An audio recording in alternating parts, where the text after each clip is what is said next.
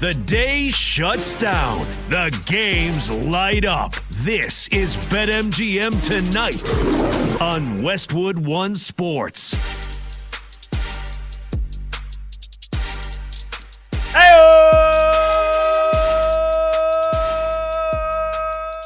Welcome on in to a Monday night edition of BetMGM Tonight here on Westwood One Sports.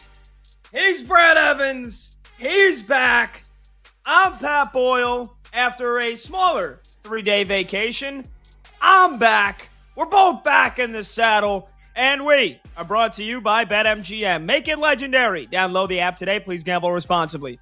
We are with you every Monday through Friday, 6 to 11 p.m. Eastern, and you can watch the show live on YouTube. Just search BetMGM Tonight and hit that subscribe button.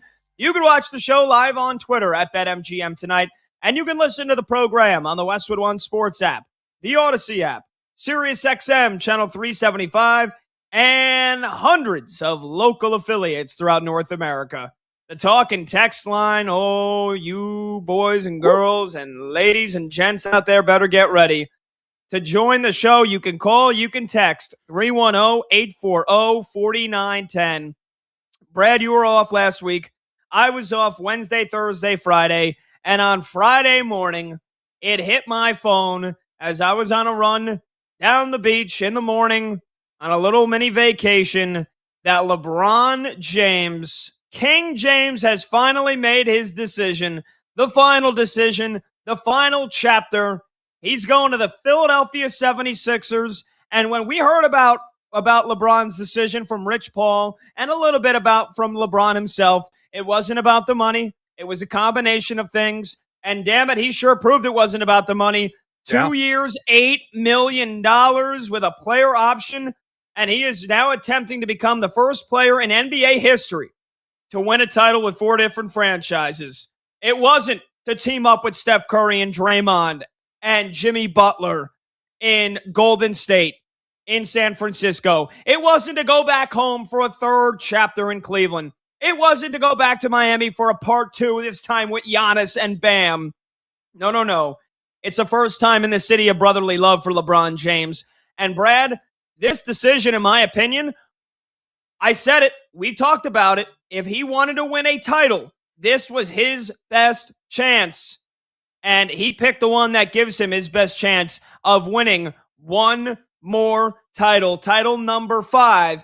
But as a diehard Knicks fan, Brad, you know that I've got to just take my imaginary WWE NBA title, Larry O'Brien belt around my shoulder like I'm the world heavyweight champion of the world as a Knicks fan. And I got to say, not so fast, my friend, because the Knicks are the reigning NBA champions. And although the Sixers are pretty damn scary with the addition of Jaylen Brown and now with LeBron James, I still don't think they are built big enough and good enough and deep enough to beat the New York Knicks. It's a damn good move. I have no problem with LeBron doing it. I don't give one damn about the whole ring chasing. He's 41, 42 years old. He's got one chance left to do it. I don't give a damn about him joining the Sixers. In fact, I embrace the challenge as a Knicks fan because now the Knicks finally, because he's been in the Western Conference for the last several years with the Lakers, now the Knicks finally have a chance to end LeBron's career in the playoffs, whether it's this season or next season. And I can't wait. And I welcome the challenge. But Brad, I will admit the Sixers are pretty damn good scary right now with LeBron as the final piece. Look, bottom line is this. It is going to be a surefire 3-horse race in the East next NBA season. Your beloved New York Knicks going to be out there trying to defend their NBA World Championship. They're very much going to be in the race right now, 9-1 to again hoist the hardware, win that Larry O'Brien, and secure back-to-back titles currently at BetMGM.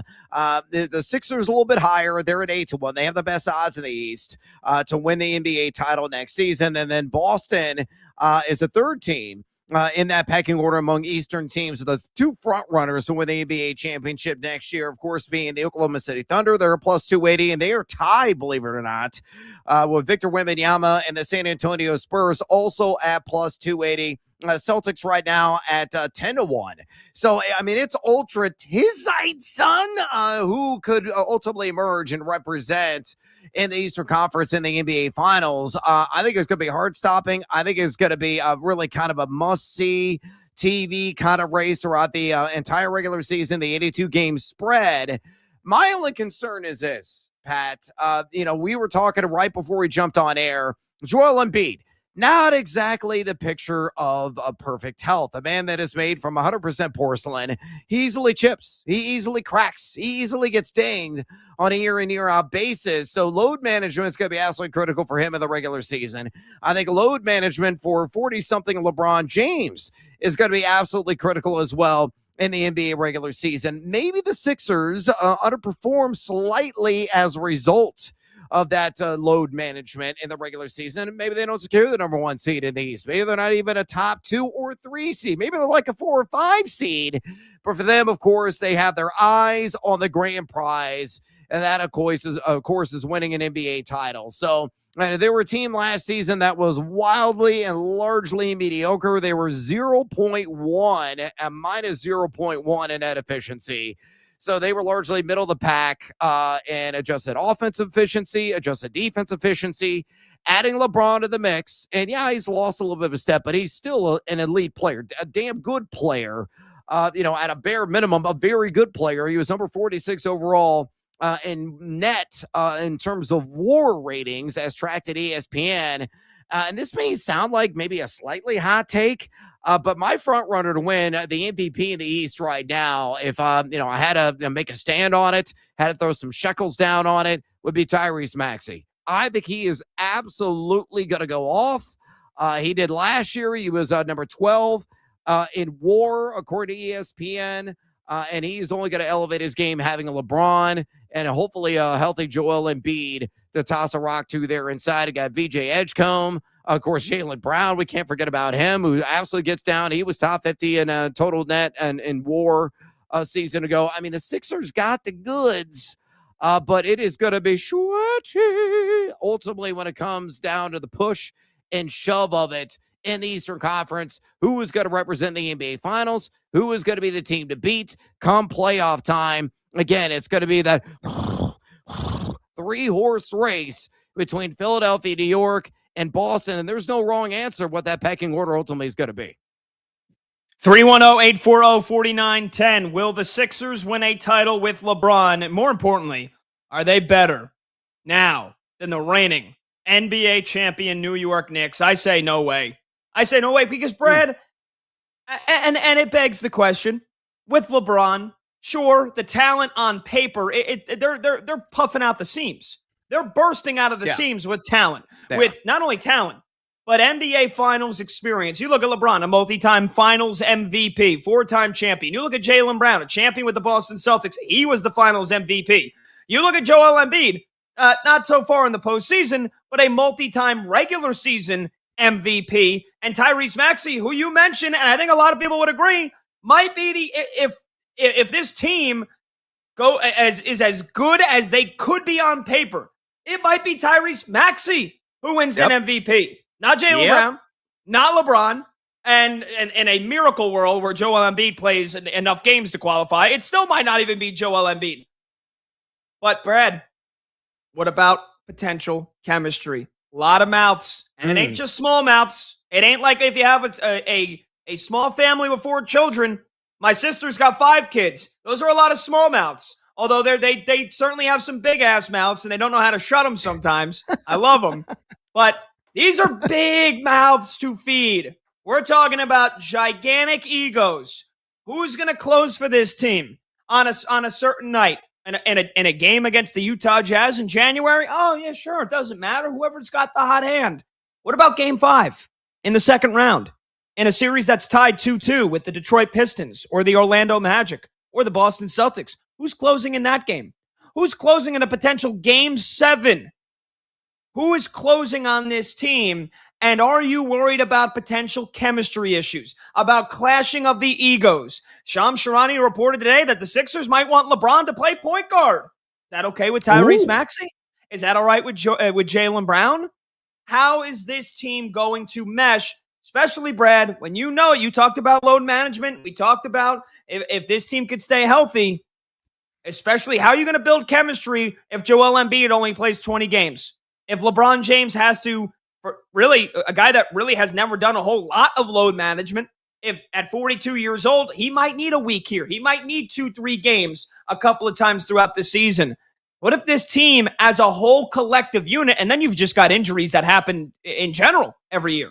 What if this team as a whole, LeBron, Jaylen Brown, Embiid, Maxey, let's not forget VJ Edgecombe. What if these 5 guys only play 10 games together throughout the entire season? It is a legit possibility. That is what I feel like is one of the biggest reasons as to why I'm very confident that the Knicks are still better than the Sixers. And if they play them again next year in the playoffs, they would beat them. There is a lot of egos to feed, and I'm not sure they're going to build enough chemistry throughout the season.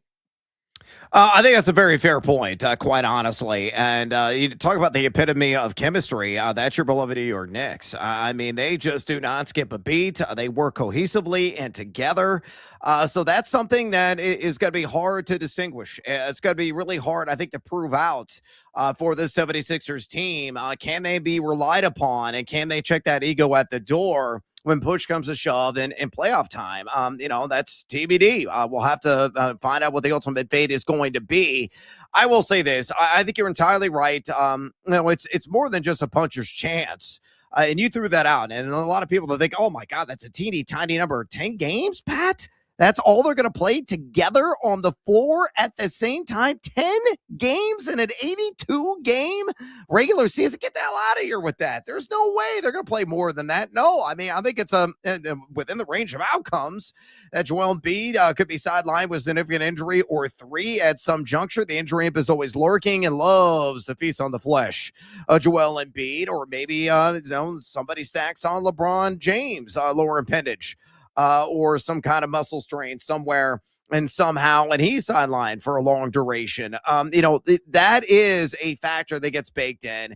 That is ultimately the great unknown. But if they do manage to play a fair amount of games, what exactly qualifies in my mind as a fair amount of games together? I think they're going to play as a unit at least 30 to 35 games. Now, you could say, all right, does it matter on at what point of the calendar that they play those 30 to 35 games? Yes, it does. They can't play just 30 to 35 games early in the season. Somebody suffers a catastrophic but not entirely season-ending injury. They're out for a long period of time, but they come back just in the nick of time for the NBA playoffs. Well, that disrupts the chemistry. That means the team makeup and the structure and the minutes played is doled out a little bit differently, and thus the product is going to be largely unreliable. You have no idea what they're going to be able to do. Are they going to overachieve? Are they going to underachieve? There's going to be ho-hum in the postseason. But if they play like 30 to 35 games down the home stretch, largely establish and build that chemistry, and they are dependable as a collective, as a cohesive unit, yes, my friend, you will have to check your fandom at the door, because they will push the New York Knicks. They can ultimately beat the New York Knicks in a 7-game series, or the Boston Celtics. The talent is clearly there, but they have got to come together and work together and do so effectively and efficiently if they want to hoist Larry O'Brien. Yeah, and then that is a big if. 310-840-4910. So again, are the Philadelphia 76ers clearly better than the New York Knicks now? Will they win a title with LeBron James? And look, I mean, we haven't even talked about having to beat the Spurs or beating the Thunder, which is a whole other animal. And I don't even think they're going to beat the Knicks this year. I don't think they'll beat the Knicks next year. If they're going to beat the Knicks, it's going to have to be this year, because LeBron at 42, he's still defying some physics of the game of basketball at the highest level. Mm-hmm. He was pretty damn good in the series against Houston. It wasn't his fault they got swept by the Thunder. Add on another year of mileage. Add on another year of playoff mileage, where again, LeBron has rarely made it past the second round in the last 4 years in the postseason. And then you're talking about maybe another year and a half from now at 43.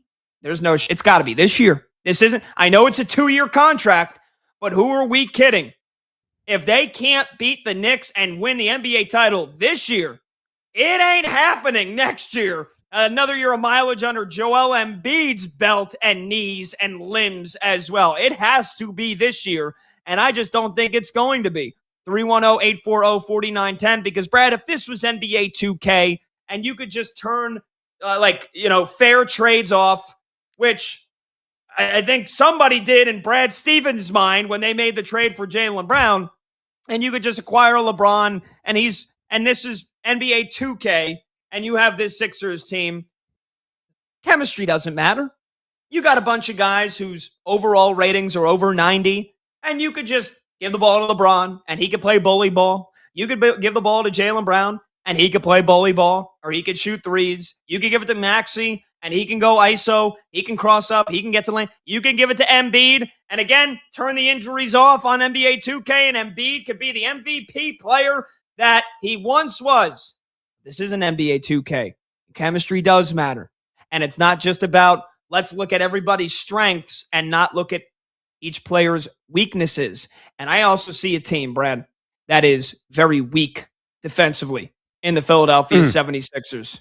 That's what I look at. Because let's be honest. And look at the guys they got coming off the bench. Again, on paper, they've got decent depth. LeBaron Philon. I'm excited to watch him in his rookie season. You're a big college hoops junkie. Very exciting offensive player at Alabama. Not known. That entire team wasn't known for defense. Anthony Simons, a microwave, a bucket. Never known for his defense in his time in the NBA. And then Justin Edwards, Dean Wayne, and Adem Bona is going to fill out that second unit for the Philadelphia 76ers.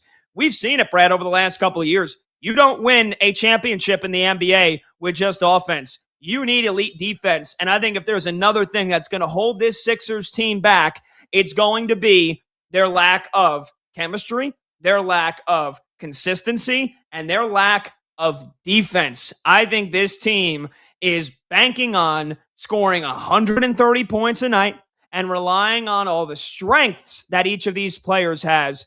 And it's ignoring, or a lot of people are ignoring, all of their weaknesses. And I think the weaknesses of this team now put together, they're as glaring as the strengths are.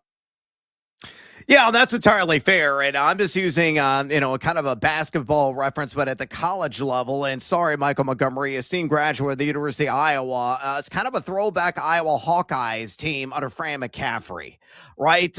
During the peak of the McCaffrey years, with the various McCaffreys on roster, all of his kids playing there, they were elite offensively. I love taking the over on team total points with Iowa basketball, especially non-conference play. I mean, they would routinely get over 80, 85, sometimes hitting a hundo on occasion. They could really fill it up, but they were always outside the top 100 in adjusted defensive efficiency. And really, to equate it to a modern NBA game, that's the 76ers that you're describing. Now, I'm not entirely buying into them being suboptimal defensively. Are they going to be elite defensively? No, not at all. I agree they're going to be elite offensively, especially LeBaron Philon, a guy is a walking, talking bucket.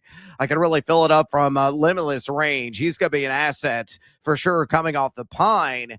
But defensively, they could be slightly above average. LeBron is still an above average defender, after the age of 40 years old.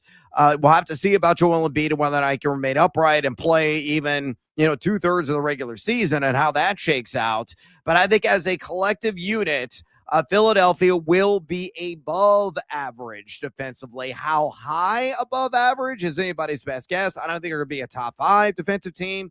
May not be a top 10 defensive team, but let's say they're like 11, 12, 13 in defensive efficiency ratings entering the playoffs. That might be enough of defensive chops and effort, considering the offensive explosiveness that they would have at hand for them to make a run in the postseason. But it's a giant if.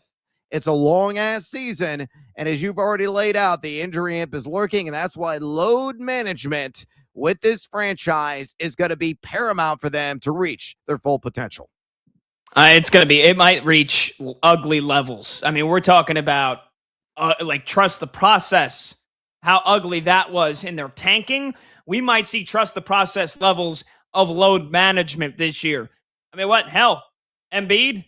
Just play them the last 10 games of the season. Just keep him in bubble wrap until March and then unleash him and hope he doesn't get hurt. And look, and I'm putting the Sixers in the conversation with the Knicks. For anybody that thinks that they are not right head and shoulders with the Knicks, I think you're dead wrong. Don't get me wrong. This is a scary team. They were scary when they got Jaylen Brown. Now they've got LeBron as a finishing piece, as a third option. Hell, maybe if Embiid could stay healthy, LeBron's the fourth option. This is a scary team. Don't get me wrong. And I do think the Eastern Conference Finals should be and hopefully will be Knicks and Sixers, but I still think the Knicks are better. They've got the chemistry, they've got the experience, they've got youth on their side.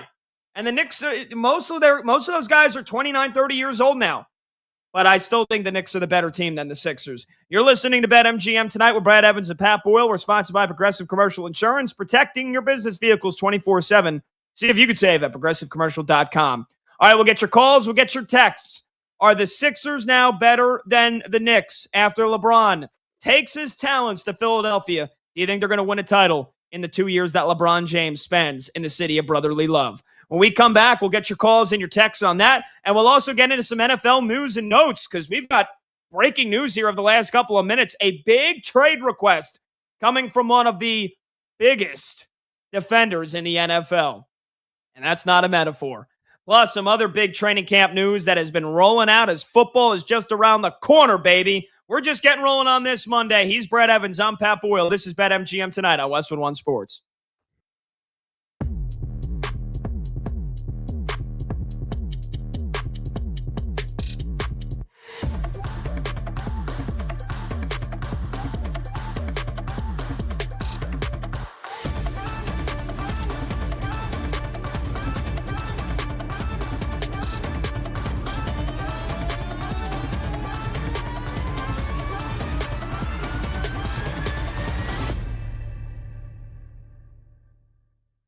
Number 6. Now, this assumes health in the same way we assume health for every team, right? Number 6 is the Toronto Raptors. Assuming Kawhi Leonard obviously is healthy and he's a Raptor. And he's not like in jail potentially. I'm not insinuating that's the case. I say that more for humor. Scotty Barnes took the leap. He is magnificent. I like the coach. Kawhi is still a top player in the league. I don't think Toronto will get to the finals, but I mean, you have to acknowledge that they're awesome with Kawhi Leonard. Toronto, number 6. Number 5. Let's make more people mad. Number 5. Giannis Antetokounmpo, Bam Adebayo, and the Miami Heat. Bottom line, not enough there. Can they make the second round? Yes. Could they make the Eastern Conference Final? They could. Are they in a 7-game? We'll do the other 4 teams. In a 7-game series, are they beating any of the other teams I'm about to list? I think no. Ergo, which is a fancy way of saying therefore. I learned that in an SAT preparation class my junior year of college, of high school rather. Ergo, Miami can't be higher than 5. Number 4, Brad Stevens and the Boston Celtics. Paul George and the Boston Celtics. Oh, yeah.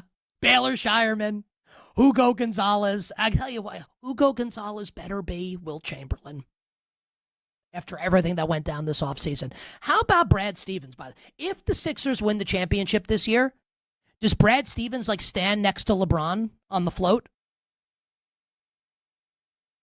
Like, is Brad Stevens, like, arm in arm with the Philly Fanatic if the Sixers win the championship? For the ridiculous Jaylen Brown trade that absolutely influenced LeBron's decision to sign there? It is, and I can be wrong, it can work out. I said it in the moment. This is one of the great brain dead trades I've ever seen. Maybe I'll be wrong, and maybe Jaylen Brown is such a disaster.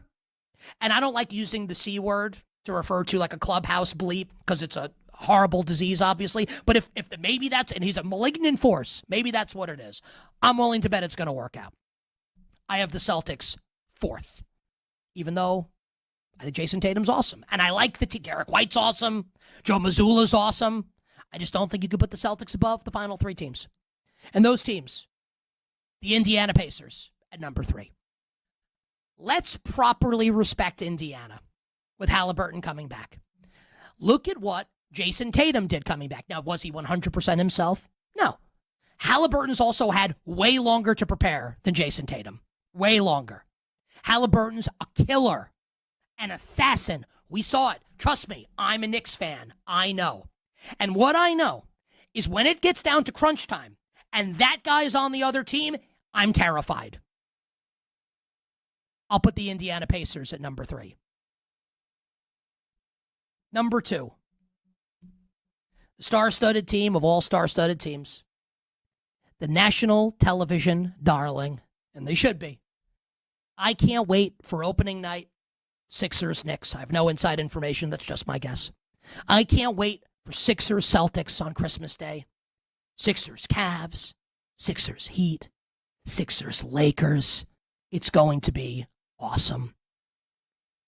But look, it's like the great Ric Flair once said, to be the man, you've got to beat the man. So the Philadelphia 76ers are number 2. Number 1. The reigning, defending National Basketball Association champions. My and your New York Knicks. Never forget this. In this world, if you want to be number 1, the only way that you get to stay number 1 is to be number 1. And the New York Knicks have the only championship in the basketball world that makes you number 1.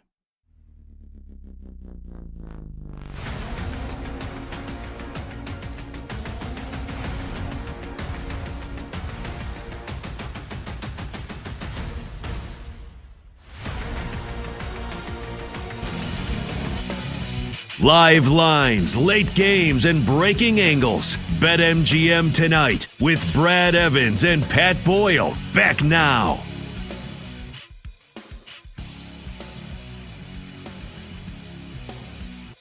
Welcome on back. BetMGM tonight, Westwood on Sports. He's Brad Evans. I'm Pat Boyle. The phone number to join the show, 310-840-4910. Since Brad and I were both off on Friday, we just started the show talking about LeBron, the final decision. He's going to Philly, my neck of the woods, where I currently reside. Even though I am a diehard New York Knicks fan, I am going to be talking so much smack on the streets every day. Brad, it might get me killed. It might get me killed by these lunatics that live here, but I don't care. Because we were debating it, I still say the Knicks are better than the Sixers, despite them adding Jaylen Brown and adding LeBron, plus the other depth moves they've made, Dean Wade, Anthony Simons, drafting LeBaron Philon. I still think the Knicks are better. I don't think the Sixers are winning a title with LeBron. You got to admit, though, it's a scary damn good team on paper. And I don't think it's going to be an utter failure. But unless they win a title, would you consider these 2 years with LeBron a failure if they don't win a title? I would. And so we'll take your calls and your texts on that at 310-840-4910. But Brad, before we get to buying or BS segment that you came up with here for some NFL training camp news, how about some breaking news first? Because it's big news for a big guy. The big Vita Vea, one of the best run-stopping D tackles for the last decade of the Tampa Bay Buccaneers. He is requesting a trade. The 12th overall pick from 2018. A guy that, for a D tackle, which it's not easy to get sacks, he has racked up 35 sacks in his 8-year NFL career, on top of 154 solo tackles, over 40 stuffs, and plenty of tackles for a loss. The guy has been disrupting run games since he entered the league. 6'6", 350 pounds. Vita Vea wants a new contract, and it appears the Bucs are not wanting to give it to him.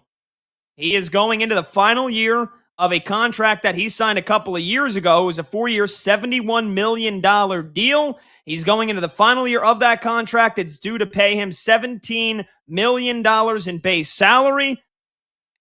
He wants a new contract. The Bucs aren't giving it to him. He has requested a trade. And so for a Buccaneers defense, Brad, we saw how much they melted down at the end of last season. That and the litany of Baker Mayfield injuries, which we have witnessed on the quarterback documentary on Netflix. You got Baker's contract, which is a whole other thing. That's basically a deadline of tomorrow as the Bucs report for training camp. Baker said, if I don't have a new deal, I'm not negotiating once training camp starts. But they got a bigger problem on their hands now because Vita Vea has requested a trade. And now that puts more pressure on GM Jason Light here in the Tampa Bay front office. What do? Do they pay Vita Vea, or is it too late to come to an agreement with the big guy? Is he as good as gone? And what does that mean for the Buccaneers defense if he does get traded? Because I got bad news. This Buccaneers defense is already very, very shaky, in my opinion. If they lose Vita Vea, oh boy, I don't like the Buccaneers this season to begin with, Brad. If they trade him away, I don't care what you get back. That defense is going to stink.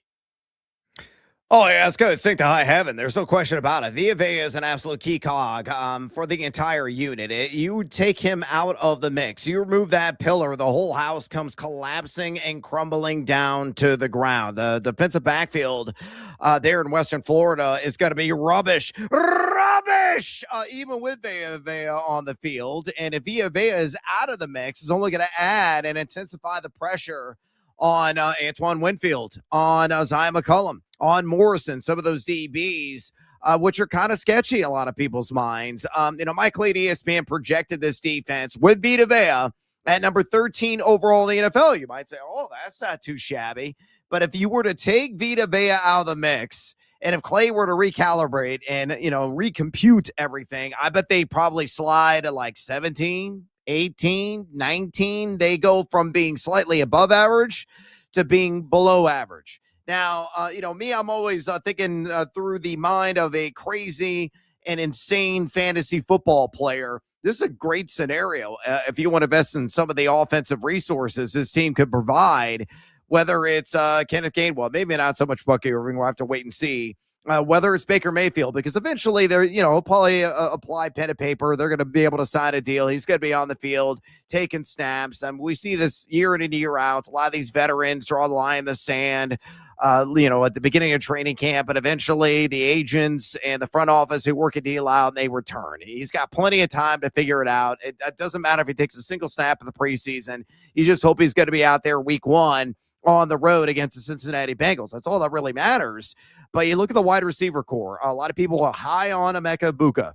More of the first half version of Emeka Egbuka that you saw last year, not the second half version who just fell off into the deep, dark blue sea, sliding off the continental shelf. He was atrocious after like week 10. But I think he's going to put together a very consistent season this year. Chris Godwin, I think, is going to rebound in a very strong way, operating primarily out of the slot. Kate Otten there is a pretty sure-handed tight end, and I love Jalen McMillan as well. The guy that's got breakout potential, especially if Egbuka underwhelms or gets injured. God forbid that happening, or Chris Godwin as well. So I like the offensive parts of this Tampa team, but if you take Vita Vea, that key hole plunger in the middle of the defensive line off the table, it has very damaging repercussions for everybody defensively for Tampa, which means they're going to have to go out there and score 30 to 35 points per game because they're going to be heavy dogs in many contests. And again, for me being a fantasy football guy, I don't mind it. And I don't blame you. I mean, look, and first thing my head went to was, as a New York Giants fan, New York Giants just traded away Sexy Dexter Lawrence to the Cincinnati Bengals. How do you fill that void? Little Vita Vea to the New York Giants. Oh, baby. That's arousing. That's arousing. It is arousing.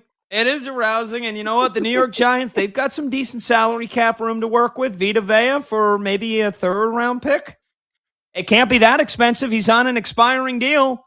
Give him a nice, fresh new contract. Have him wreck the Philadelphia Eagles run game of Saquon Barkley. Have him eating Dak Prescott alive like a sack lunch. Have him swallowing up Jaden Daniels. I would love Vita Vea playing for Big Blue this season and the next couple of seasons to come. But again, Brad, maybe this is a tactic, right? This is a tactic. We've seen it many, many times before. There is a very decent likelihood that as training camp starts tomorrow for the Tampa Bay Buccaneers, front office already a little queasy with the negotiations with Baker Mayfield. Maybe they say, all right, we can't afford to lose our big guy in the middle of our defensive line. Let's give Vita Vea his money, and then let's see what happens with Baker Mayfield. That's a whole other can of worms. But yeah, Vita Vea, he would be a very hot commodity for several teams throughout the NFL, and that would really dampen the chances of the Tampa Bay Buccaneers getting back on top of the NFC South if they do lose him. I don't care what draft capital you get back. That is a tough, big man to replace. 310-840-4910. All right, Brad, let's get to a segment that you were calling buying or BS. What's the premise here?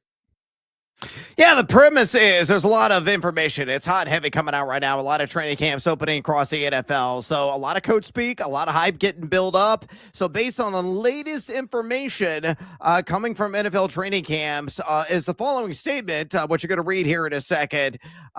Buying? Are you buying it? Or is it a heaping, smelly, disgusting pile of BS? So we're deciding whether or not, we're going to lean into some of these narratives that are coming out of training camp or give them the old stiff arm. All right, beautiful. Why don't you kick us off here? Well, what's the first one? Let's get into it. Okay, so according to Browns insider Mary Kay Cabot, friend of the show here, Quinshon Judkins will go for a big season, according to her, in Browns training camp, and he's good to go. He's going to be showing up there, no repercussions whatsoever. So buying or BS, Pat? Quinshon Judkins runs for at least 1,000 yards and totals 7+ touchdowns this season. What do you say? Is that buying a statement there, or is it a smelly pile of BS? I think I'm going to buy it. Now, and I saw another report from Jeremy Fowler, and we love Mary Kay Cabot, again, like you mentioned, friend of the show. I did see, Jeremy Fowler say something very similar, that he is going to be full speed for the start of training camp. That, I don't know if I'm buying. That they're going to have him go full speed coming off of that ugly fibula ankle dislocation and fracture last year. But we are still 5 weeks away, 6 weeks away from the start of the season. By that point, should he be 100%? He should. And did Quinshon Judkins run for over 800 yards last year in his rookie season? He did. And does the quarterback play for the Cleveland Browns ultimately still probably stink? Yes, I think it will. But you and I, we love us some Quinshon Judkins. I think he is good enough to overcome a very bad quarterback room for the Cleveland Browns. I think he runs for at least 1,000 yards. And through a combination of rushing touchdowns and receiving touchdowns, I think our guy gets at least 7+ tutties. So I'm going to buy it. Quinshon Judkins, big year 2 ahead in Cleveland. Kumbaya, I'm buying this as well. I think he's going to run for at least 1,100. Could be as many as 1,300 rushing yards this season. This defense, I think, is going to be slightly above average.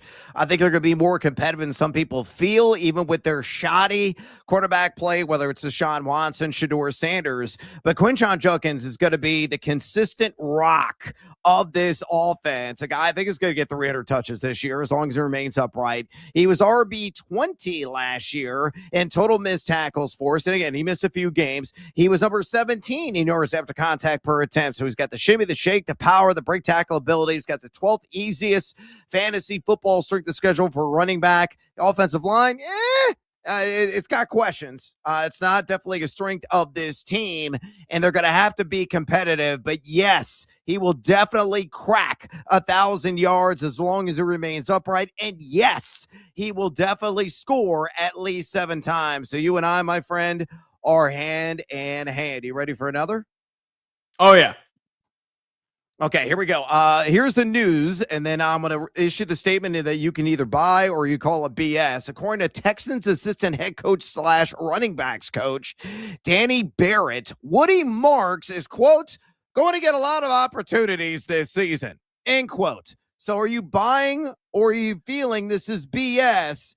In a full-blown timeshare with Dave Montgomery, Woody Marks will earn at least 40% of the team's opportunity share. Buying or BS?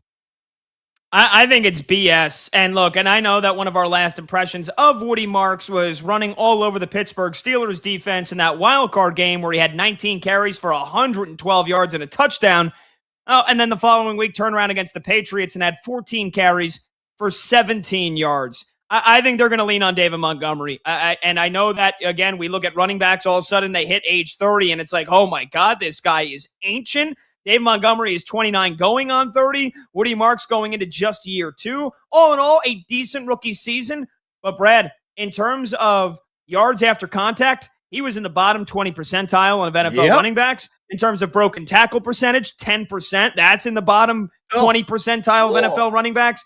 They need a big guy like David Montgomery who has proven he can do it. He can handle the majority of the carries. I think it's going to be David Montgomery. Now, if he gets hurt, or if he wears down as the season goes on, maybe Woody Marks can carve out some of those opportunities. But a lot of opportunities, according to Danny Barrett, meaning like it's going to be him and Dave Montgomery 1-for-1, I think it's BS.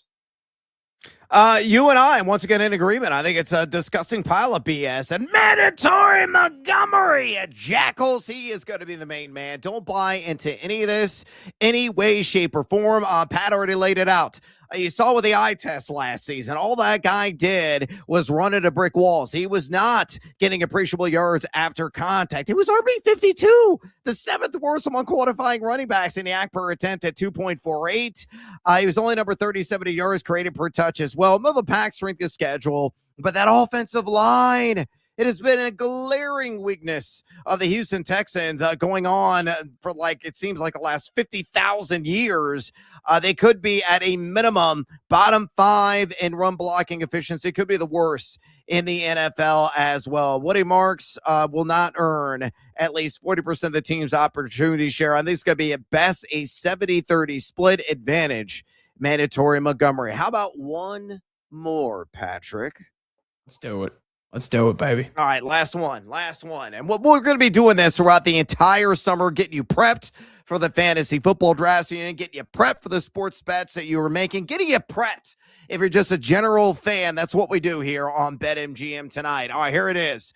Rams head coach Sean McVay remarked Blake Corum will play a, quote, big factor in the Rams offense this season. So buying or BS, Pat. Splitting touches with Kyron Williams, Blake Corum carves out a 10 to 12 carries per game role, stealing the occasional red zone touch. Based on that statement, are you buying or is it BS? You know what? I kind of want it to be BS because I think Kyron Williams is a guy that, honestly, if he's given the majority of touches like some other running backs in this league, like a Derrick Henry, like a Saquon Barkley, like a Christian McCaffrey, I think Kyron Williams can run for 1,500 yards like a Jonathan Taylor. I just don't think the Rams want to do that. I think they like Blake Corum. Yeah. I have to buy this. I mean, I just look at down the stretch. Look at some of these carries that Blake Corum got from week 14 on. 12, 11, 14, 6, 13, 11. And then the division round of the conference championship, he only got 6 carries and 9 carries. That's when you really lean on your guys. But yeah, throughout the regular season, Blake Corum from about week 7 until the end of the year was getting that many touches that you mentioned, at least 10 to 12. I think it's going to happen again. I think they want Kyron Williams to be their lead guy in the playoffs. And I think in games that they really need, they're going to lean on Kyron Williams. But for the most part, I think Sean McVay and this Rams offense wants to be balanced. They don't want to lean on just one particular guy. They already do that too much with Puka Nacua. So in terms of the running game, yeah, I think I have to buy it. Blake Corum is going to be a big factor, even though I think Kyron Williams, honestly, is good enough. He's good enough to win Offensive Player of the Year. I just don't think he will because the Rams won't ever lean on him that much. Yeah, and I agree. You and I on the same page yet again. So I am buying this. I think he's going to get a minimum of 10 to 12 touches per game. A lot of those coming on the ground. He's not like a supreme pass catcher. Kyron Williams better in that capacity. So game script, game flow will matter in terms of determining whether this is going to be wrong or right. I think Kyron Williams is going to be the primary red zone back. He's very efficient near the goal line, but Corum will probably steal and snake a carry here and there. So the statement's entirely true. Also keep in mind, folks, the LA Rams have the easiest fantasy running back strength of schedule. That's ridiculous. Blake Corum could have a stellar year, get him around pick number 100 overall. An average 12-team fantasy drafts right now. I think he's going to turn a profit at that. They're going to have a top 5 offensive line. Hell, he averaged 9 touches per game last season. So a slight uptick in that category is a foregone conclusion, though his advanced metrics were largely unsightly last year. But I think you're going to see some improvement across the board on the best team and the best offense in the National Football League. All right, we got to grab a quick break. We're going to go streaking when we come back. He's Brett Evans. I'm Pat Boyle. This is BetMGM Tonight on Westwood One Sports.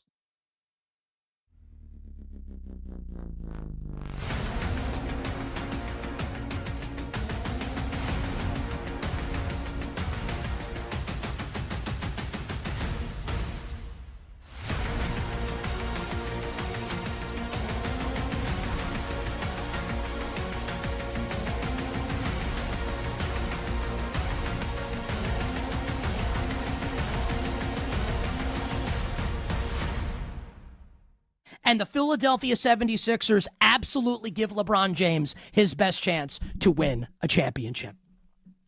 I can't believe that there are people that think he should have signed with Cleveland, or people that think he should have signed with Miami. Do you honestly, you the person watching or listening, even if you hate him, do you really believe in your heart of hearts that Cleveland, with the construction of that, with Harden and Atkinson, was right for 41-year-old LeBron James?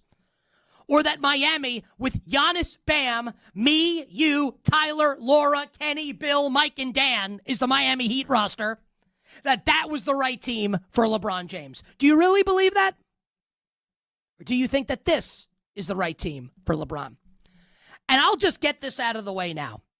I am not here for people that are going to say, like, LeBron is ring chasing here, or that LeBron is taking the easy way out, signing with the Philadelphia 76ers. Just a couple thoughts on that topic. Number one, he's 41 years old. Like, what do you want him to do? Sign with the Sacramento Kings? Like, he's at the end of his career. He's trying to win another championship. Of course you go to the team that gives you the best chance to win. Also, who cares that he's 41? If you're 31 and you have a decision like this to make and you want to win, why wouldn't you go to a stacked team?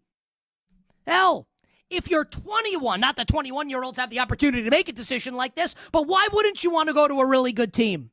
Why wouldn't you want to give yourself the best opportunity to win a championship? Why would we, or you, or anybody criticize LeBron or any other athlete for trying to give himself the best opportunity to win? This is a no-brainer. And the fact that there's anyone that thinks that this was the wrong decision or you want to criticize him for this decision is nuts. Like, it's crazy. I'm sorry. It's ridiculous. It's ridiculous. Think about this lineup that the Philadelphia 76ers will put on the court now with LeBron James signed. Embiid, Jaylen Brown. I could say this until I'm blue in the face. Do you all understand how good this team is going to be? And how they have built-in cushion if and when, probably more like when than if, Joel Embiid has to miss time. Or LeBron plays only 60 games in whatever it is. The team is stacked.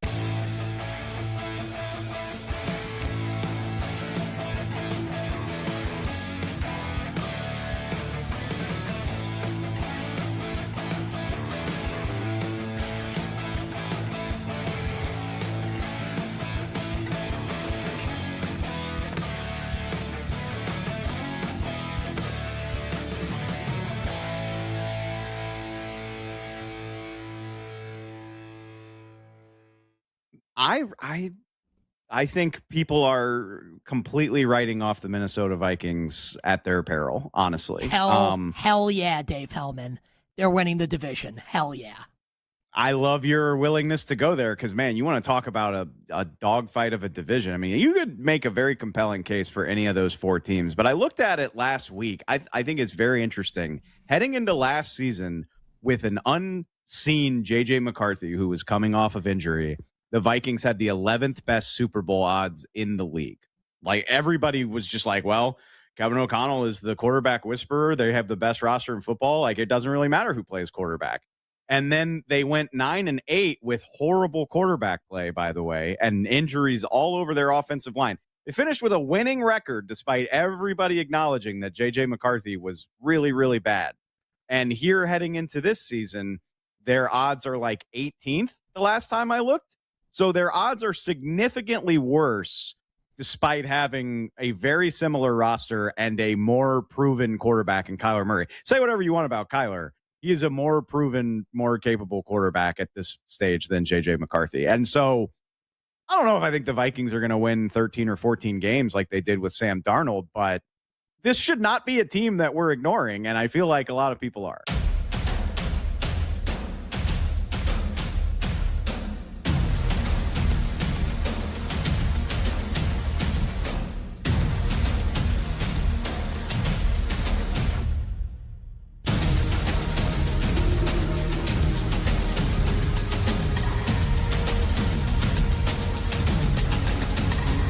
Games and breaking angles. BetMGM tonight with Brad Evans and Pat Boyle.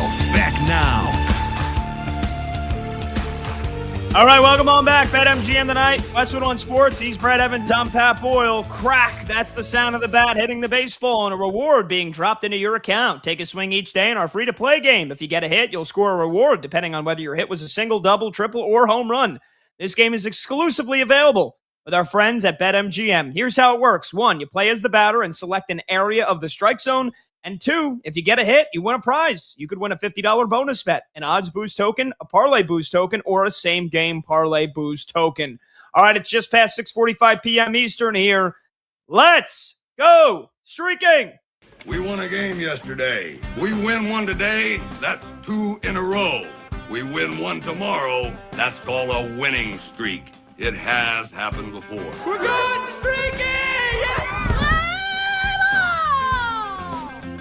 All righty, folks. You know how the deal works by now. We go around the crew. Everybody picks one batter they think they will correctly get a hit in tonight's slate across Major League Baseball. All righty, Brad, why don't you start us off, brother? You got a current active streak of 2. That's tied for the longest active streak going right now on the show. Who are you rocking with tonight? Well, only appropriately if I'm batting leadoff. Let's go with a guy number 1 in the order, PC. Hey, Pete Crow Armstrong taking on the hated St. Louis Cardinals down in steamy St. Louis, going against Matthew Liberatore. He's 4 for 12 against Lifetime. He's got a hit in 5 of his last 7. Hell, he's batting .455 against the St. Louis Cardinals this season. PCA slaps one in the outfield, baby. We're going streaking to 3. Beautiful, beautiful stuff. I'm going to go with the New York Yankee. Give me Paul Goldschmidt. The guy just hammers lefties. You got Noah Schultz on the mound tonight for the White Sox. He's got a 6.04 ERA. Goldie having a great year overall at the tender age of 38. But against lefties, he's hitting .333 this season. This is a no-brainer. It's Paul Goldschmidt versus a lefty. Give me Goldie. Give me Paul Goldschmidt. All right, our guy Grant Leader, who's filling in on the show tonight. Grant's going Nico Horner, another Cubby against the Cardinals. And Grant says in our show chat, Nico has been on fire, one of the best players since the break. 15 hits, 2 of those yesterday with a ribby. Give me Nico. All righty, Grant's going Nico Horner. Our guy Zach Kroll also filling in for producer Brandon Combs. He's going with Wilson Contreras tonight, former Cubby. Wilson Contreras against the A's. Now the Red Sox, Wilson Contreras. So there you go for Zach. Let's go to the owner and operator of batters-box.com, our video producer, Michael Montgomery, a.k.a. Monty. Monty, who you choosing? Yeah, give me another Cub. Give me Seiya Suzuki, absolute lefty killer, always has been, hitting over 300, OPS over 1,000, good trends. Give me Seiya. All right, Monty's going with Seiya. And really quickly, in 10 seconds or less, our guy Lee in our Westwood One Studios. Lee, who you going with? Give me Jeremy Pena for the Angels. He had 2 went yard twice yesterday. He's hitting 500 over the last week. Give me him. There you go, Jeremy Pena, the Astros against the Angels. So there we go really quickly. Goldschmidt, PCA, Seiya Suzuki, Jeremy Pena, Nico Horner, and Wilson Contreras. Those 5-6 gentlemen together. It's plus 615. Mark Carman's next. This is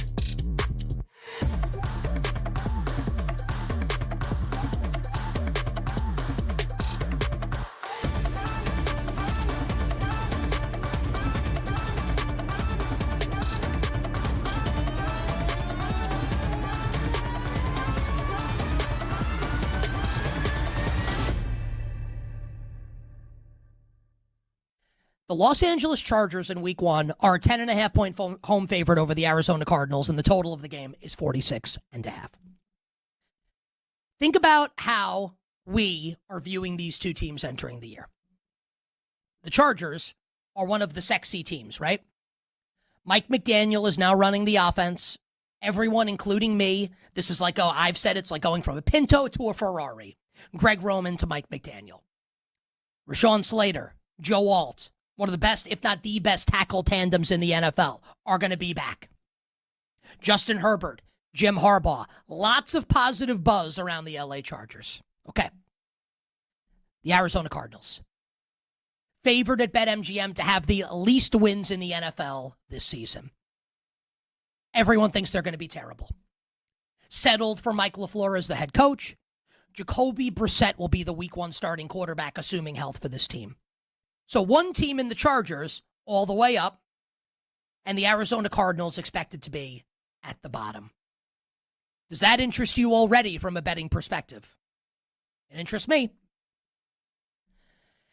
For me, the Arizona Cardinals are actually not the worst team in the league. They're not. There's legit talent on defense, especially if they stay healthy. The offense, actually, I'm not saying they're good, but they are way better than the Miami Dolphins, for instance. The reason why the Cardinals are favored, plus 200 at BetMGM, to have the least number of wins in the NFL is because they play in the impossible NFC West. And they're going to lose 6 games in division, 2 to the Rams, 2 to the Seahawks, 2 to the Niners. And I admit that. And I think it's likely that Jacoby Brissett, Gardner Minshew, and Carson Beck will all start games this year for Arizona at quarterback. They are not going to be good. They could have the first pick in the draft when it's all said and done. But in week 1, Jacoby Brissett starting. Everyone loves the Chargers and are making it like the Chargers. They could play in the Super Bowl this year in their home stadium in LA. Everyone thinks the Cardinals stink. You have a quarterback that's been there and done that. Good skilled position players and some good players on defense, and the defensive coordinator, Nick Rallis, was retained. Give me the Cardinals, plus 10.5 on the road at the Bolts. Oh, hell yeah.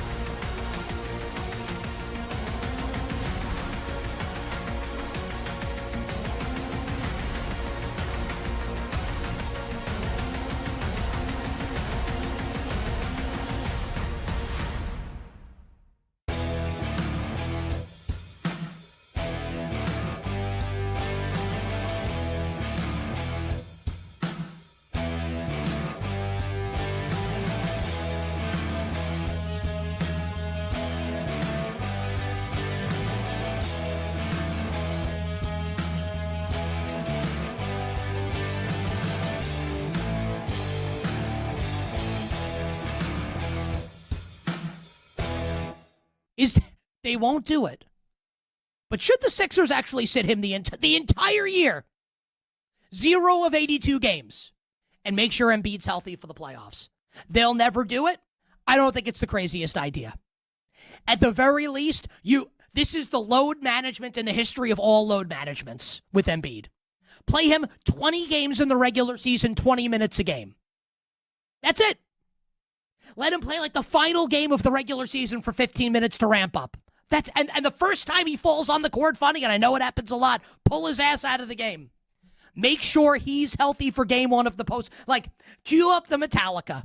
Because if Joel Embiid ain't healthy for the playoffs, for the Philadelphia 76ers, nothing else matters. Need Embiid healthy. Shuts down. The games light up. Banking that ass left and right. This is BetMGM Tonight with Pat Boyle. I am owed a championship, and some freaking dog is not going to deny me. On Westwood One Sports. Sorry. Hey, welcome on back to BetMGM Tonight here on Westwood One Sports. Is Brett Evans. I'm Pat Boyle, and we are brought to you by BetMGM. Make it legendary. Download the app today. Please gamble responsibly. Hour number 2 of this Monday night extravaganza kicks off right now. You could watch the show live on YouTube. Just search BetMGM tonight and hit that subscribe button. You could watch the show live on Twitter at BetMGM tonight. And you can listen to the show on the Westwood One Sports app, the Odyssey app, SiriusXM channel 375, and hundreds of local affiliates throughout North America. All right, let's go to our guest line here. Training camp officially begins for all the veterans for the Chicago Bears tomorrow, mañana. Everybody in the NFL will be in training camp by the end of this week. And so to talk about the Chicago Bears after what was such an incredibly exciting season a year ago, culminating with an NFC North crown, can they repeat? Expectations certainly higher this year for the Chicago Bears. We go to the Windy City. And we bring in Mark Carman, host of the CHGO Sports Network, covering the Bears. You can find him on Twitter at the Carm. Mark, what's going on, man? It's Pat and Brad. Thanks so much for joining us. It's good to be with you guys. This is the start of, Super Bowl Bears 2026 season. That's at least some of the hype feeling in Chicago right now. Why not? Let's go. Don't temper expectations the day before training camp opens, right? Amen. Never, Mark. And let's start with the guy that would be responsible for bringing the Bears to a Super Bowl. Let's start with Caleb Williams. I just want to first go back a few weeks ago because I still can't get this interaction out of my head. And maybe because it was like the middle of June or in July, maybe that's why it didn't get as much attention. But when Micah Parsons basically said that Caleb Williams is the number one quarterback in football, and then when Caleb was asked about it, he kind of just shrugged it off. He didn't want to pay any mind to it. He also said he would never vote for a Packer in the NFL Top 100. But what was that, some psychological warfare between Micah Parsons and Caleb Williams, or was that just Micah Parsons doing anything for attention? I don't have a great understanding of the Micah Parsons motivation right there. It's obviously an inaccurate statement, but it's also a statement that is representative of Caleb beating the Packers twice last year in the playoffs. The throw to DJ Moore, maybe the greatest throw by a Bears quarterback in Bears quarterback history. Of course, that's a very short hill that he's climbing over right there. So there is some, what I experienced and what I saw in the biggest moments of the year last year. Now, granted, he was hurt and all, but still, I guess watching. So, Caleb was enormous against Green Bay. And, Caleb's obviously got a lot of work to do, but Caleb in the big moments last year was, at the top of the NFL. That's right. And look, and on a more important note now, heading into year 3 and the second year with Ben Johnson as his head coach and play caller, Caleb Williams can take another huge leap forward. The accuracy issues are a big question mark for me. I know I'm not a Bears fan. I might be a little... maybe I'm unbiased. Maybe I am biased. But look, you mentioned the late game heroics, the clutch gene, those jaw-dropping passes you mentioned. He's proven he can win big games. So I know it's on Bears fans' minds, even if they admit it or not, is the bare minimum expectations, pun intended, 4,000 yards and another playoff berth this season for Chicago? Or should Bears fans not be ready to just jump all in this year? But, I mean, you already mentioned Super Bowl, so I guess who am I kidding? Yeah, right. Well, okay, that was slightly tongue-in-cheek with the Super Bowl, but it is, at least, I don't know what the percentage is on the table, but there is some level of percentage for the Bears, getting that far this year if everything hits. I mean, look, I think realistic expectations, Caleb becoming the first Bears quarterback to ever throw for 4,000 yards, that does seem reasonable. They did lose DJ Moore in the trade to Buffalo, but you've got a lot of young weapons there. And more importantly, he's got Ben Johnson pushing him and teaching him and elevating him on the daily. And that transformation has just been amazing to watch. So, I wouldn't bet against Caleb getting there. And then, look, as far as the Bears winning games, he's not going to do it alone. Who's going to get to the quarterback? The Bears have a lot of questions, even in their secondary right now, with Kyler Gordon being hurt and Kevin Byard in New England. Kobe Bryant's their big off-season signing. So the Bears have ample questions. Who's playing left tackle? But you could also, I think, make a logical argument. If everything hits, they absolutely could be at the top of the NFC. Mark, let's talk about some of the pass catchers going to be, catching some of those frozen ropes off the arm of Caleb Williams. And really the fantasy football, most specifically in community, is all abuzz about Luther Burden in year 2. My hand is fully raised. I'm one of those investors. I drafted him not once, but twice over the weekend in Canton, Ohio, the Kings Classic. I'm really high on him. With DJ Moore now in Buffalo, Rome Odunze coming off the significant foot injury. Do you envision Burden spreading his wings and taking off in his sophomore season and finishing last season number 80 in air yards? Do you see him being more of a slippery, multi-dimensional short field target? I will only accept hype. If you bring down Luther Burden, I will find you in the streets, Mr. Carmen. Yeah, well, I am absolutely not going to do that. I am a buyer on the Luther Burden hype. Who's going to catch the football? I mean, we argue on the old CHGO Bears podcast all they got time. Are you more Burden or are you more Rome Odunze? I am more Luther Burden. Rome is coming off a foot injury. Rome was not healthy for the majority of last season, 2/3 of it. Rome is saying that he's dealing with a new reality with his foot. Nobody knows exactly what that means. I don't even know if he knows what that means.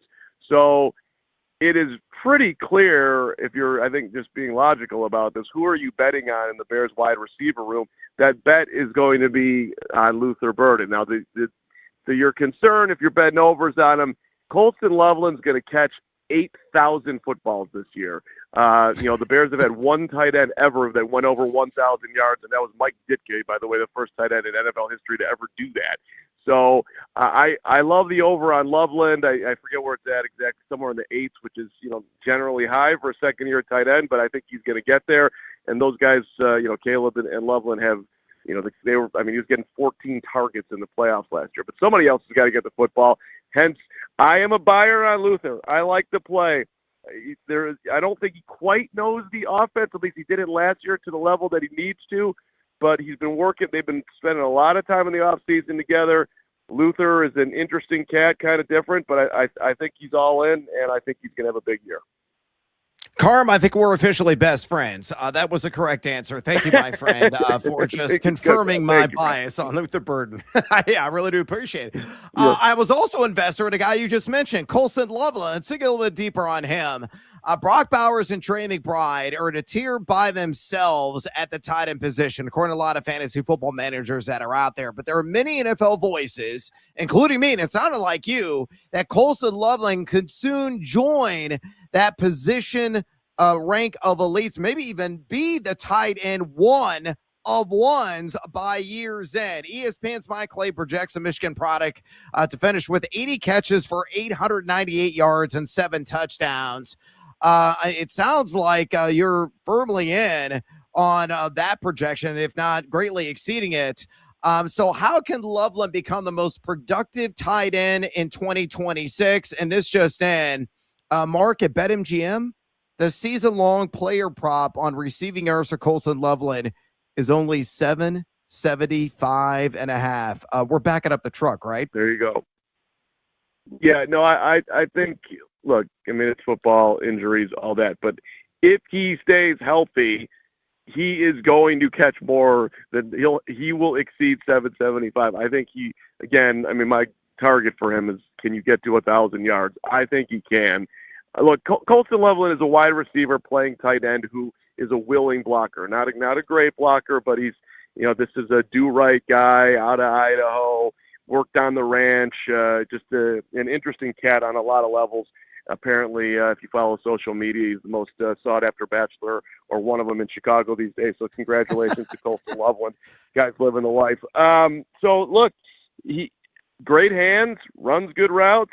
Ben Johnson loves tight ends. They drafted another one this year in the 3rd round, and Sam Roush out of Stanford. So you got him and Cole Kmet, who is woefully underrated in Chicago, and in my opinion, and even across the league, because that guy is a very good blocker and he catches the ball. Doesn't have the speed. But Cole's going to catch balls as well. But that room is going to get the football a lot, and Colton's going to be at the front of it. So knows what he's doing, understands, hands. Caleb loves him. Why would you be anywhere but bullish on what Colton Loveland's going to do? Oh, I love you. We're talking to Mark Carman here on BetMGM tonight, Westwood One Sports. He's Brett Evans. I'm Pat Boyle. Mark is the host. He's a host on the CHGO Sports Network covering the Chicago Bears. You can find him on Twitter at The Carm. Mark, the defense struggled to stop the run and struggled to get after the quarterback last year, but they made up for it with a bevy of interceptions and forced turnovers. That usually has a lot of regression year over year. And GM Ryan Poles didn't make a ton of big moves this offseason to address the pass rush, especially in the draft. So how does the Bears defense make sure they keep them in the hunt for the NFC North crown, especially that pass rush? Do you have a lot of faith in DC Dennis Allen again? No, this is where I turn negative, Pat. I don't. This part of the Bears offseason is just bizarre to me. Bears fans love that they drafted Dylan Thieneman in the first round as the safety that fell. Everyone thought the Vikings were going to take it at 18, fell to the Bears at 25. The Bears, moving on from Jaquan Brisker and Kevin Byard, so you got two new safeties. To me, that was a luxury. You need someone to get to quarterback. Who is the best player on the board that you think can do that? That would have been the way I would have gone at 25, whether it worked out or not. I understand that there's a high volatility and success rate there, but that's the way I would have played it. They didn't do that. They drafted the safety. They didn't, and then they continued on. So they didn't draft anybody for the defensive line until the 6th round. They didn't, and who they've signed, no one's ever heard of these guys. And Neville Gallimore, I'm having a hard time seeing a big season there. The Bears need Grady Jarrett to be healthy and look like he looked in Atlanta 5 years ago. That seems unlikely.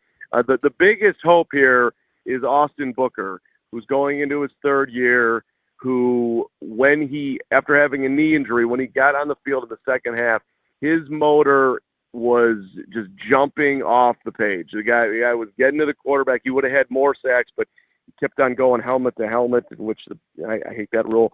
But so Booker is really the hope for the Bears. And, other guys that Dennis Allen would use creatively, like Kyler Gordon, to get into the backfield, he's on the PUP list for the 800th time. So I'm not, I'm not wowed by the defense in any way. They all, they let Tremaine Edmonds go out the door, which is not a huge deal at the linebacker position, but that was a solid guy. Kevin Byard was a solid player. So I do worry about the defense. Jalen Johnson, too, who was the Bears' best player for a long time, he's coming back from a core muscle injury. He looked half of himself when he got back on the field last year. So maybe he's healthy, but we got to see it because he wasn't, it's mini camp. I don't want to be the weirdo that's judging things too harshly at mini camp, but he didn't look great to me. So there's a long way and he admittedly said that it's like, I'm not myself quite yet. So the Bears, there's a plentiful questions on how the Bears are going to stop anyone.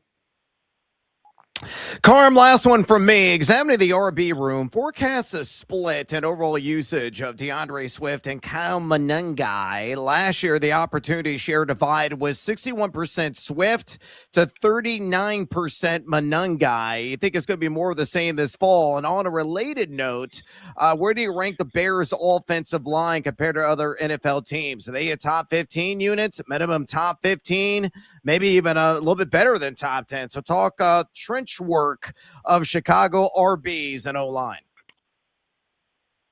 Yeah, so I've lost a lot of money betting on DeAndre Swift, like over on receiving, because it's always like 14 yards. And I'm like, he's going to have 2 catches for 14, right? And then it just doesn't happen. Right. I think it's real. And then, of course, the next week when I don't bet it, he gets 80 plus, whatever it is. But so I'm not. I'm feeling the pain of my gambling days, or at least last year with DeAndre. But I think the split will remain similar. 51-39 sounds about right. Cal Monangai's not a number 1 running back. He's a solid number 2, doesn't fumble, great guy in the room. For his size, his ability to initiate a collision is impressive, all these things, but I don't see him taking over for Swift. And then you get to the offensive line, you got question marks. Joe Tooney is one of the best players in the NFL, but who's playing left tackle? I guess it's going to be Braxton Jones, who I love as a guy, but I'm not sure if he's going to be healthy. And even when he was healthy, he was middle of the road. So that's I thought Braxton thought he was going to be playing elsewhere, but he came back to the Bears at a 1-year deal. There's Theo Bennett got a ton of snaps there, but they punted on him in the playoffs and moved Tooney to left tackle. So there's a huge question mark there. And then the Bears lost Drew Dahlman, who just out of nowhere got up and retired because he's got family history with neck problems, and he had made enough money apparently and was thinking about quality of life. So respect to Drew, but that was a big blow for the Bears. So you got Garrett Bradbury from New England and a rookie center in Logan Jones. Those two are going to be competing. I think Bradbury's got the edge, but who knows? Then if you do it that way, then you're going to now Caleb's going to have 3 centers in 3 years when you move on from Bradbury and put Logan in there. So that'll be interesting to watch. And the right side of the line is solid. So the Bears to me are middle of the road offensive line, and they'll be able to run the ball, and and Ben Johnson, is screaming physicality on the daily. Their training camp is, last year was significantly different than in the past. So I think they'll be, a capable run team who will, Ben loves the run game, period. So they're going to put the ball on the ground a bunch, but it's not going to be, it's not going to be top of the NFL, I don't think. Talking with Mark Carman here on BetMGM tonight for another 2 minutes or so, talking about all things Chicago Bears as all the vets and reporting to training camp officially begins tomorrow for the Chicago Bears. Finally, last one here, Mark. And I know you've kind of alluded to maybe a few answers here over the course of this interview, but in case it hasn't been obvious yet, or in case you haven't mentioned it, what's the biggest thing you're looking for in Bears training camp, whether it's positional battles, potentially left tackle, rookies you're hoping jump off the page, or anything else? What should folks be paying close attention to in Bears training camp? So I don't want to put myself in the kiddie pool of training camp, but I watch the quarterback. How accurate is he? How on time is he? How often is he getting picked off? When they're going at it up front on the days that they have pads on, sure. Are they getting a pass rush and whatnot? I suppose, that's something if anybody's actually paying close attention coming out to training camp, all those things. But to me, the Bears season is going to come down to Caleb.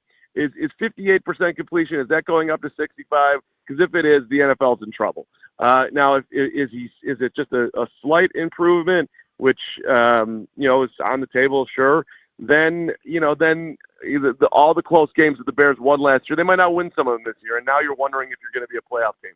So I don't want to make it too simple here, but for me, with the Bears right now, year 3, Caleb, this is about Caleb, and this is about his chemistry with everybody, and this is about his digestion of the offense and just feeling comfortable and hitting the easy gives that Ben has for him all over the field. And literally everybody seems open. This guy's that good. And can he just go through his progressions, easy plays, and then wow us with, a bomb to Luther Burden for this interview's purpose, to get Bears fans leaving the facility feeling great. That's what I'll be looking for. Great stuff. Way to put a bow on that, Mark. We appreciate the time so much, man. That. Very, very exciting times in the Windy City, especially with the Cubbies. So we really appreciate your time, man. Thanks so much, and we're looking forward to chatting with you soon. My pleasure always, guys. Have a great rest of the show. See you, Carm. There you go. Mark Carman, a.k.a. The Carm, is what you can find him on Twitter, host on the CHGO Sports Network covering the Chicago Bears. 310-840-4910. Brad and I will go deeper into the Chicago Bears when we return with our 3-point stance.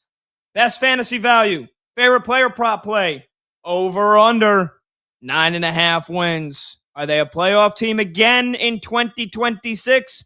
Mark said it himself. It's going to come down to Caleb Williams. How confident are you that Caleb has another phenomenal season like last year? We'll talk about it when we come back.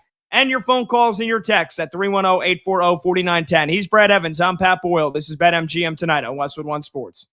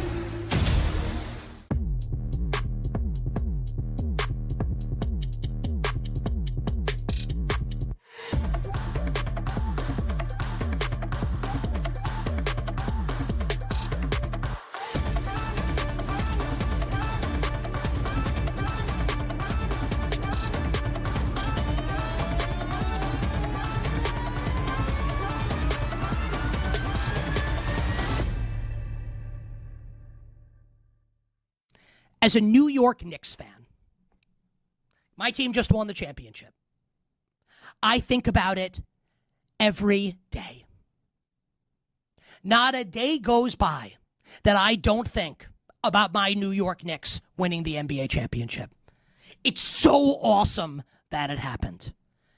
And if they don't win the championship next year, like they just won. So it's great. It's great no matter what. But do I want to see them go? Make sure you hit them with the prenup. Do I want the Knicks to go back to back? Of course I do. Of course I want the Knicks to go back to back. Now that LeBron's in Philly with that team is the team that will keep me up at night. So as a Knicks fan, this is your worst nightmare if you're a Knicks fan like me. Now, the nightmare is still pretty awesome because they just won the championship, but you understand what I'm saying. If I'm talking just as a Knicks fan, I would have preferred LeBron sign in Miami. I would have preferred LeBron sign in Cleveland. Philly, that's a problem. And I think right now, we might have at this, you know what? I'm going to call it right now. I wasn't going to do this. I hadn't even thought of doing it. I'm going to do it right now. Monday, July 27th, 2026. I'm going to tell all of you right now, next year's conference finals in the NBA. We're going to set it in stone right now. Right now. Oh, right now. Thunder Spurs in the West, Knicks Sixers in the East. That's what we're looking at here, everybody. We've got the two clear best teams in the East. We've got the two clear best teams in the West.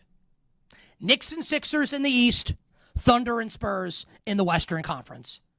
And it is going to be incredible watching the road that all of these teams take to ultimately get to that destination. So as a Knicks fan, I have to be honest with all of you. As a Knicks fan, I hate this. It's the worst case scenario for the Knicks.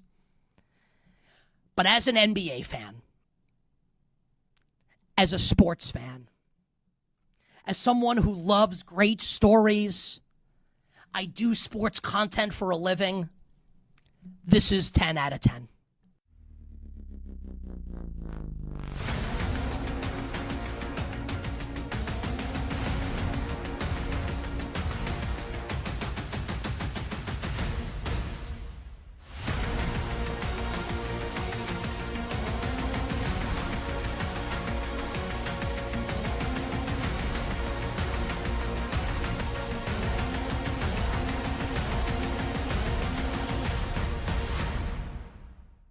It's great for if for the fans who are excited about it. I understand why they're excited about it. I concede I would have done it too if I ran the organization. Good move for the organization, maybe, probably.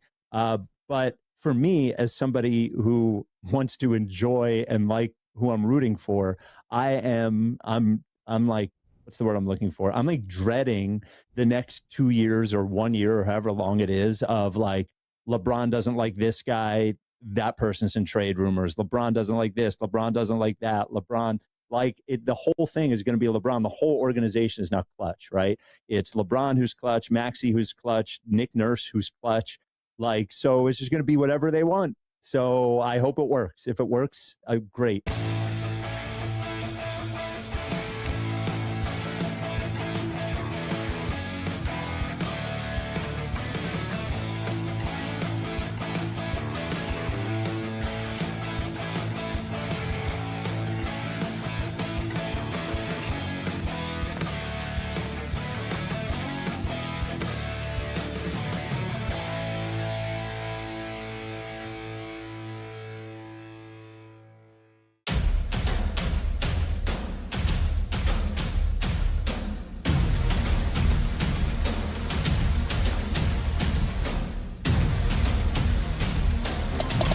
Red Zone Energy, real-time reaction. BetMGM tonight with Brad Evans and Pat Boyle rolls on.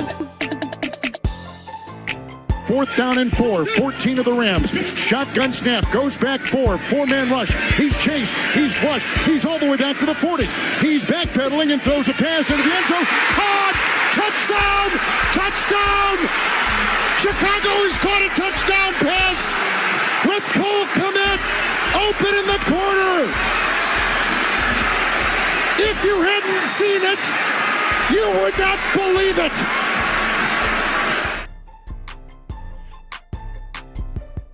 Oh, man, that call gives me chills to this day, months later. And I don't even like the Bears, but that was summed up perfectly by our buddy, friend of the show, one of the greats, Kevin Harlan. You heard it right here on Westwood One.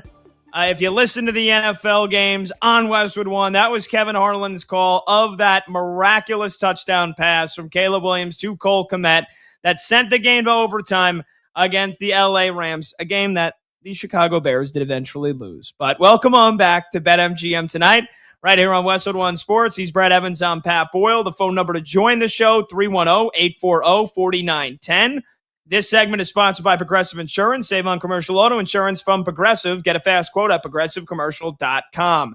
Huge shout out to Mark Carman for joining us last segment.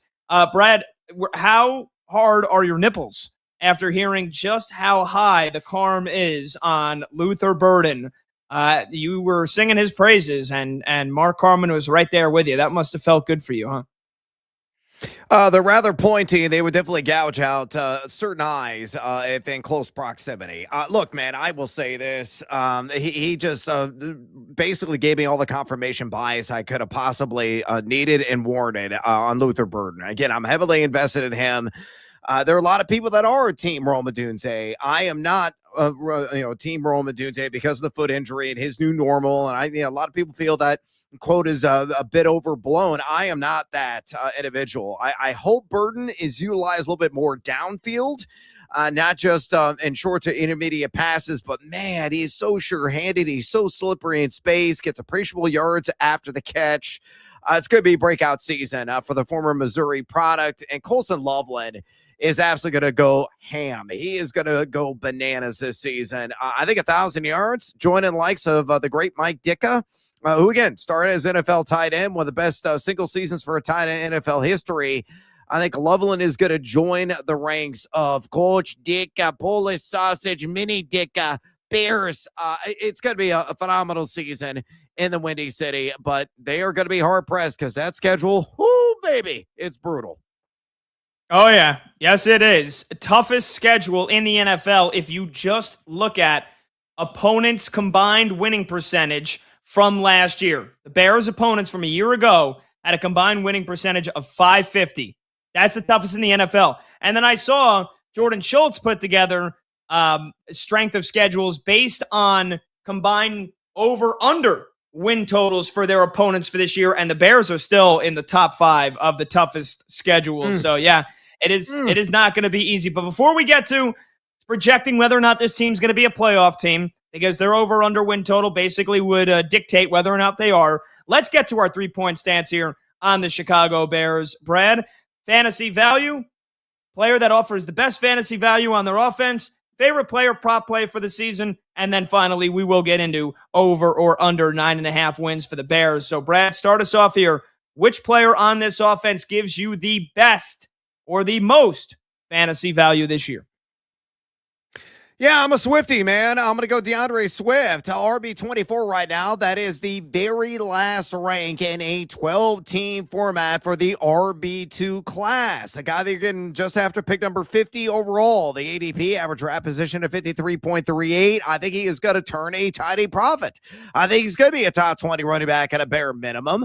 I think he's a guy who's probably going to finish somewhere like the RB15, RB17 range. That feels about right. The 61.3% opportunity share. I asked Mark Herman about that in our last segment. He feels, hey, that split with common on guys going to be somewhat similar. It could be absolutely identical, mirror image. 61-39 split feels about right. I think the offensive line is going to be a little bit better than Carm, told us. I think they're going to be a top 10 unit. And if they are, he's going to have some road graders up front. You worry about game flow and script with that defense. They got to be competitive, especially once get some of those salt away. The clock kind of carries late to, accumulate the fantasy points that are out there. And I know the number 36 and yak per attempt isn't the greatest, but he was top 20 missed tackles force last season. He averaged robust 5.4 yards per touch. That was top 10 in the NFL. He was number 12 in yards created per touch. I was number 16 in total red zone touches as well. I'm guessing 1,300 combined yards, 8 to 10 touchdowns. He achieves that. He will be a top 15 running back, and I'm a buyer again, very much so. RB24, 53.38 overall in average fantasy drafts. Yeah, look, I wanted to say Luther Burden here, but honestly, I don't know if you're getting much value considering he's higher on the list than Roma Dunze. He's wide receiver 21. So, Brad, I'm going to give a long shot here. I'm going to give a guy that not a lot of people are even going to have on their fantasy football roster at the start of the season, but a guy that maybe, if, unfortunately, in one vein, if injuries do play a factor, this guy could maybe step into a decently sized role, and that's Khalif Raymond. Wide receiver 128 and an average draft position of 274.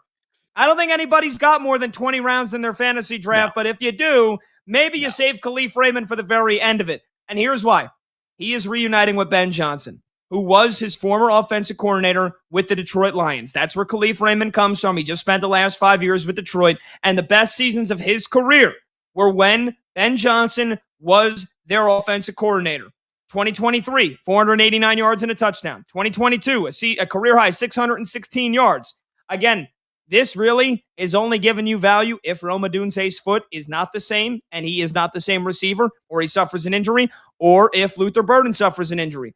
But if that does happen, I feel like you get great value knowing that Khalif Raymond has been in Ben Johnson's offense before. He knows what to expect, and he's somebody that Ben Johnson can trust. And hell, I mean, I've seen crazier things than a wide receiver 3 on a roster cracking a fantasy football starting lineup, or at least being decent enough to be on your bench. And I feel like that could happen with Khalif Raymond this year.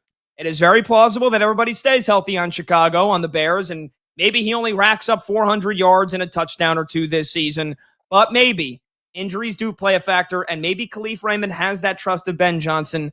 Maybe he's getting you 10, 11, 12 points per week if those opportunities arise for him. So again, this is a very, very, very long shot.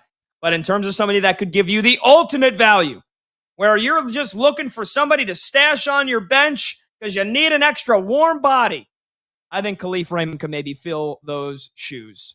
Brad, that is probably the longest shot we've given out here. 274 average draft position. I don't know if it gets deeper than that. I will say this. You're going full Ice Cube. So deep.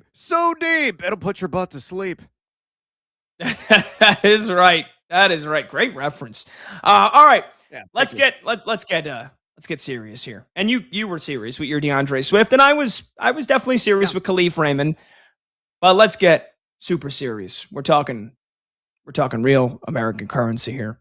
Favorite player prop play of the season for your Chicago Bears, Brad, is what? Well, you already heard it early on the show from Mark Herman, our esteemed guest that we had on the program tonight, and he and I are in lockstep on a certain individual, so much so that Daddy what? Daddy need? Daddy gotta have it! Yeah, baby, give it to me! I need some entertainment on my life! There it is, the hammer!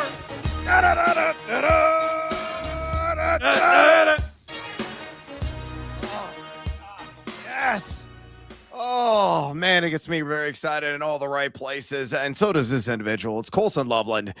The number is only 775 and a half receiving yards, and I am way over.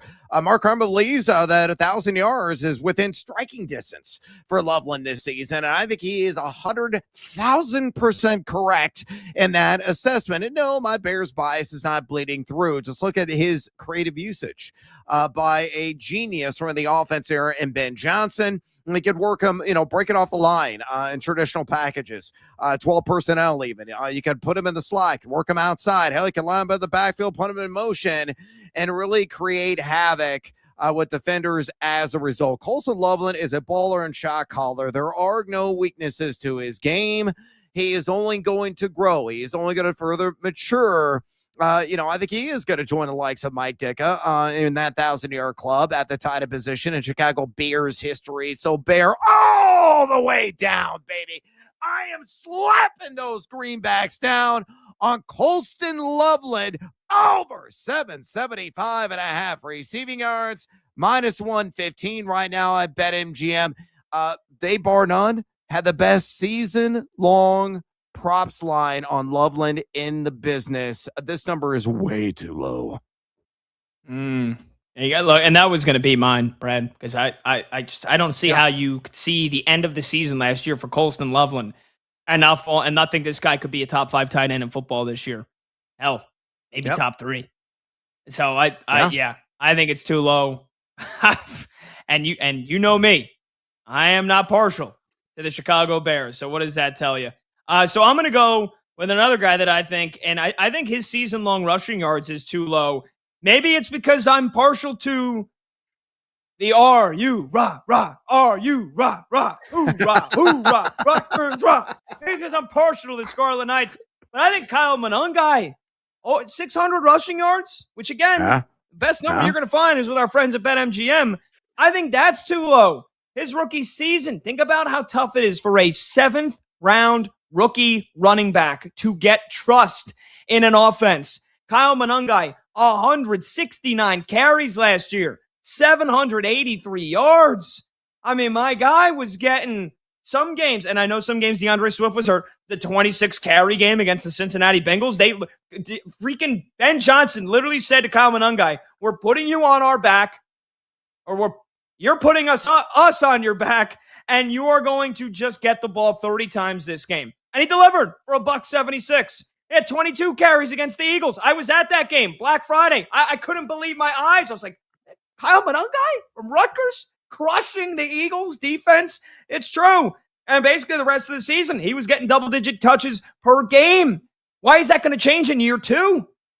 And you mentioned DeAndre Swift gives you value, Brad, and he could give you value. But I also think Kyle Monangai could give you a ton of value. And 600 yards for me, for a guy that went nearly 200 yards over that. And yes, I know he played every game, and I know he was healthy, but he was healthy for his entire Rutgers career. This guy is a tank. This guy is a human wrecking ball, and he rarely gets negative yardage on any of his carries. So, again, 600 rushing yards for the season. I think it's too low. I'm going over that for Kyle Monangai, the Rutgers Scarlet Knight. Finally, Brad. 9.5 wins. 9.5 wins is the number with our friends at BetMGM.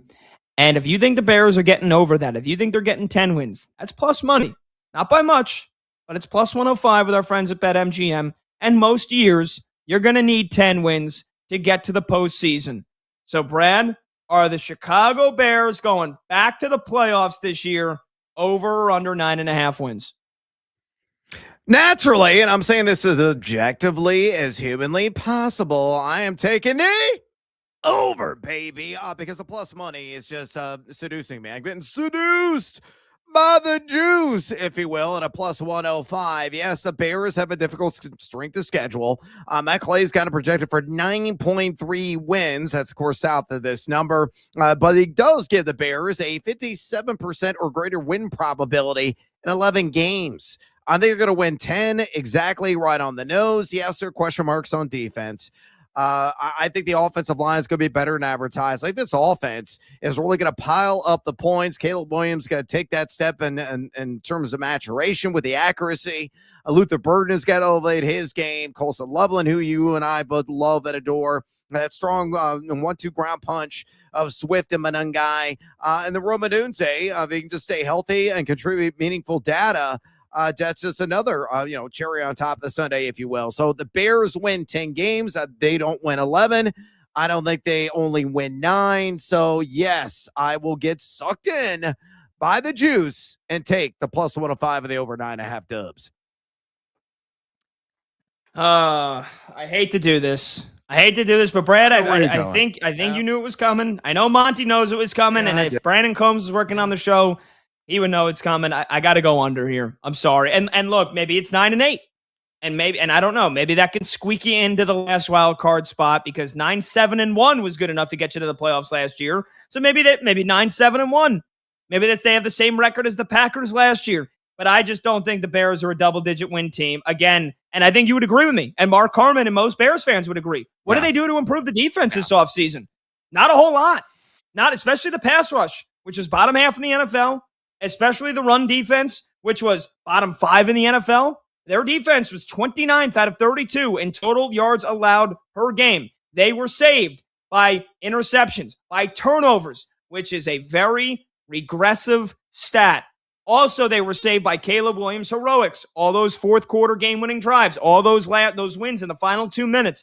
You normally don't get that same kind of, I won't even say luck. I'll just say you normally don't get that same kind of fortune year after year or back-to-back years. So tough schedule on top of that, one of the toughest schedules in the NFL this year. I think the division is going to be overall better than it was last year because I think the Lions are going to be better. I think the Vikings will be slightly better. You know how I feel about the Packers. I think the Bears are probably the third best team in this division, and I don't think a third best team in a division is going to get you 10 wins this year. So I'm going under. I'm going under on your Chicago Bears, Brad. Ugh, brutal. That's pain, man. The next round's definitely on you. But you've got to admit that all the concerns are legitimate. And I didn't even mention Caleb Williams and the 58% completion percentage. They are legitimate. I will say this. This team can galvanize, though, and in those areas that are allegedly weak points, just play average in those areas. Whether it is defensively in any way, shape, or form, could be back end, could be the pass rush side of things. But if Caleb Williams, who did finish outside the top 30 and adjusted completion percentage, according to Pro Football Focus last year, let's say he's a borderline top 20 guy in that category, the Bears are going to win 10 games because they have guts. And they have ice water pumping through the veins. That is a team that can win some of those close games. And that's the difference. It's going to be 1 or 2 games of this team hitting the over or cashing the under. And again, me being the eternal optimist, I'm also a Cubs fan. I always take the over. 310-840-4910. That's the phone number to join the show. Are the Bears a playoff team in 2026? We want to hear from you. You could call, you could text, 310-840-4910. When we come back, Brad went to Canton, Ohio over the weekend. No, he didn't get inducted into the Pro Football Hall of Fame, but he did something pretty damn sweet. The Kings Classic, one of the biggest fantasy football events of the season. How did he do? We'll grade his squad when we come back. He's Brad Evans. I'm Pat Boyle. This is BetMGM tonight at Westwood One Sports.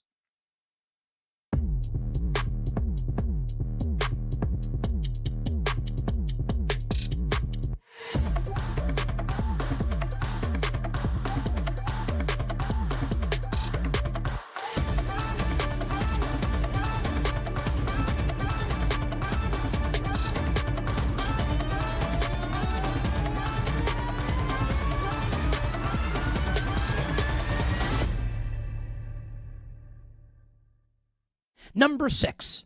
Now, this assumes health in the same way we assume health for every team, right? Number 6 is the Toronto Raptors. Assuming Kawhi Leonard obviously is healthy and he's a Raptor.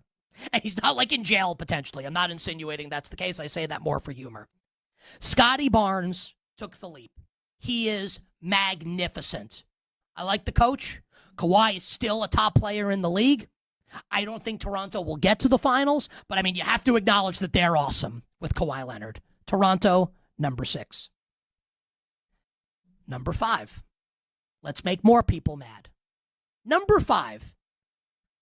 Giannis Antetokounmpo, Bam Adebayo, and the Miami Heat. Bottom line, not enough there. Can they make the second round? Yes. Could they make the Eastern Conference Final? They could. Are they in a 7-game? We'll do the other 4 teams. In a 7-game series, are they beating any of the other teams I'm about to list? I think no. Ergo, which is a fancy way of saying therefore. I learned that in an SAT preparation class my junior year of college, of high school rather. Ergo, Miami can't be higher than 5. Number 4, Brad Stevens and the Boston Celtics. Paul George and the Boston Celtics. Oh, yeah. Baylor Shireman, Hugo Gonzalez. I tell you what, Hugo Gonzalez better be Wilt Chamberlain after everything that went down this offseason. How about Brad Stevens, by the way? If the Sixers win the championship this year, does Brad Stevens like stand next to LeBron on the float? Like, is Brad Stevens like arm in arm with the Philly Fanatic if the Sixers win the championship? For the ridiculous Jaylen Brown trade that absolutely influenced LeBron's decision to sign there?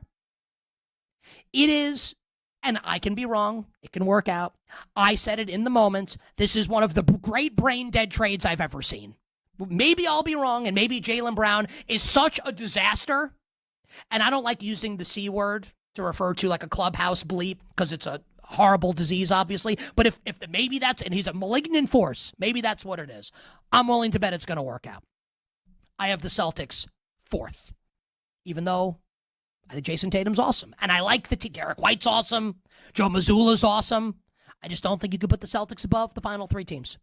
And those teams, the Indiana Pacers at number 3. Let's properly respect Indiana with Halliburton coming back. Look at what Jason Tatum did coming back. Now, was he 100% himself? No. Halliburton's also had way longer to prepare than Jason Tatum. Way longer. Halliburton's a killer, an assassin. We saw it. Trust me, I'm a Knicks fan. I know. And what I know is when it gets down to crunch time and that guy's on the other team, I'm terrified.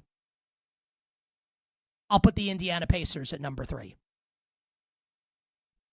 Number 2, the star-studded team of all star-studded teams, the national television darling, and they should be.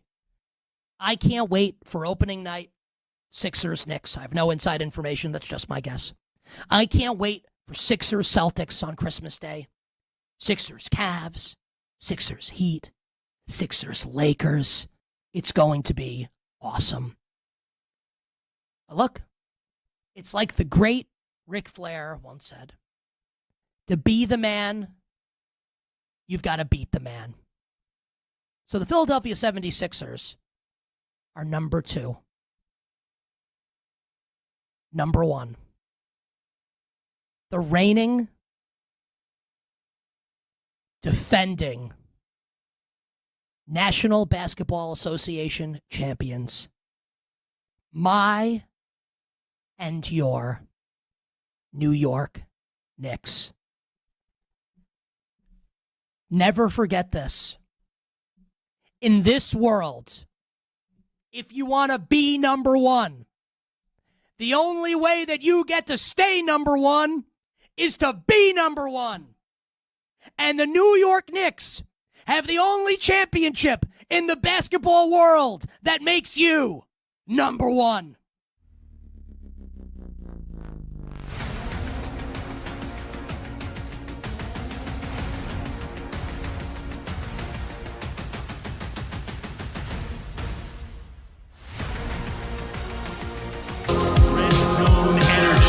Real-time reaction. BetMGM tonight with Brad Evans and Pat Boyle rolls on.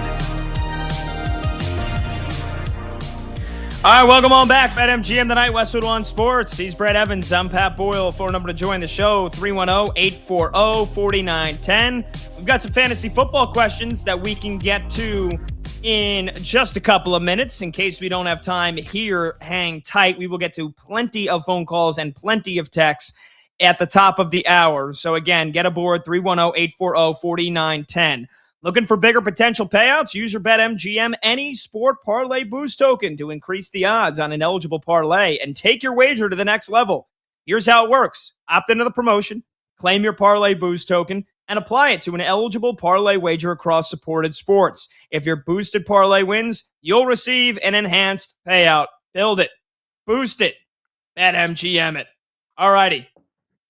Brad, you were in Canton, Ohio this weekend. Not getting inducted into the Pro Football Hall of Fame, but you are a Hall of Famer elsewhere, and that is why you were there. The King's Classic. What happened? Tell me, how was it?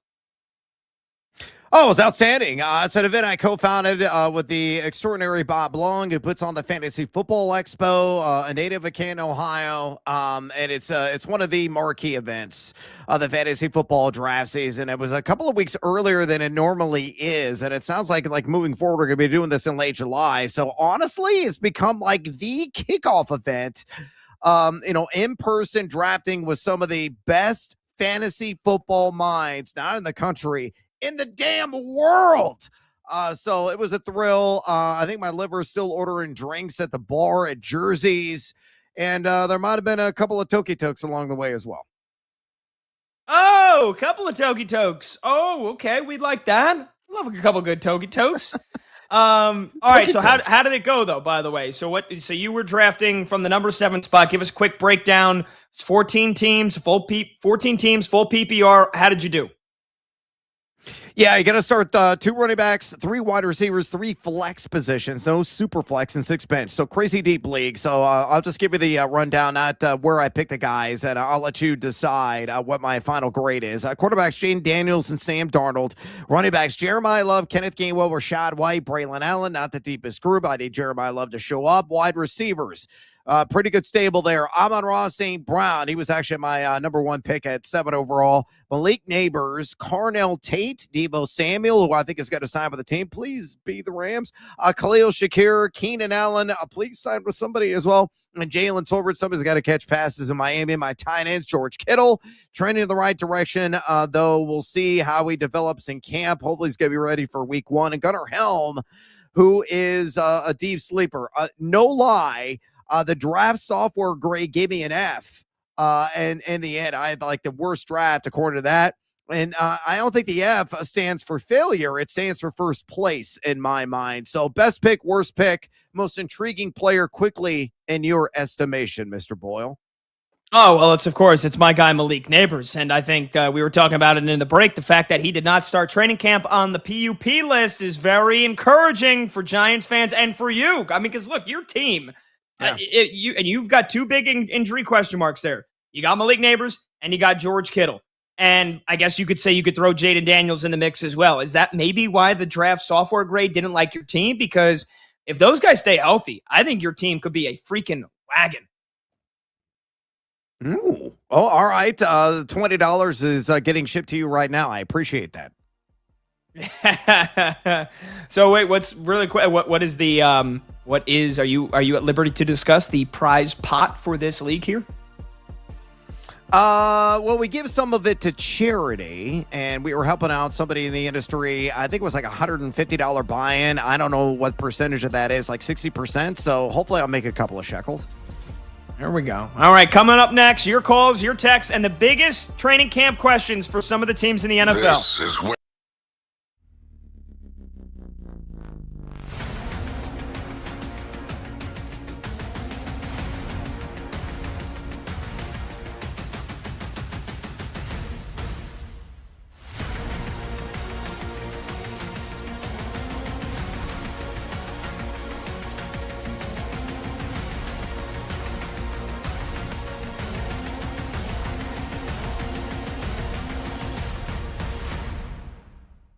And the Philadelphia 76ers absolutely give LeBron James his best chance to win a championship.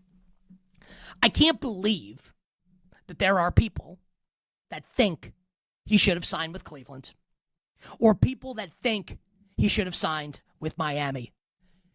Do you honestly, you the person watching or listening, even if you hate him, do you really believe in your heart of hearts that Cleveland, with the construction of that, with Harden and Atkinson, was right for 41-year-old LeBron James?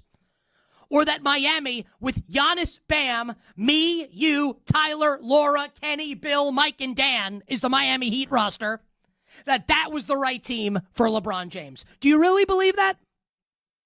Or do you think that this is the right team for LeBron? And I'll just get this out of the way now. I am not here for people that are going to say, like, LeBron is ring chasing here, or that LeBron is taking the easy way out, signing with the Philadelphia 76ers. Just a couple thoughts on that topic. Number one, he's 41 years old. Like, what do you want him to do? Sign with the Sacramento Kings? Like, he's at the end of his career. He's trying to win another championship. Of course you go to the team that gives you the best chance to win.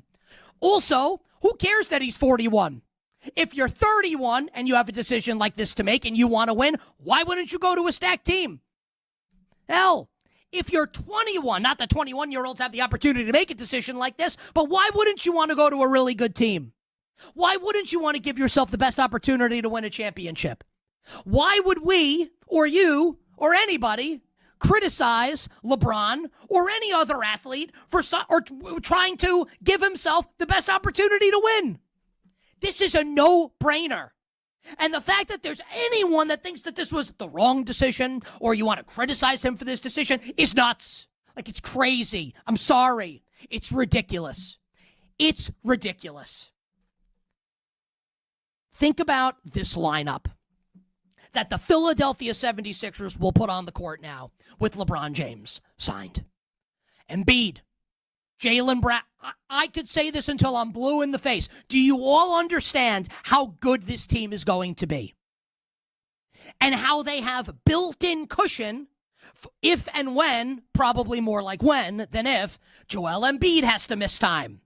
Or LeBron plays only 60 games in whatever it is. The team is stacked.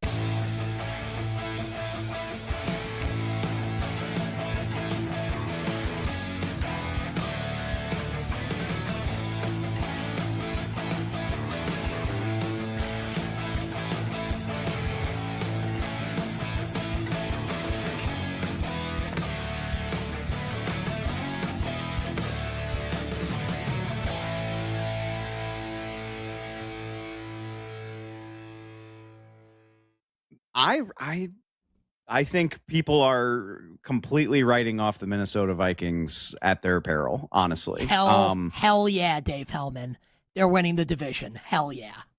I love your willingness to go there because, man, you want to talk about a dogfight of a division. I mean, you could make a very compelling case for any of those four teams. But I looked at it last week. I think it's very interesting. Heading into last season with an unseen J.J. McCarthy, who was coming off of injury, the Vikings had the 11th best Super Bowl odds in the league.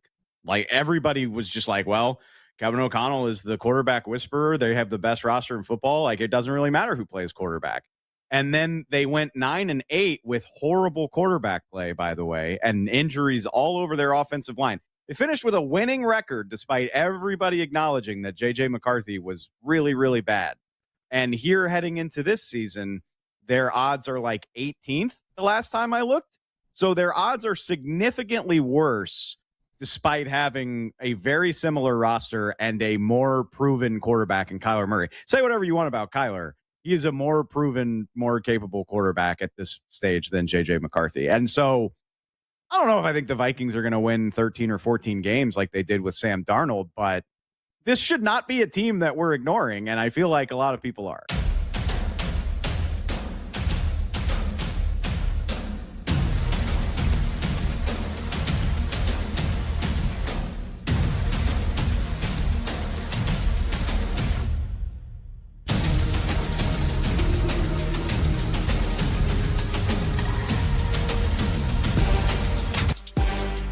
The day shuts down. The games light up. This is BetMGM Tonight with Brad Evans and Pat Boyle on Westwood One Sports. Hey, welcome on back to BetMGM Tonight here on Westwood One Sports. He's Brad Evans. I'm Pat Boyle. And we are brought to you by BetMGM. Make it legendary. Download the app today. Please gamble responsibly. Hour number 3 of this Monday night get-together kicks off right now. You can watch the show live on YouTube. Just search BetMGM Tonight and hit that subscribe button. You can watch the show live on Twitter at BetMGM Tonight. And you can listen to the show on the Westwood One Sports app, the Odyssey app, SiriusXM Channel 375, and hundreds of local affiliates throughout North America. We're going to get to some of your calls and some of your texts here in just a minute. If you want to weigh in, if you want to get on the line, get aboard. Our talk and text line is 310-840-4910. Again, you could call or you could text 310-840-4910.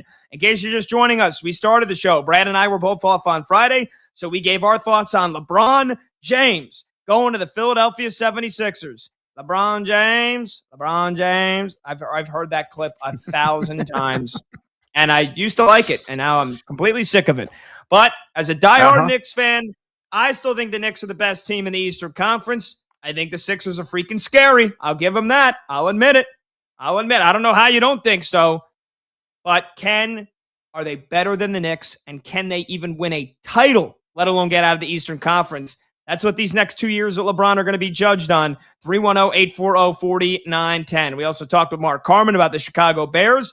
We did our segment, Let's Go Streaking. We've talked a bunch of football, and we've got some more football to talk about because we've got a handful of teams that have started training camp.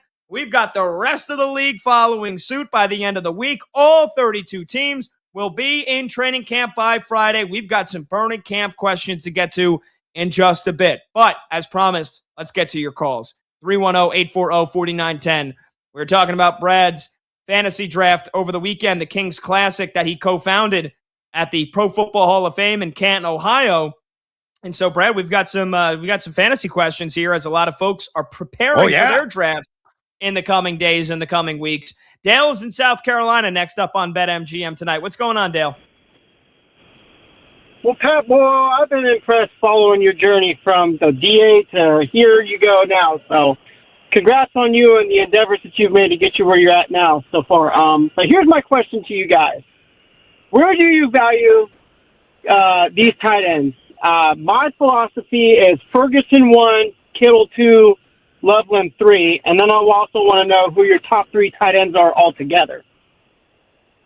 Well, Dale, I appreciate the comments and the compliments, brother. Thank you for following, as you said, my journey over the last couple of years here. Brad, I will let you answer Dale's fantasy football question, and I feel like you might have a completely different order than what he said between Ferguson, Kittle, and Loveland.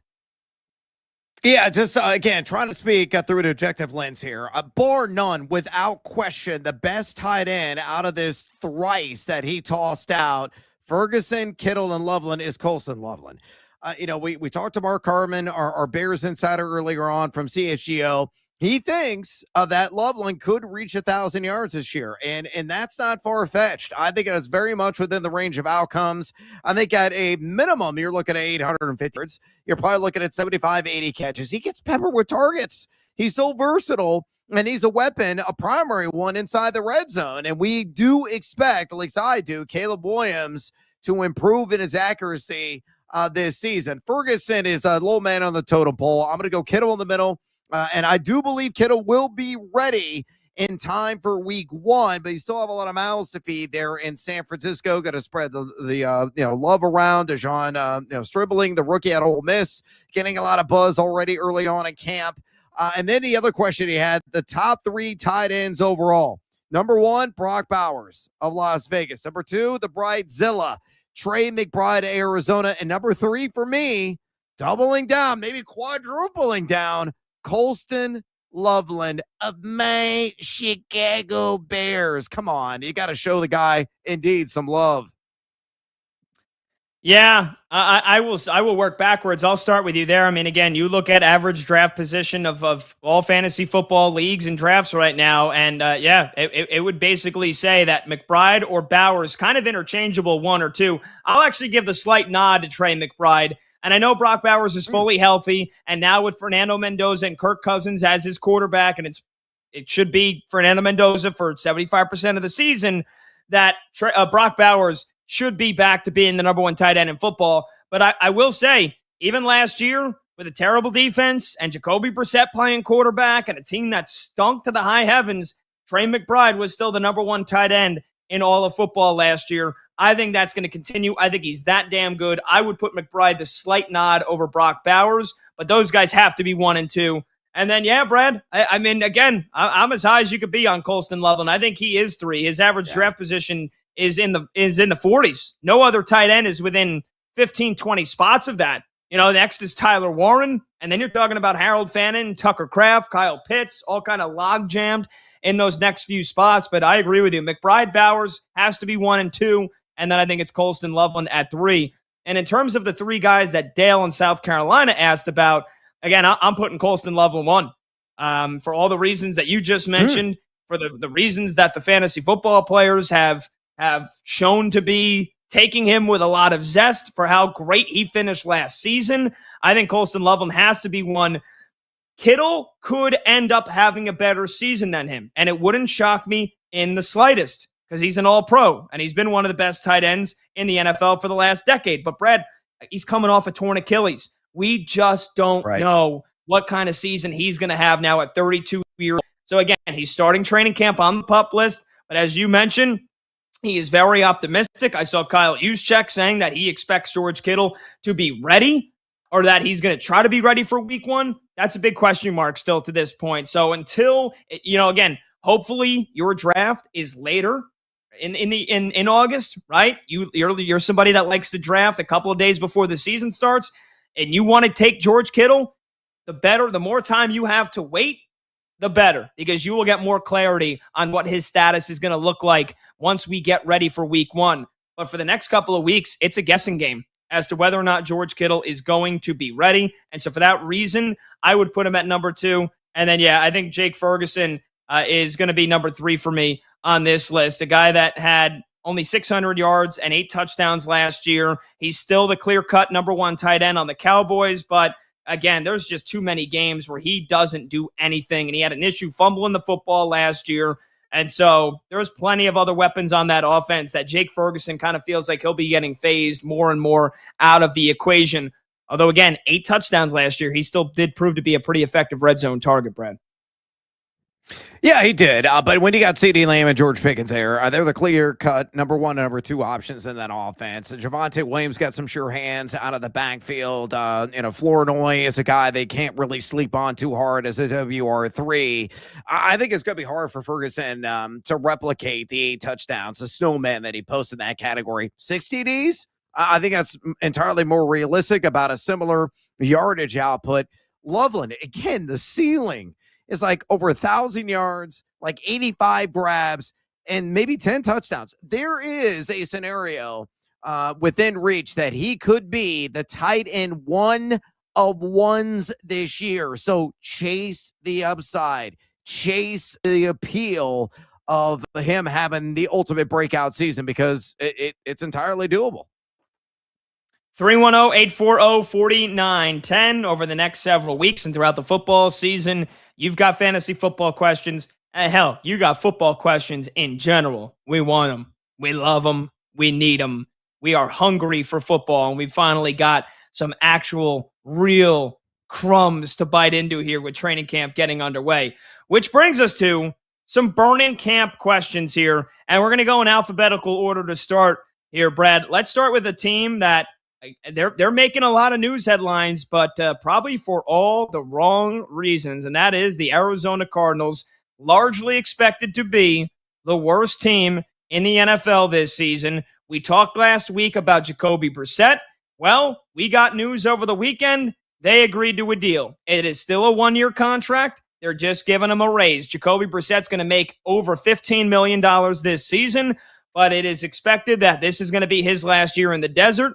I mean, I guess he could throw for 3,000 yards and 25 touchdowns. Maybe they bring him back for another year, especially if Carson Beck ain't the answer. But they at least check that box. Well, now, Brad, as you and thousands of other folks are very excited for Jeremiah Love, my guy from Notre Dame. Yep. You know who the offensive coordinator is for the Arizona Cardinals and new head coach Mike LaFleur? Brad, do you remember a guy by the name of Nathaniel Hackett? Yes, unfortunately. Nathaniel Hackett, who got fired year one with the Denver Broncos in 2022. Nathaniel Hackett, who kind of feels like, in my opinion, is still living off of his heyday as Aaron Rodgers' offensive coordinator with the Packers when he won back-to-back MVPs and then got the offense coordinator job with the Jets and was terrible. And then went to being a defensive analyst. That's right. A defensive analyst with the Green Bay Packers last year. Now he teams up with his old head coach's brother and Mike LaFleur. He's the offensive coordinator for the Cardinals. And Brad, let me know how shocked you are to hear these comments that Nathaniel Hackett uttered over the weekend when asked about Jeremiah Love. Running back room is having a starter as it stands right now. I mean, right now, I mean, it's a great room. I mean, I'm really excited about it.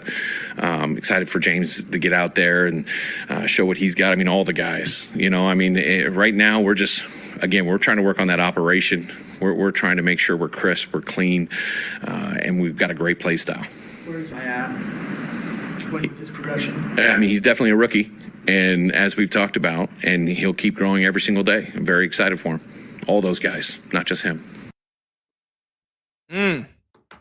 He's definitely a rookie, and will keep growing every single day. I'm very excited for all those guys. Nathaniel Hackett went on to praise James Conner, who has long been the number one running back for the Arizona Cardinals, although season-ending, pretty gruesome injury last year. They brought in Tyler Algier, but you don't draft Jeremiah Love with the third overall pick if you don't plan on using him a large majority of the time this season. So, Brad, what did you think of Nathaniel Hackett's comments on Jeremiah Love? Honestly, I think it's kind of par for the course for any rookie, no matter where they are drafted. I mean, Fernando Mendoza is probably going to get a similar treatment by the coaching staff of Las Vegas. Well, yeah, he's a rookie. It's kind of a deer in headlights, day two of training camp. But, oh, yeah, we're excited. There's a lot of potential for growth and a lot of potential for upside.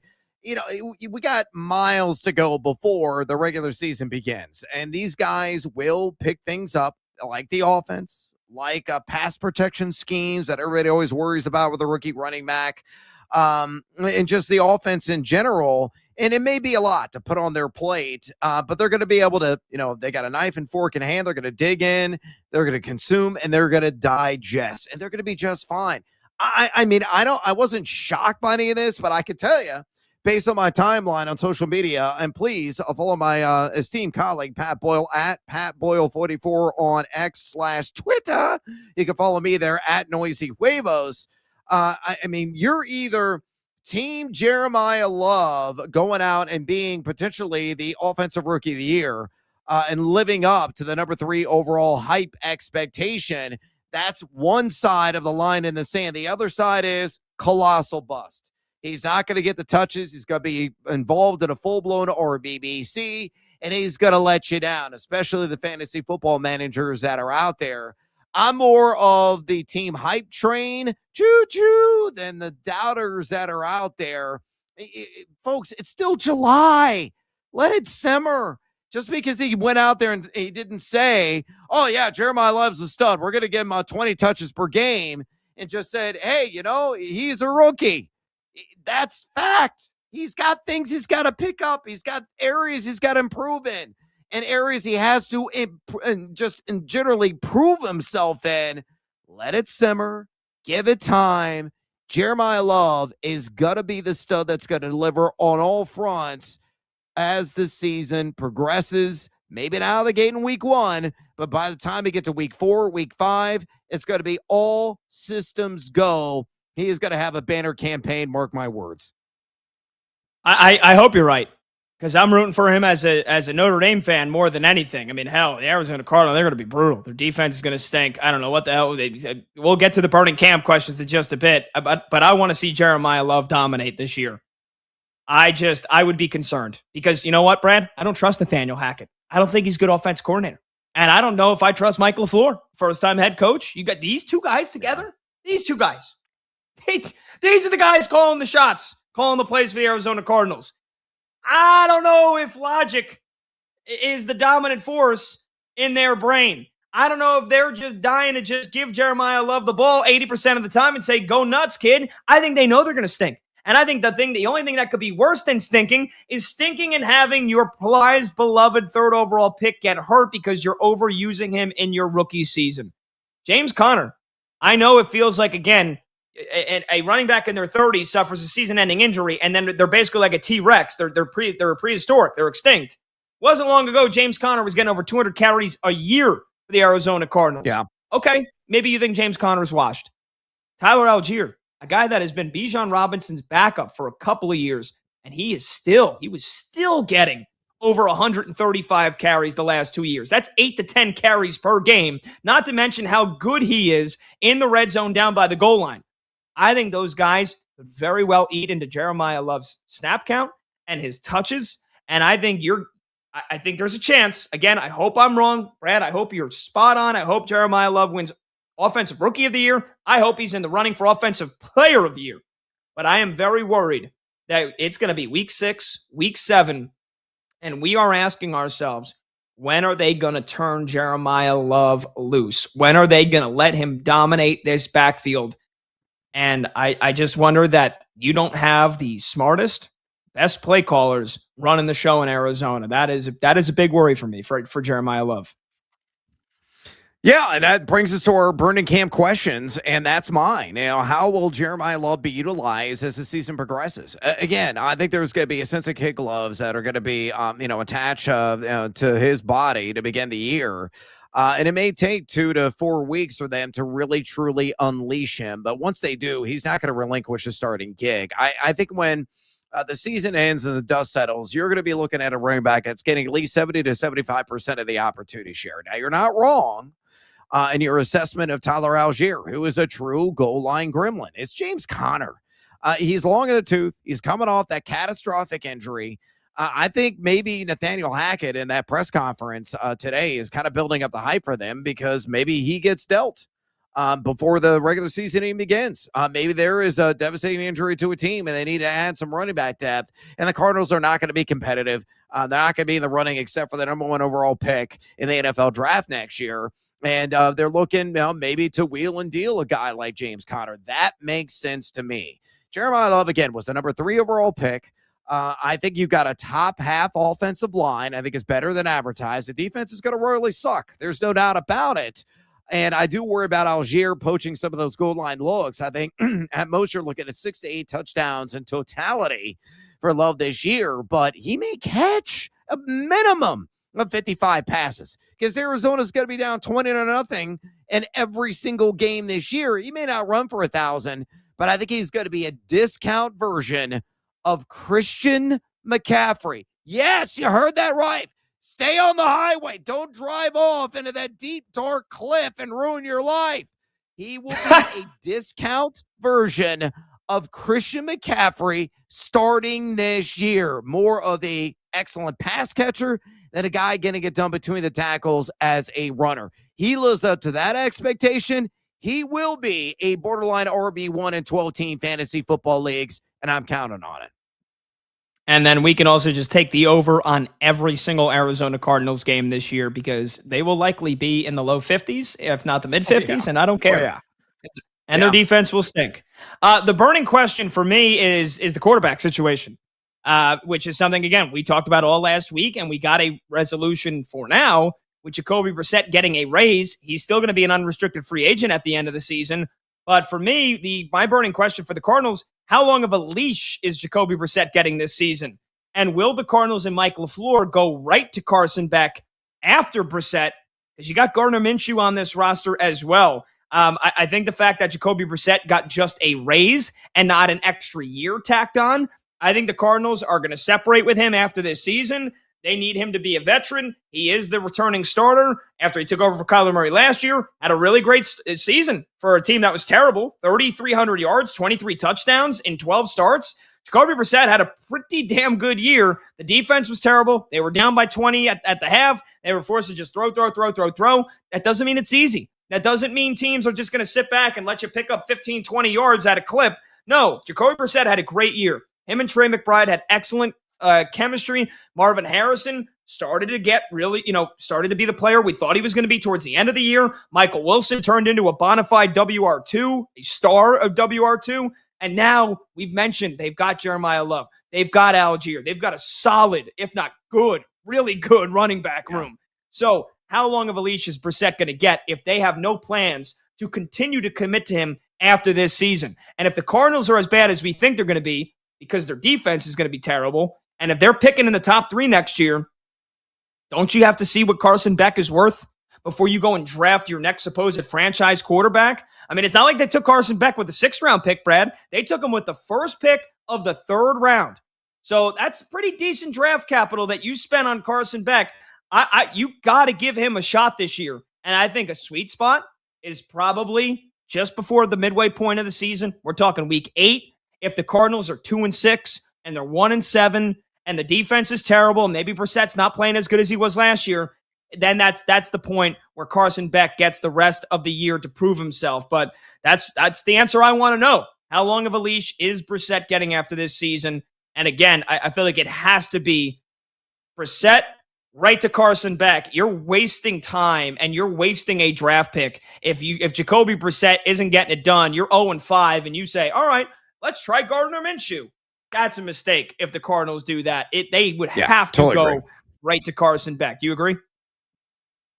Yeah, I do. So much so that in a super flex draft, essentially 2 quarterback format recently, I took Carson Beck very late because I think he is going to get probably anywhere between 2 to 4 starts at some point late in the season. Gardner Minshew, I think, is just a pawn. And a guy that could be, dealt by the trade deadline to a team that may need to add quarterback depth for the stretch run. It makes sense. So, yeah, they're going to turn over the keys from Brissett to Beck at some point. Maybe they even deal Jacoby Brissett, but Beck's got to get a few starts this year. That's a foregone conclusion in my mind. 310-840-4910. We'll take your calls. We'll take your texts on anything with the Arizona Cardinals. Jeremiah Love, when we return, we'll also give you our burning camp questions for the Falcons, the Ravens, and the Bills. You don't want to miss it. With Atlanta, we're not overthinking it. With Baltimore and with Buffalo, there are plenty of big questions to ask for 2 teams that are starving to get to the top of the AFC. He's Brad Evans. I'm Pat Boyle. Don't go anywhere. We're coming right back. This is BetMGM tonight on Westwood One Sports.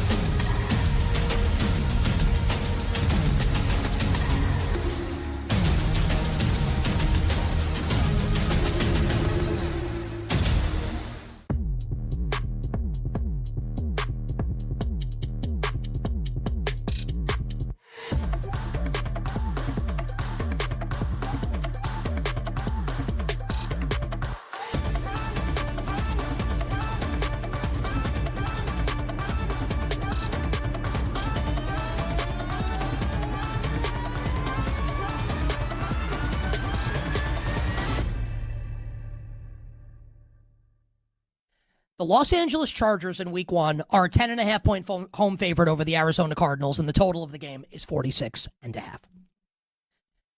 Think about how we are viewing these 2 teams entering the year. The Chargers are one of the sexy teams, right? Mike McDaniel is now running the offense. Everyone, including me, this is like, I've said it's like going from a Pinto to a Ferrari. Greg Roman to Mike McDaniel. Rashawn Slater, Joe Alt, one of the best, if not the best tackle tandems in the NFL, are going to be back. Justin Herbert, Jim Harbaugh. Lots of positive buzz around the LA Chargers. Okay. The Arizona Cardinals. Favored at BetMGM to have the least wins in the NFL this season. Everyone thinks they're going to be terrible. Settled for Mike LaFleur as the head coach. Jacoby Brissett will be the week 1 starting quarterback, assuming health for this team. So one team in the Chargers all the way up, and the Arizona Cardinals expected to be at the bottom. Does that interest you already from a betting perspective? It interests me. For me, the Arizona Cardinals are actually not the worst team in the league. They're not. There's legit talent on defense, especially if they stay healthy. The offense, actually, I'm not saying they're good, but they are way better than the Miami Dolphins, for instance. The reason why the Cardinals are favored, plus 200 at BetMGM, to have the least number of wins in the NFL is because they play in the impossible NFC West. And they're going to lose 6 games in division, 2 to the Rams, 2 to the Seahawks, 2 to the Niners. And I admit that. And I think it's likely that Jacoby Brissett, Gardner Minshew, and Carson Beck will all start games this year for Arizona at quarterback. They are not going to be good. They could have the first pick in the draft when it's all said and done. But in week 1, Jacoby Brissett starting. Everyone loves the Chargers and are making it like the Chargers. This could be, they could play in the Super Bowl this year in their home stadium in LA. Everyone thinks the Cardinals stink. You have a quarterback that's been there and done that, good skill position players, and some good players on defense, and the defensive coordinator, Nick Rallis, was retained. Give me the Cardinals, plus 10.5, on the road, at the Bolts. Oh, hell yeah.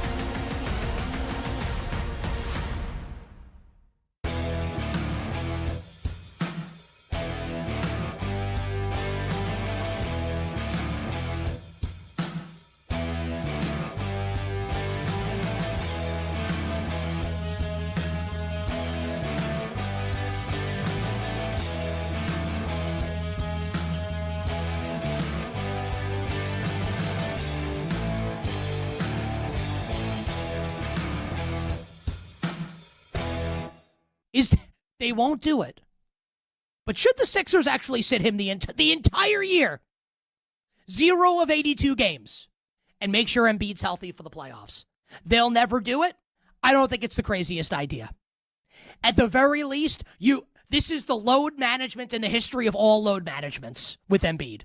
Play him 20 games in the regular season, 20 minutes a game. That's it. Let him play the final game of the regular season for 15 minutes to ramp up. And the first time he falls on the court, funny, and I know it happens a lot, pull his ass out of the game. Make sure he's healthy for game 1 of the post. Cue up the Metallica.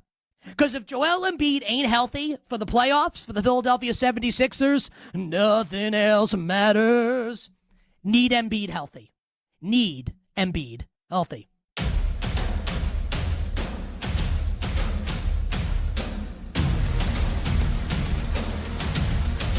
Late games and breaking angles. BetMGM tonight with Brad Evans and Pat Boyle. Back now.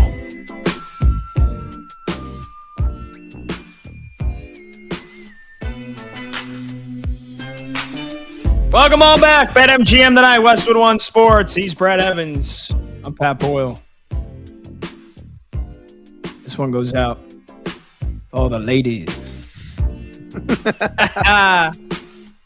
Yeah. 310-840-4910. I feel like when I hear this just incredible song, I always think of Hardball with Keanu Reeves when he's singing it in the bar right after he hits a big bet. But I feel like I should be like a disc jockey in the 90s on a stormy, rainy night somewhere in the Midwest. and I'm guiding you home on your drive home from work. Don't worry, we're keeping you calm and cool underneath the sheets. 310-840-4910. A little Keith Sweat. He's Brett Evans. I'm Pat Boyle. There you go. This is BetMGM tonight. All right, back to our burning camp questions here. We talked all about the Arizona Cardinals last segment. Jeremiah Love. Brad wants to know how he's going to get handled as the season progresses. I want to know how long of a leash is Jacoby Brissett getting before Mike LaFleur turns things over to the third-round rookie Carson Beck. Well, let's get to the Atlanta Falcons. And Brad, I don't know about you. This one's a no-brainer for me. What is your burning camp question for the Atlanta Falcons? I think you and I are simpatico on this. Who will take snaps under center in week one in the majority of the season? I mean, bare minimum, that's the question everybody's got on top of their mind right now, the ATL. Is it going to be Tua Tagovailoa or is it going to be Michael Penix? Penix coming off that knee injury, still kind of working his way back into the mix of things. And this is one of those camp battles that you're going to watch very closely. How Penix is progressing with his recovery. And B, is Tua kind of distancing himself away from Penix as he is in that recovery process? Is he going to look like a competent quarterback? I think Tua ultimately is going to win this job. I think Tua is going to be on the shortest leash imaginable starting in week one. But, a lot of people trash Tua for myriad reasons, and a lot of it is understandable. He's not the most mobile guy in the pocket. Obviously, the history of injury and concussions are frightening. He's one, bell ringing away from possibly retiring. That's a downside for him. And, he had some, missed opportunities last season and really over the last several seasons with the Miami Dolphins, despite a bevy of talented receivers. Tyreek Hill still performing at his peak a few years ago. Jalen Waddle there as well. He's got a surefire WR1 in Drake London. We don't have a surefire WR2 right now on roster. It could be Zechariah Brown, who I know you're a fan of. The rookie, Kyle Pitts could be that default second target, but he's been a roller coaster ride over his NFL career. Bijan Robinson, we know, is going to catch a boatload of balls out of the backfield. We know that Tua loves to check down, see what Devon Achane did last season. And the other thing you got to remind people of is that Tua was top 10 in adjusted completion percentage last year. Where was Michael Penix? Oh, that's right, outside the top 30. So, Tua on paper is a more precise and accurate passer despite his downsides. I think Tua wins this gig. I think Tua is a starter. And I think he's going to get the majority of the starts this season in Atlanta. So you may disagree with me, but I guess I'm Team Tua. I don't know why I said that, but I am, which means I'm sick and demented in the head. You're not. And look, and I saw Schefter on his podcast Really? kind of hint that he feels like this competition is leaning towards Tua. But I feel like this could be a case where, Tua is the front runner because Michael Penix wasn't cleared. Michael Penix wasn't cleared back in mandatory minicamp and in OTAs in the spring. Tua's not coming off of a torn ACL, and I know that that's the big question mark for Michael Penix, right? It's a third torn ACL for a guy that's in his mid-20s. That's definitely scary. I agree with you. But if Michael Penix is cleared for the start of training camp, and we'll find out either tomorrow or Wednesday. Veterans for the Falcons report tomorrow. Their first practice on Wednesday. Their first open practice to the public is on Friday. We will get a pretty damn good sign, an indicator of how healthy Michael Penix is by the end of this week and what they're allowing him to do at training camp. But just because Tua might be in the lead right now because he's healthy doesn't mean that Michael Penix has the higher ceiling.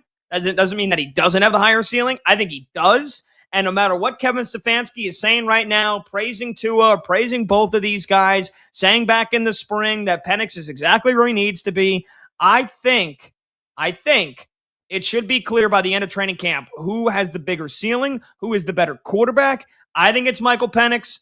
You tend to think it's Tua. I feel like most people are split right down the middle, but Tua does have that early nod because he's been able to get more reps, and in a new offensive system with a new head coach that wants to win right away, does he play it safe? Because Tua feels like the safer option, Or does he say, look, Penix has a better arm. He's got more mobility. We've got to try to get the best out of this kid because if we want any plans of making a run at the division title and winning some playoff games this year, he's our answer. And I think hopefully that is where the Falcons go. They don't play it safe, and they give the job to Penix, assuming he earns it. So there you go. No-brainer. Who is QB1 coming out of camp for the Atlanta Falcons? Let's move on. Baltimore Ravens. New head coach in Jesse Minter. Ravens year after year coming up just short in the postseason. A couple of years ago, losing in the AFC title game to the Chiefs. Last year, or 2 years ago, losing in the divisional round again to the Bills. Last year, missing the playoffs entirely on that loop missed field goal. And now the Ravens, once again, looking like a stacked team on paper. What is your burning camp question for the Baltimore Ravens here, Brad? Side of Lamar Jackson. How much is he going to run? Will Lamar Jackson revert to his successful run effective ways? Obviously, he was, bothered by that lingering hamstring injury last season that cost him a few games, and he was more pocket tied as a result. You look at what he did last season on the ground in 13 games. Just 349 rush yards. Very uncharacteristic of Lamar Jackson at 2 rushing touchdowns. I mean, look at 2024. Again, he flew with 1,000 yards on the ground, had 915 in 17 games played. 2023, 16 games played, 821. He's getting close to 30 years old. He's got to turn 30 during the course of the regular season. So, is he going to slow down? Is he going to be more pocket tied yet again? I don't think so. I still think he's one of the most explosive guys with the ball in his hands and the creativity he has in the open field. With that hamstring now intact and fully healed, I think he will be, reverting back to his, run effective ways. Is he 915 yards? No. Is he even 820 yards like he was, a couple seasons ago? No, I think he's going to run for at least 700, 750. And I think he's going to be quite effective as a tosser as well. But if that duality of Lamar Jackson really resurfaces, that just discombobulates the opposition defensively. It only helps Derrick Henry as well. And in terms of the verticality, my God, Zay Flowers going to have a year, folks. I am fully on board with him having just a marvelous campaign. So Lamar Jackson will be in the MVP conversation, not because of his arm, to a certain extent, yes, but of course with those effective legs as well. So yes, I think he will get back to what he's used to doing with the greatest hits there on the ground. And I think he might need to, Brad, because the burning question for me for the Baltimore Ravens as they're getting ready to start training camp is who steps up from this receiving core outside of Zay Flowers? Is it either of the rookies? Because in my opinion, Lamar Jackson might need to use his legs because I'm not sure that any of the other receivers or Mark Andrews are going to be able to get a whole lot of separation this year. I mean, you look at the Ravens receiving leaders from last year. Zay Flowers, as expected, led them 1,200 plus yards. He's a stud. He is borderline top 10 receiver. Neither you or I had him in our top 10 list, but I think you and I would agree. He's a damn good wide receiver number one and a guy that Lamar clearly trusts. Outside of that, who? I mean, Rashad Bateman a couple years ago had a big year. Last year, felt like he couldn't stay healthy. He had 224 yards. Isaiah Likely, no longer there. You're talking about Mark Andrews coming off of a season where, again, it feels like he regressed again, and he only had 422 receiving yards. He was the second leading receiver. That's it. Second leading receiver on the team had 422 receiving yards. DeAndre Hopkins, they tried him out. That didn't work. Devontae Walker was really young last year. He only had 6 catches. And so is it going to be Jacoby Lane or is it going to be Elijah Surratt? Jacoby Lane, 3rd-round draft pick out of USC, guy that's 6'4", 200 pounds, big body, big target. Or is it going to be Eli Surratt from Indiana, who's going to be a slot receiver for this team? They drafted him in the 4th round. We saw him make some incredible catches for the Hoosiers last year, 15 touchdowns en route to them winning the national title game. I think one of those guys has to step up and rack in at least 800 yards because, Brad, I'm not very confident that anybody else outside of Zay Flowers is going to be able to get open consistently, get yards after the catch, make things happen in the red zone. And so, yeah, you could rely on Derrick Henry for sure. That's has worked in years past. He's getting older and older as the days go on. And I just think you're fooling yourself if all of a sudden we think Mark Andrews is going to go back to 2021 Mark Andrews, where he's, racking in nearly double-digit touchdowns and close to 1,000 yards. So for me, who outside of Zay Flowers is going to step up for this receiving core? If you had to pick one of those two rookies, Brad, between Jacoby Lane and Elijah Surratt, who do you think would have the bigger year? It's probably going to be Lane. I think it's really going to be close, and I think you're spot on. But Lane, I think, is a guy that can maybe contribute 600, 650 yards. I think Surratt's not going to be that far off. He might be 550, close to 600. But really, the key to this offense, outside of Zay Flowers, and of course the ground and pound of Lamar Jackson, along with the football Frankenstein, and Derrick Henry, is Mark Andrews. Does he showcase the tacky hands that he is capable of, not the case of the devastating dropsies that we remember from a couple of years ago.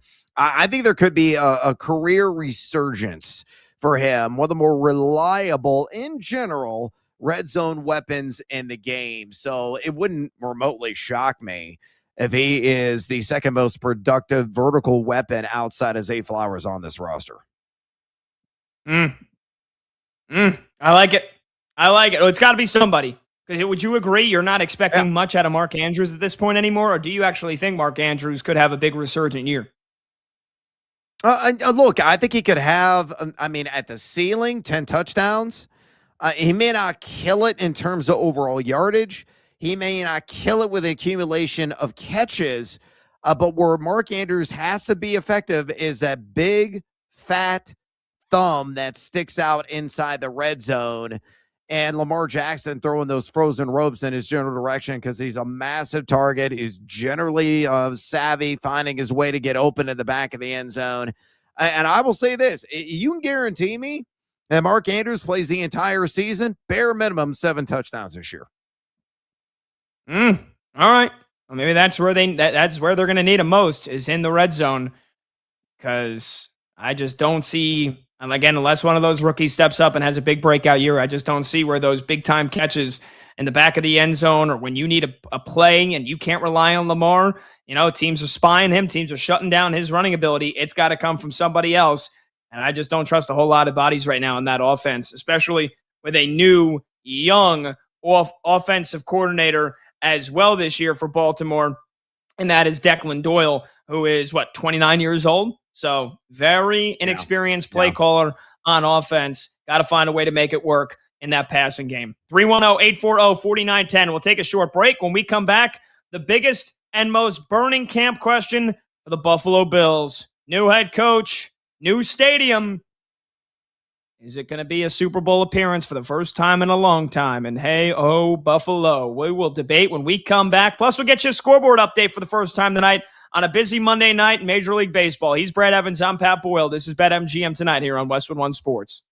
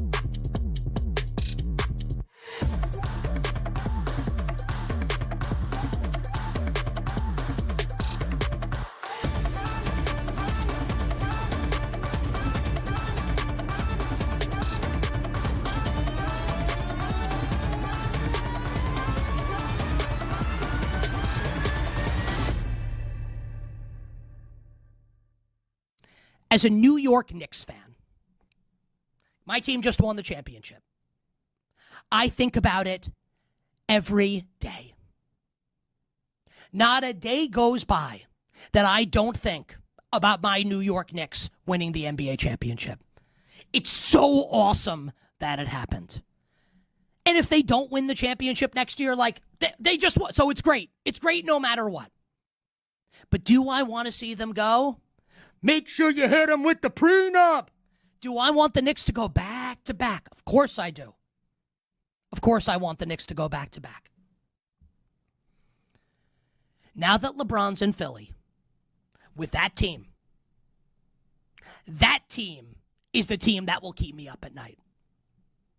So as a Knicks fan, this is your worst nightmare if you're a Knicks fan like me. Now, the nightmare is still pretty awesome because they just won the championship, but you understand what I'm saying. If I'm talking just as a Knicks fan, I would have preferred LeBron sign in Miami. I would have preferred LeBron sign in Cleveland. Philly, that's a problem. And I think right now, we might have at this, you know what? I'm going to call it right now. I wasn't going to do this. I hadn't even thought of doing it. I'm going to do it right now. Monday, July 27th, 2026. I'm going to tell all of you right now, next year's conference finals in the NBA. We're going to set it in stone right now. Right now. Oh, right now. Thunder Spurs in the West, Knicks Sixers in the East. That's what we're looking at here, everybody. We've got the two clear best teams in the East. We've got the two clear best teams in the West. Knicks and Sixers in the East, Thunder and Spurs in the Western Conference. And it is going to be incredible watching the road that all of these teams take to ultimately get to that destination. So as a Knicks fan, I have to be honest with all of you. As a Knicks fan, I hate this. It's the worst case scenario for the Knicks. But as an NBA fan, as a sports fan, as someone who loves great stories, I do sports content for a living, this is 10 out of 10.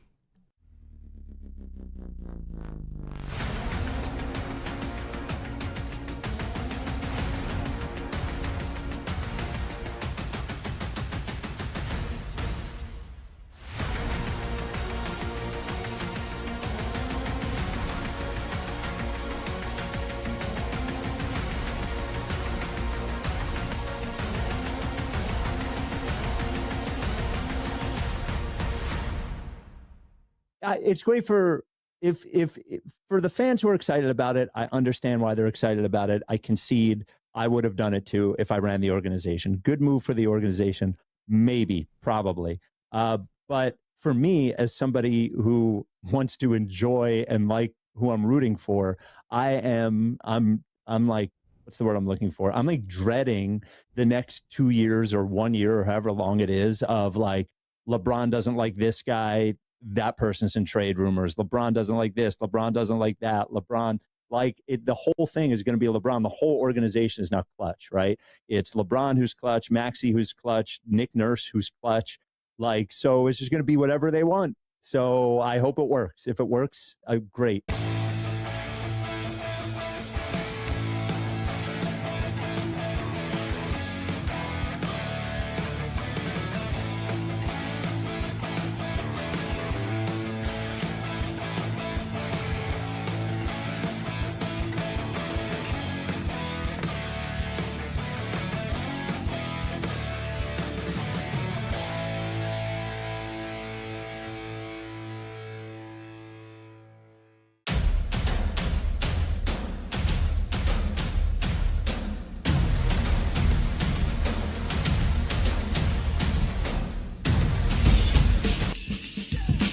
Red Zone Energy, real-time reaction. BetMGM tonight with Brad Evans and Pat Boyle rolls on. All right, welcome on back. BetMGM tonight, Westwood One Sports. He's Brad Evans. I'm Pat Boyle. The phone number to join the show is 310-840-4910. That's 310-840-4910. BetMGM players will be eligible to receive their stake back in cash as a second chance refund on any pre-tournament straight golf tournament winner wagers on Mondays through Wednesdays, where the player they wager on does not win the tournament but does finish in second place. This promotion will be available pre-tournament for all applicable golf events on Mondays through Wednesdays. And that, of course, is courtesy of our friends from BetMGM. You've got the Rocket Classic coming up in Detroit this weekend. So take a gander at that.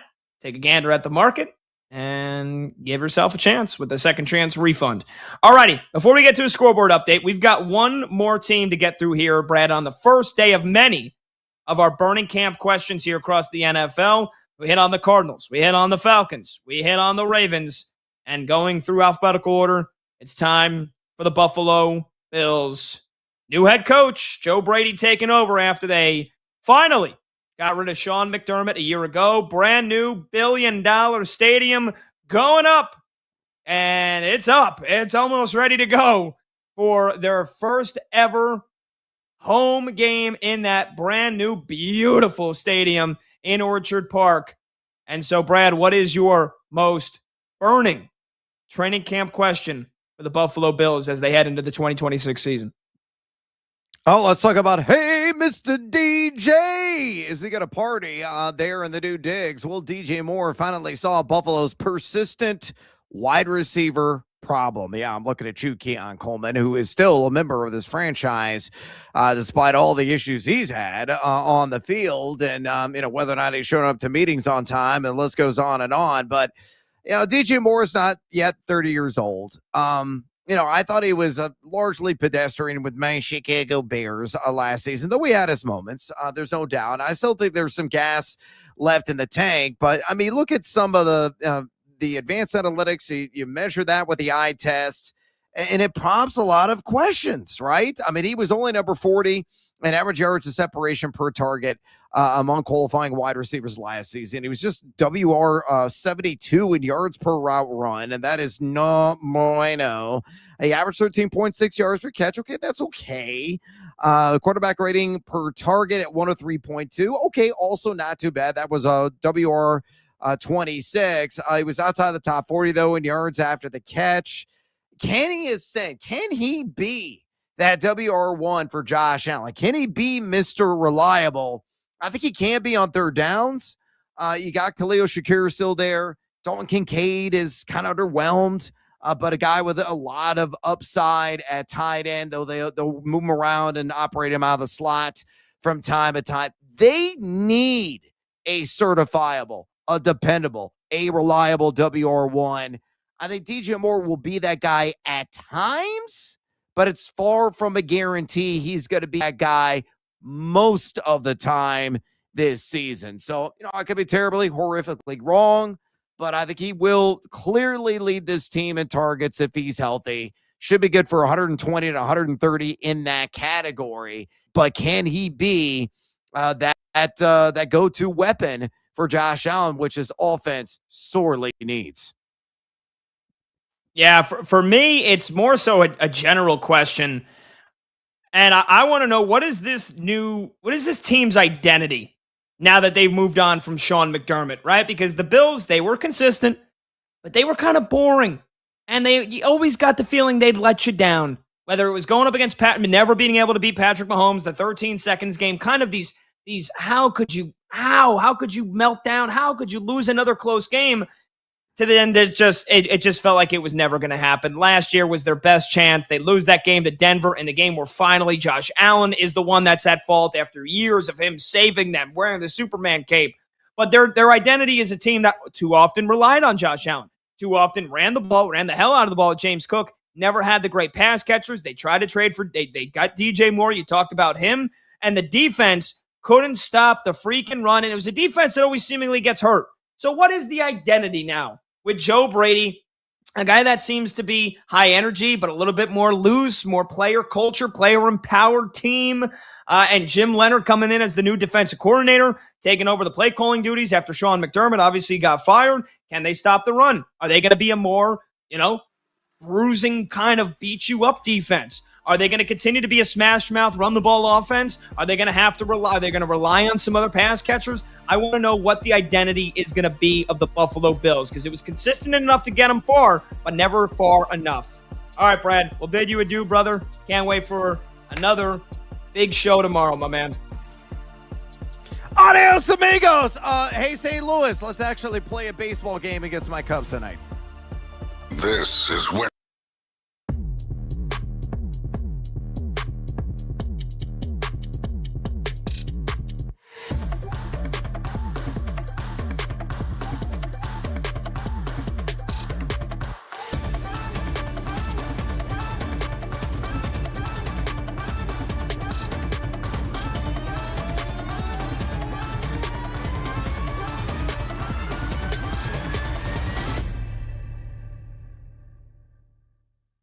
Number 6.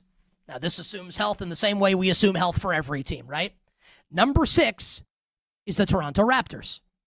Assuming Kawhi Leonard obviously is healthy and he's a Raptor. And he's not like in jail potentially. I'm not insinuating that's the case. I say that more for humor. Scotty Barnes took the leap. He is magnificent. I like the coach. Kawhi is still a top player in the league.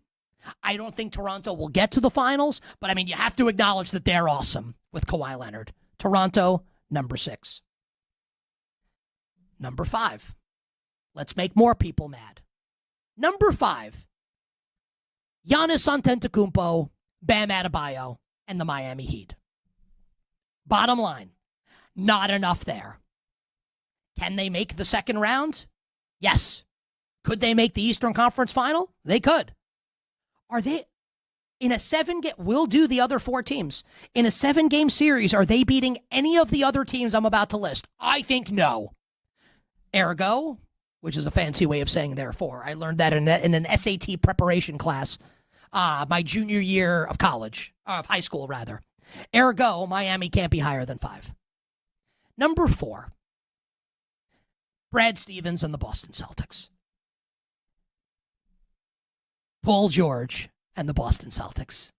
Oh, yeah. Baylor Shireman, Hugo Gonzalez. I tell you what, Hugo Gonzalez better be Wilt Chamberlain after everything that went down this offseason. How about Brad Stevens, by the way? If the Sixers win the championship this year, does Brad Stevens, like, stand next to LeBron on the float? Like, is Brad Stevens, like, arm in arm with the Philly Fanatic if the Sixers win the championship? For the ridiculous Jaylen Brown trade that absolutely influenced LeBron's decision to sign there? It is, and I can be wrong, it can work out. I said it in the moment. This is one of the great brain dead trades I've ever seen. Maybe I'll be wrong, and maybe Jaylen Brown is such a disaster. And I don't like using the C word to refer to like a clubhouse bleep because it's a horrible disease, obviously. But if maybe that's, and he's a malignant force, maybe that's what it is. I'm willing to bet it's going to work out. I have the Celtics 4th, even though I think Jason Tatum's awesome. And I like the Derek White's awesome. Joe Mazzulla's awesome. I just don't think you could put the Celtics above the final 3 teams. And those teams, the Indiana Pacers at number 3. Let's properly respect Indiana with Halliburton coming back. Look at what Jason Tatum did coming back. Now, was he 100% himself? No. Halliburton's also had way longer to prepare than Jason Tatum. Way longer. Halliburton's a killer, an assassin. We saw it. Trust me, I'm a Knicks fan. I know. And what I know is when it gets down to crunch time and that guy is on the other team, I'm terrified. I'll put the Indiana Pacers at number 3. Number 2. The star-studded team of all star-studded teams. The national television darling, and they should be. I can't wait for opening night, Sixers-Knicks. I have no inside information. That's just my guess. I can't wait for Sixers-Celtics on Christmas Day. Sixers-Cavs. Sixers-Heat. Sixers-Lakers.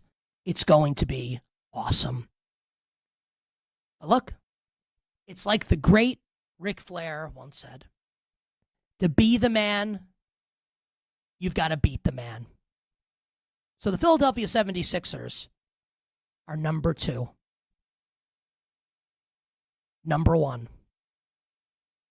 The reigning, defending National Basketball Association champions. My and your New York Knicks. Never forget this. In this world, if you want to be number 1, the only way that you get to stay number 1 is to be number 1.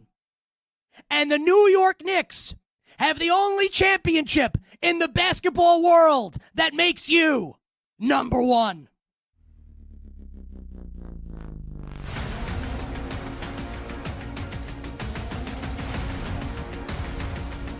Shuts down. The games light up. Spanking that right. This is BetMGM Tonight with Pat Boyle I am owed a championship, and some freaking dog is not going to deny me. on Westwood One Sports.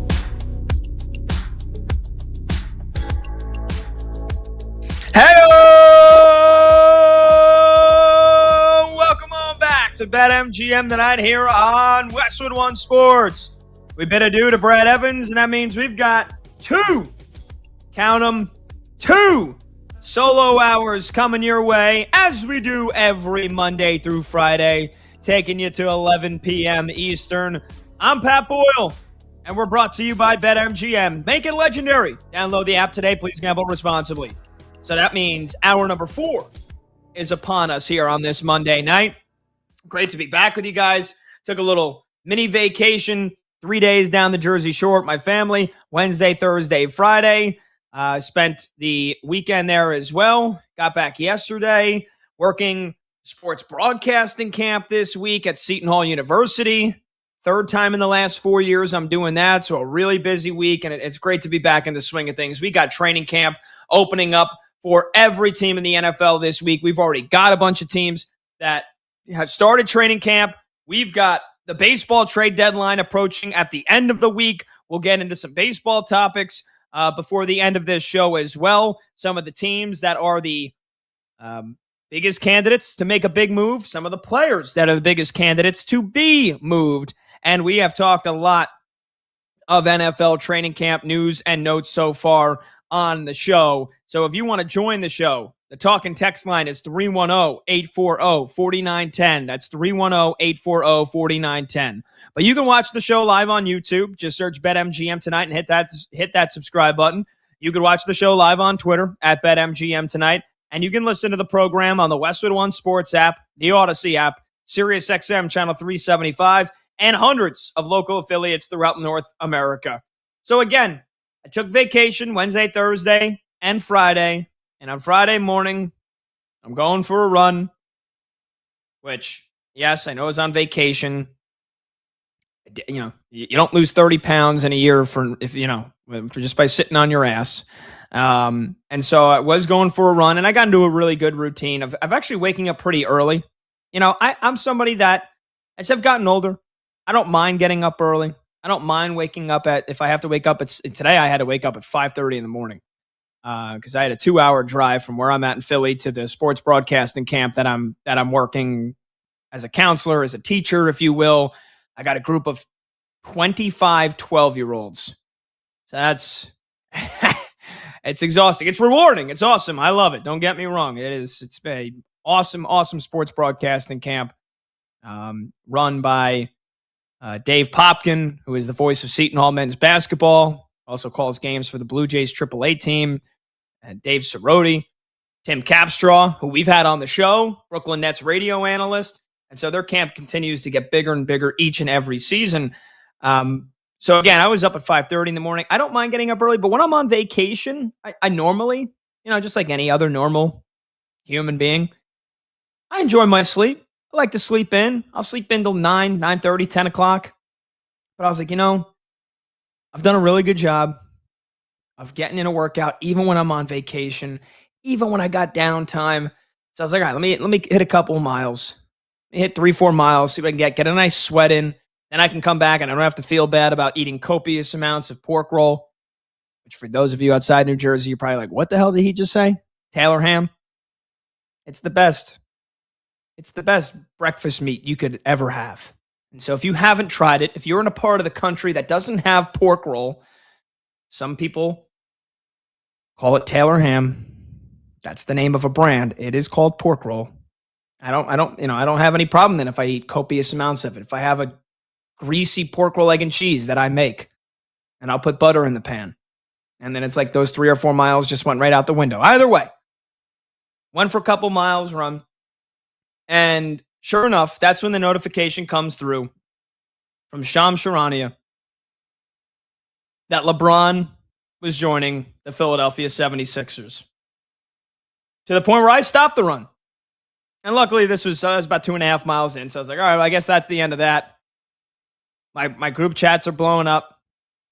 And I was amazed when I found out what the deal was, what the contract was, because I was like, well, if LeBron is going to join the Philadelphia 76ers, he's got to take a pay cut. How big of a pay cut would he take, though? Again, LeBron was getting paid $53 million last year by the Lakers on his max 2-year extension. He wasn't taking much of a pay cut when he was with LA, even after Luka got there.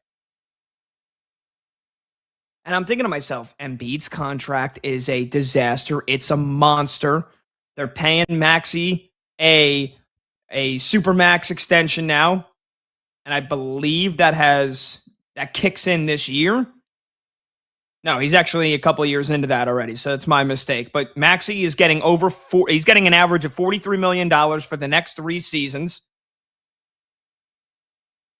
They're bringing in Jaylen Brown's monstrous contract, which is over, $60 million a year? And I'm thinking to myself, and that's part of the reason why I didn't really think LeBron would go there. I thought it would be Golden State because they were making moves. They're, Draymond talking about taking a pay cut, coming back on a team-friendly deal. They get Kristaps Porzingis re-signed on a cheaper contract. And I just thought, you know what? LeBron wants to play with Steph, and who knows? Maybe winning isn't the number one priority for him. Maybe it's staying close to home, staying close to LA, staying close to his family, playing with Steph, and again, they'd have a decent shot to make some noise in the playoffs, but if they ran up against OKC or San Antonio, they would be a pretty sizable underdog. And I thought, all right, well, maybe he goes home to Cleveland. I never thought he was going to Miami. And I guess over the last couple of days, especially somebody that worked that YouTube page for the Miami Heat, a lot of people tended to starting to think he's going to the Miami Heat. And I almost came in my head, Friday morning rolls around. I didn't think the decision was coming on Friday, but I'm waiting for it. And I'm like, is he really going to go to the Miami Heat? Like, come on. I still thought Cleveland or Golden State. But I knew that Philadelphia was in the conversation once they made that Jaylen Brown trade. But it was always going to be upon LeBron to take a pay cut. And I didn't realize he was going to take this much of a pay cut. 2 years, $8 million with a player option. LeBron is getting an average of $4 million per year over the next 2 years. And so for LeBron, who made this lengthy post on Twitter, that it's about the winning, it's not about the money. He's going to make a sacrifice of not being able to see his family as much. He's still in it for the grind. He still wants to win. LeBron wants to win a championship. And I gotta admit, as somebody that at times I have admired and I have respected LeBron's greatness. And that's saying a lot because I'm a diehard Knicks fan that hated LeBron after he teased all of New York City and all of Knicks fans with the decision, the first decision, and he goes to Miami. And he made it sound like for weeks that the Knicks were a serious player and that there was a real good chance he was coming to the Knicks. He never was. Never. I was very bitter about it. I hated LeBron. I rooted for his failure. I rooted for his downfall. But the Knicks were just so god-awful that it felt like, well, I mean, even if he came here, would it really make that much of a difference? And then I felt like I was getting Stockholm syndrome where you like actually take the side of your captors. And I was like, screw LeBron. But again, time heals all wounds. Time moves on. And when LeBron wins his titles in Miami, then he goes back to Cleveland, wins another title, goes to the Lakers, wins a title. It's been 16 years since the decision. I kind of got over that. And you know what? A Knicks title helped really get over any and all scar tissue of LeBron not coming to the Knicks when a young teen Pat Boyle thought he was. And I feel like I have solidified LeBron as the second greatest player of all time in the NBA, in NBA history, behind Michael Jordan. We could talk about the GOAT conversation in just a bit, but as somebody that has at times mostly admired and respected his greatness, I've criticized LeBron when I felt like it's necessary. But something that I can never really understand with the LeBron haters, with the folks that will never even put LeBron in the same conversation as Michael Jordan and are LeBron haters, is because of the term ring chasing. Oh, there goes LeBron, ring chasing again. LeBron back to his old ways, going to go out the same way that, not that he came in with the Cleveland Cavaliers, but his first major decision was to go join up with D Wade and have Chris Bosh come to Miami as well. And they formed the first big three, the first super team. Oh, there's LeBron. He's ring chasing. He's got to go chase that ring. And so there was a lot of that this weekend. LeBron going out the same way he came in, ring chasing. One more ring chase for LeBron. So desperate to win those titles. How dare he? And this is where I think a lot of the LeBron haters are just out of touch with reality. And that they've never been competitive in anything in their life. And they've never known what it's like to compete. Or they've never known what it's like to want to compete for a title, for a championship. Whether in high school sports, college sports, if you were fortunate enough to play any kind of professional sports or any kind of competition in your life, the competition of life, seeking out the best job for yourself, the best job for your family, the best significant other. That's a competition, whether you like to admit it or not. I never understood why people, as a way to put LeBron down, use that term, ring chasing. LeBron started this whole generation, this whole culture of ring chasing. I mean, would you rather just be a loser? I have zero issue, and I never really have, other than the fact that he didn't pick my team as a Knicks fan and he picked the Miami Heat. I've never had an issue, and I have zero issue with LeBron joining the 76ers because he wants to win one more title. And I've never had an issue with LeBron, quote, unquote, ring chasing. Because what is it at the end of the day? He's trying to win a championship. He's trying to win a title. Oh, well, he could never do it when he had to be the guy himself. He could never do it on his own. Well, yeah, did you see some of those freaking god-awful teams outside of LeBron that he was on with the Cleveland Cavaliers in the beginning of his career? And yes, when he got to his first NBA Finals, yes, he played very poorly against the Dallas Mavericks. We all saw it. And yes, maybe he had to go to Miami to win his first two rings. He had to join up with D Wade. Oh, well, LeBron had to go join D Wade in Miami. Nobody could come and join him in Cleveland. Who cares? They failed to build a successful team around him. Or they failed to build a team that could actually win a championship around him. So I reject that. I hate that LeBron started this ring-chasing culture and these teams that go for these big threes and big fours now. The guy was all he's ever wanted to do is win titles. Isn't that what we glorify? At least for me, as American sports fans, don't we glorify championships? Correct me if I'm wrong. Does anybody look at Damian Lillard for the first 12 plus years of his career and say, you know, Damian Lillard, he's one of the greats of all time? Because he stayed in Portland. He never ring chased. What did that get Damian Lillard? Nothing. 0 titles. Yeah, I mean, Damian Lillard was on the All-75 NBA team, right? He is considered one of the greats of all time.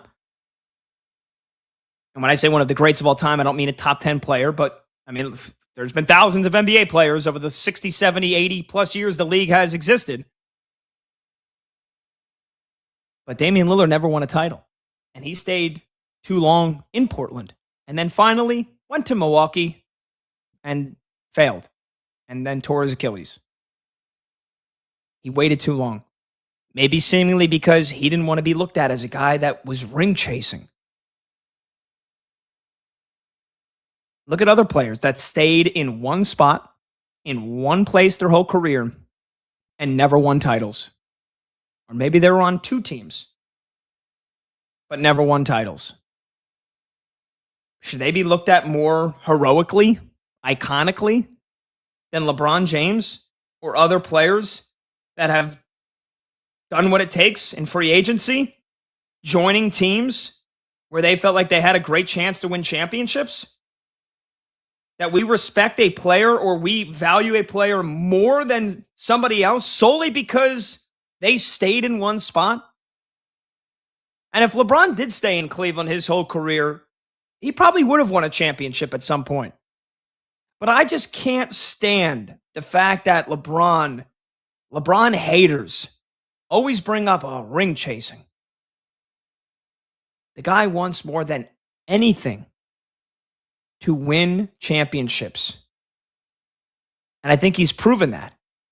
And I think when it really mattered this time at the end of his career, where he could have gone to Golden State and got more money, he could have gone to Miami, who they clearly currently have zero depth.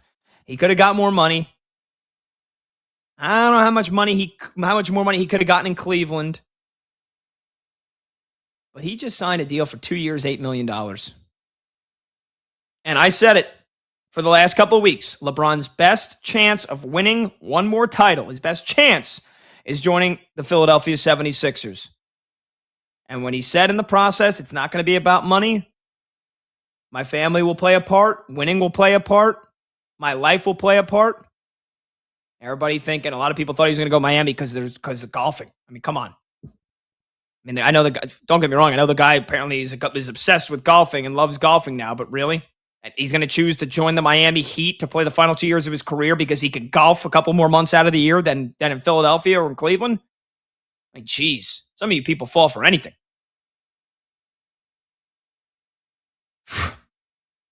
But LeBron's best chance of winning a title in the final 2 years of his career was with the Philadelphia 76ers. And he acted on it. And he took a pay cut. A massive one. That even at 41 going on 42, I still think he is a top 30 player in the NBA. If he went and signed with any other team in the NBA that had the cap space available, he could have signed for $40 million. I mean, look at the money that James Harden is still getting. Come on. LeBron James could have easily gotten at least $40 million. He took 10% of that. $4 million a year. And yeah, is he ring chasing? At its core, by definition, yes, he is. He went to the spot where he could best win a title. How is that a knock on him? How? Please tell me how. LeBron James, if he would have stuck it out in LA with the Lakers, whether they really did want him or not, they're not winning a title. And so what, LeBron? Ask Lakers fans. Is LeBron even a top 5 Laker of all time? From all the responses and all the reaction I saw across sports media, across social media, Lakers fans kind of just felt like, hey, thanks for the bubble title. Yeah, you're one of the greats of all time. You're not one of the great Lakers of all time. That's Wilt. That's Magic. That's Kareem. That's Kobe. That's Shaq. Doesn't feel like Lakers fans, the diehard Lakers fans, really put LeBron in that conversation. So what would have sticking it out in LA for the final 2 years have done? Probably doesn't get him a title. And it probably maybe doesn't even get him in the conversation for the great Lakers of all time. In the same convo as Kareem, Magic, Kobe. So I hate that. I hate the whole, LeBron went to the Sixers because he's ring chasing, because all he wants to do is win another title. Yeah! What's wrong with that? What's wrong with one of the greats of all time wanting to win one more title and taking a pay cut to do it? I have zero issue. Zero issue with LeBron going to the Philadelphia 76ers because he wants to win, because he wants to win another title. It's his best chance of doing it. If you think it's in Cleveland, if you thought it was in Miami, if you thought it was in Golden State, you're wrong. You're wrong. Because the Cleveland, as long as James Harden is on the Cleveland Cavaliers, they're not a championship team. They're not. And LeBron and Harden, Donovan Mitchell, yeah, again, probably that's a team that could get back to the Eastern Conference Finals. They sure as hell ain't beating the Knicks. They're not. LeBron with Giannis and Bam? And who? What other? They have no depth. They have no depth. And even then, and I still think Giannis is the top 5 player in the league, but he's a big question mark every year in the postseason. It feels like every year. And last year, they couldn't even stay healthy at all. Who knows? Maybe Giannis for the next 3 seasons plays 75 games, doesn't miss a single playoff game. But the last couple of years would prove to you otherwise.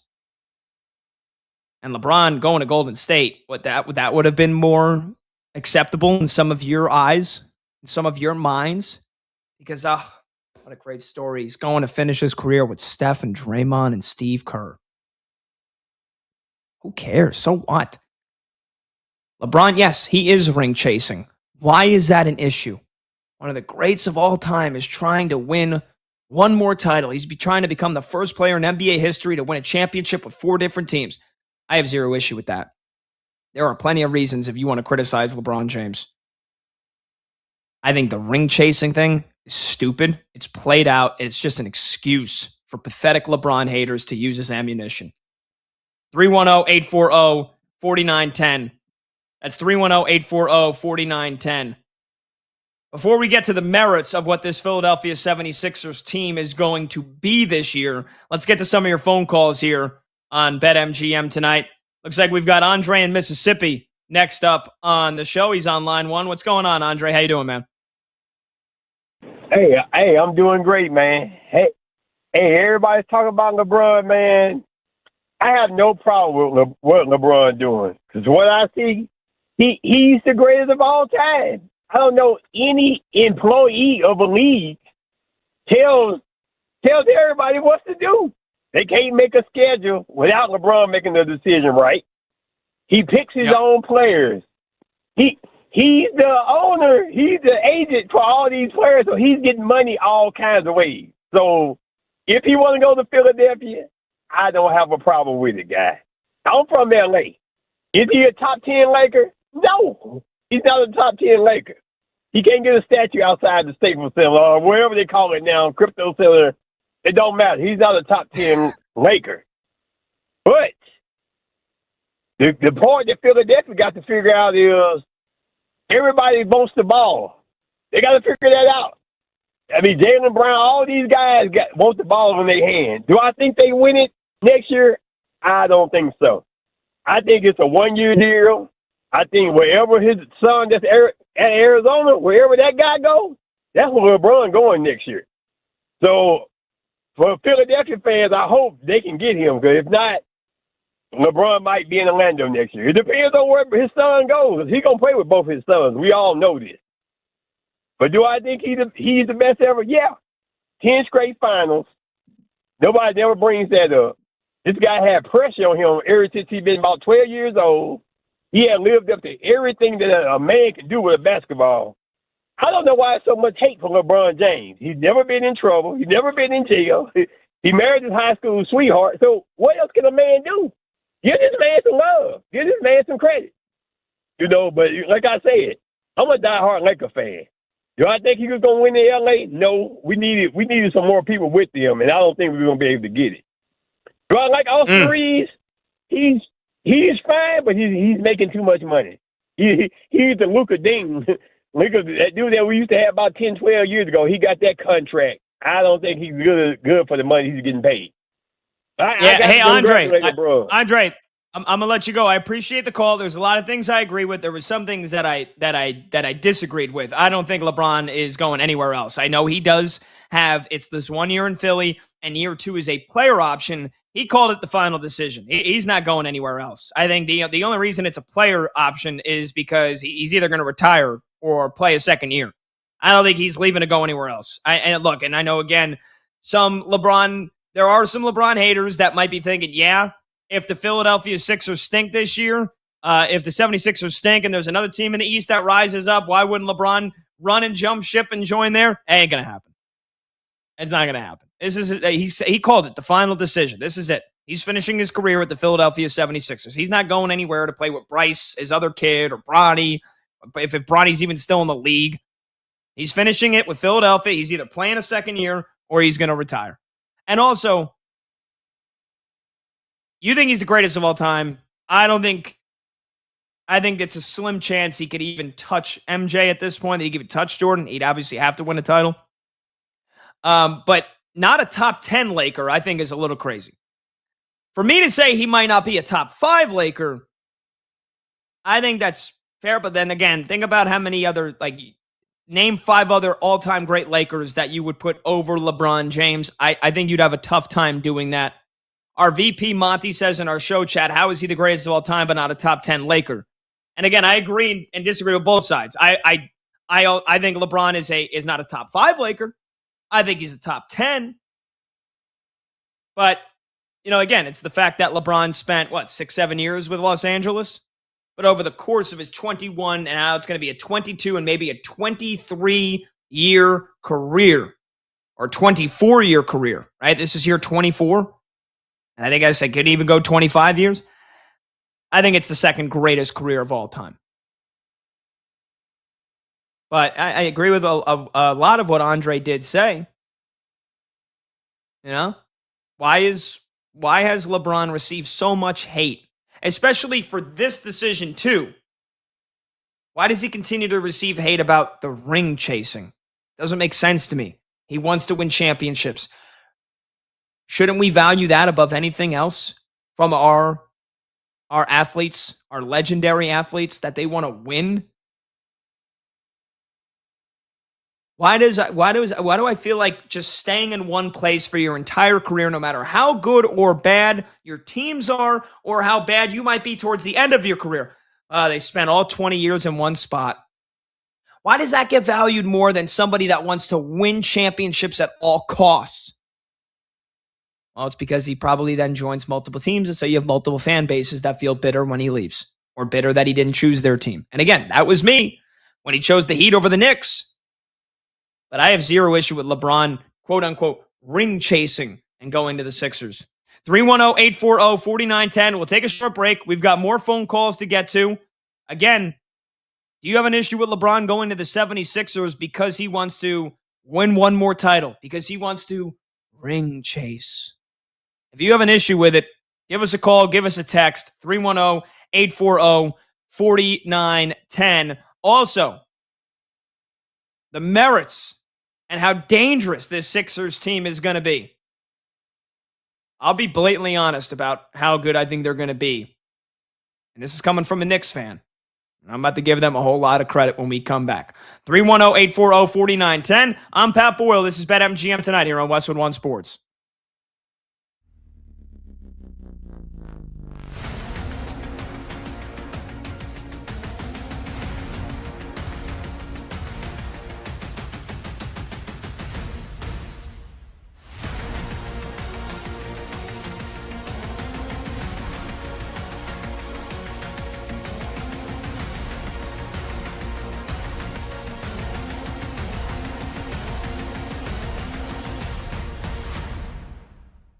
And the Philadelphia 76ers absolutely give LeBron James his best chance to win a championship. I can't believe that there are people that think he should have signed with Cleveland, or people that think he should have signed with Miami. Do you honestly, you the person watching or listening, even if you hate him, do you really believe in your heart of hearts that Cleveland, with the construction of that, with Harden and Atkinson, was right for 41-year-old LeBron James? Or that Miami, with Giannis, Bam, me, you, Tyler, Laura, Kenny, Bill, Mike, and Dan, is the Miami Heat roster, that was the right team for LeBron James? Do you really believe that? Or do you think that this is the right team for LeBron? And I'll just get this out of the way now. I am not here for people that are going to say, like, LeBron is ring chasing here, or that LeBron is taking the easy way out, signing with the Philadelphia 76ers. Just a couple thoughts on that topic. Number one, he's 41 years old. Like, what do you want him to do? Sign with the Sacramento Kings? Like, he's at the end of his career. He's trying to win another championship. Of course you go to the team that gives you the best chance to win. Also, who cares that he's 41? If you're 31 and you have a decision like this to make and you want to win, why wouldn't you go to a stacked team? Hell, if you're 21, not that 21-year-olds have the opportunity to make a decision like this, but why wouldn't you want to go to a really good team? Why wouldn't you want to give yourself the best opportunity to win a championship? Why would we, or you, or anybody criticize LeBron or any other athlete for trying to give himself the best opportunity to win? This is a no-brainer. And the fact that there's anyone that thinks that this was the wrong decision or you want to criticize him for this decision is nuts. Like, it's crazy. I'm sorry. It's ridiculous. It's ridiculous. Think about this lineup that the Philadelphia 76ers will put on the court now with LeBron James signed. Embiid, Jaylen Brown. I could say this until I'm blue in the face. Do you all understand how good this team is going to be? And how they have built-in cushion if and when, probably more like when than if, Joel Embiid has to miss time. Or LeBron plays only 60 games in whatever it is. The team is stacked.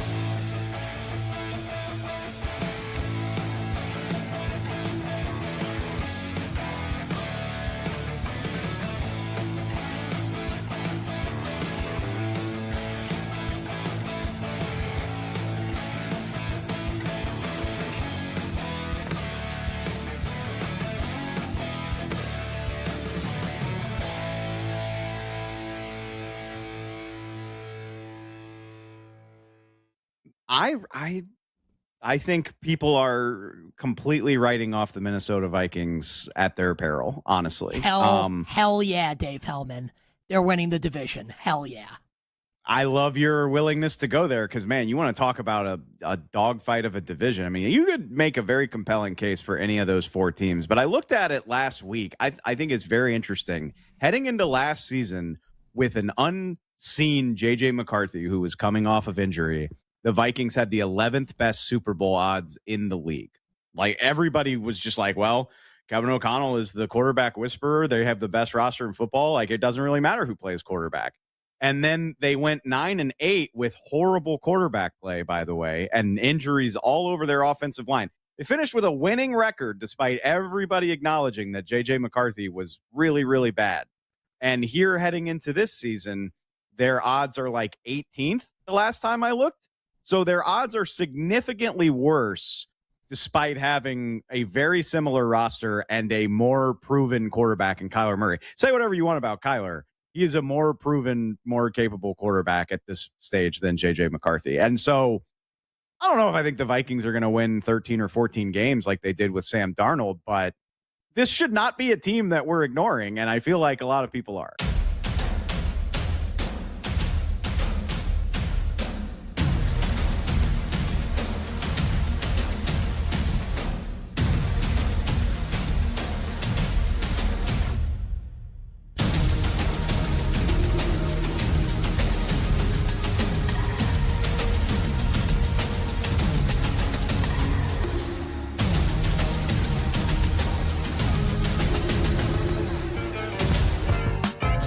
Late games, loud opinions, and money time moments. BetMGM Tonight rolls on.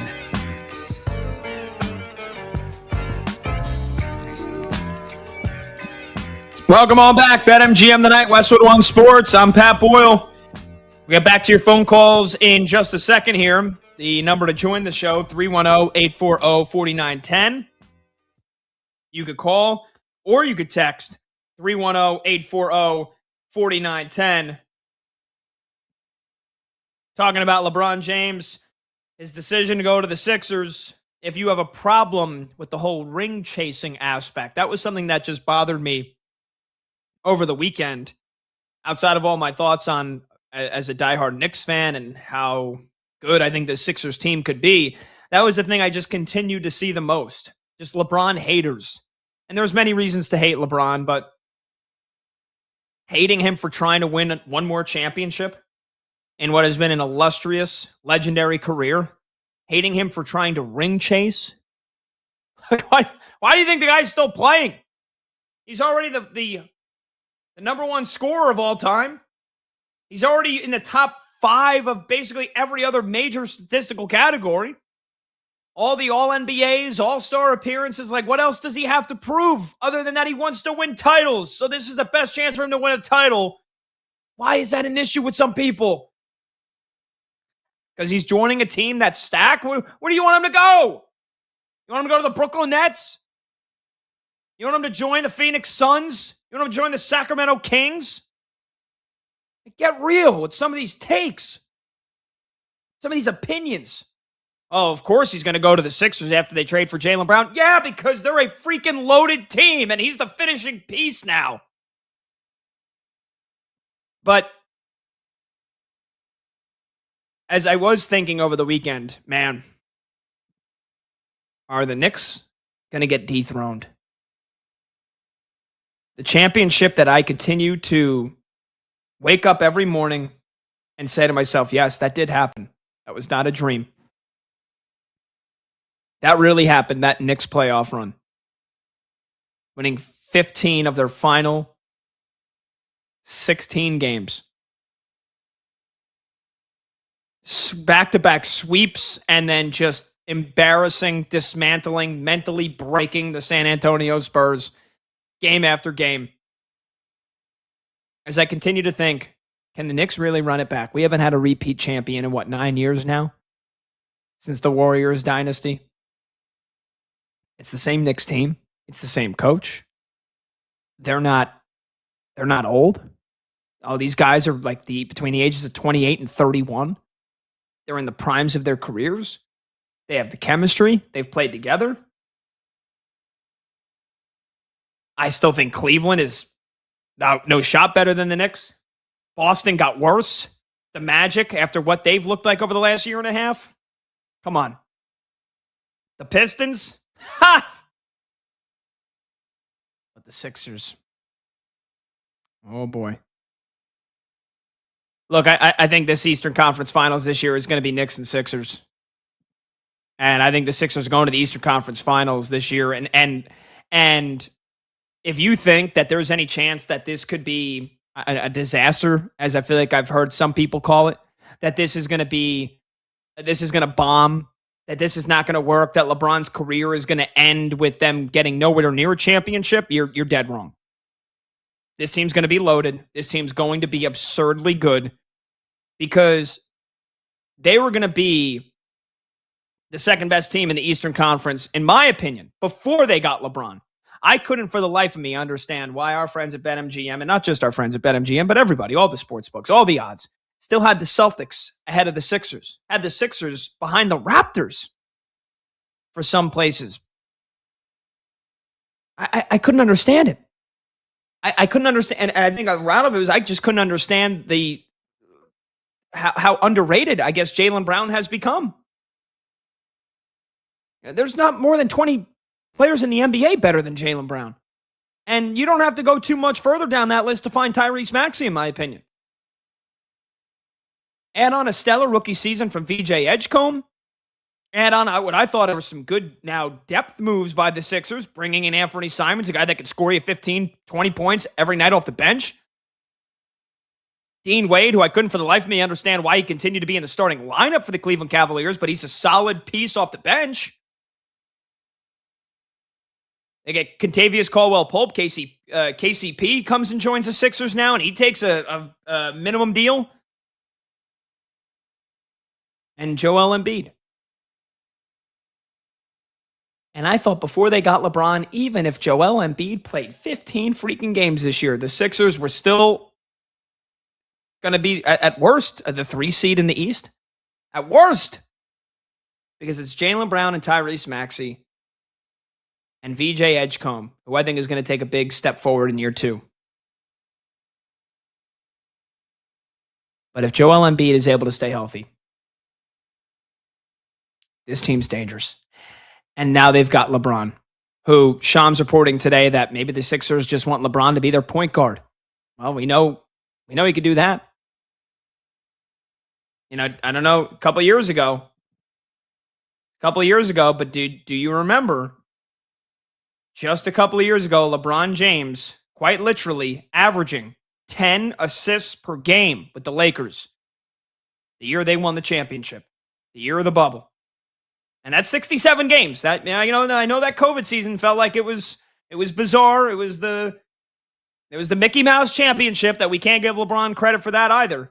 67 games, he averaged 10 assists per game with Anthony Davis by his side and still scoring 25 points per game. There's not many point guards in NBA history that are better than LeBron James, who is not a point guard, but plays the position like he is a top 10 point guard of all time. If he was just a point guard, take out everything else, take out his size, take out his rebounding, take out his scoring, LeBron James, just off the merits of his passing, would be a top 10 point guard in NBA history. And if that's the position the Sixers want him to play, they're going to be in good shape. They're going to be a scary freaking team. And I think that, again, they are going to the Eastern Conference Finals. Now, I talked about in the beginning of the show all the reasons why I still think the Knicks are better, why I think the defensive issues for this Sixers team could rear their ugly heads, the chemistry issues that could pose the problems, yes, if Embiid fails to stay healthy, which happens every single year. If other injuries that could pop up, as they do every single year, could play a factor for the Sixers. If the clashing of the egos, LeBron, Jaylen Brown, Maxey, Embiid, who's the finisher? Who's the closer? Who's the guy? Right? Somebody's got to be the guy. You can't have 4 the guys on your team. You can only have 1. Who's it going to be? And again, I think in a best of 7, those issues will be the reason why the Knicks are going back to the NBA Finals. But outside of a best of 7 against the Knicks, all those issues, I think they will figure themselves out. You've got 4 all-NBA caliber players. You've got 2 MVPs in Embiid and LeBron. You've got 2 Finals MVPs in LeBron and Jaylen Brown. You've got a bona fide all-star in Tyrese Maxey, and you've got VJ Edgecombe entering year 2 off a stellar rookie season.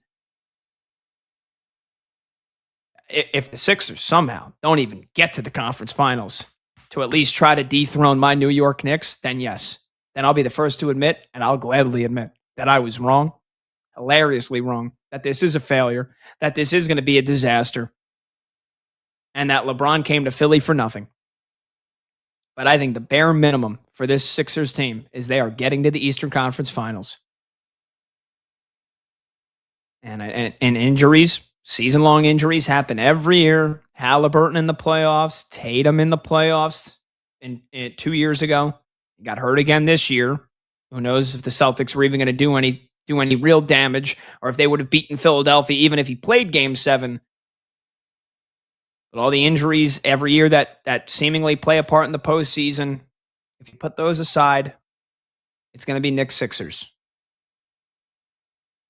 And as a Knicks fan, this Sixers team is going to be loaded. They're going to be incredible.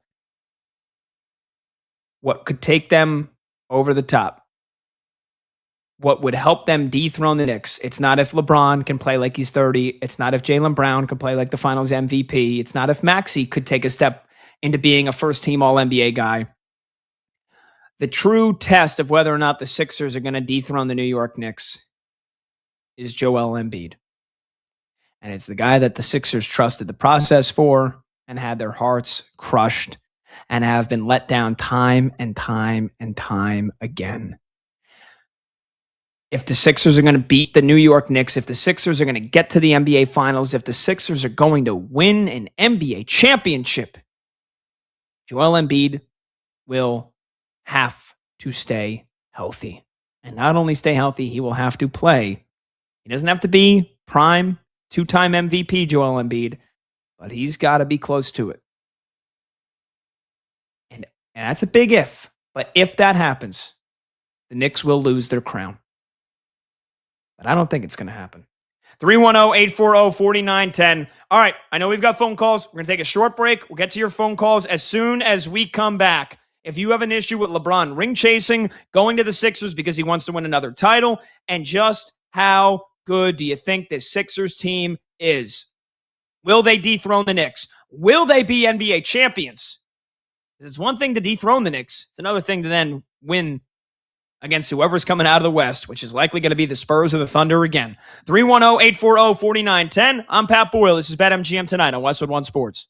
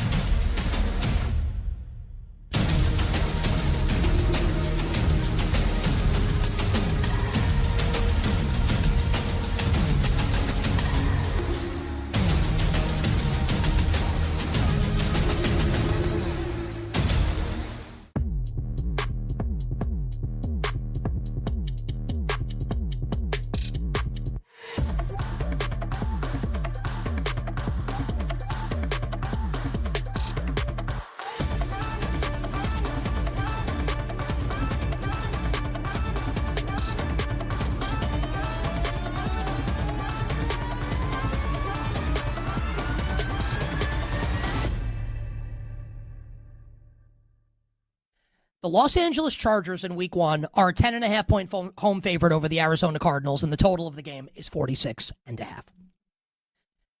Think about how we are viewing these two teams entering the year. The Chargers are one of the sexy teams, right? Mike McDaniel is now running the offense. Everyone, including me, this is like, I've said it's like going from a Pinto to a Ferrari. Greg Roman to Mike McDaniel. Rashawn Slater, Joe Alt, one of the best, if not the best tackle tandems in the NFL, are going to be back. Justin Herbert, Jim Harbaugh, lots of positive buzz around the LA Chargers. Okay. The Arizona Cardinals, favored at BetMGM to have the least wins in the NFL this season. Everyone thinks they're going to be terrible. Settled for Mike LaFleur as the head coach. Jacoby Brissett will be the Week 1 starting quarterback, assuming health for this team. So one team in the Chargers all the way up, and the Arizona Cardinals expected to be at the bottom. Does that interest you already from a betting perspective? It interests me. For me, the Arizona Cardinals are actually not the worst team in the league. They're not. There's legit talent on defense, especially if they stay healthy. The offense, actually, I'm not saying they're good, but they are way better than the Miami Dolphins, for instance. The reason why the Cardinals are favored, plus 200 at BetMGM, to have the least number of wins in the NFL is because they play in the impossible NFC West. And they're going to lose 6 games in division, 2 to the Rams, 2 to the Seahawks, 2 to the Niners. And I admit that. And I think it's likely that Jacoby Brissett, Gardner Minshew, and Carson Beck will all start games this year for Arizona at quarterback. They are not going to be good. They could have the first pick in the draft when it's all said and done. But in Week 1, Jacoby Brissett starting. Everyone loves the Chargers and are making it like the Chargers. This could be, they could play in the Super Bowl this year in their home stadium in LA. Everyone thinks the Cardinals stink. You have a quarterback that's been there and done that. Good skill position players and some good players on defense, and the defensive coordinator, Nick Rallis, was retained. Give me the Cardinals, plus 10.5 on the road at the Bolts. Oh, hell yeah.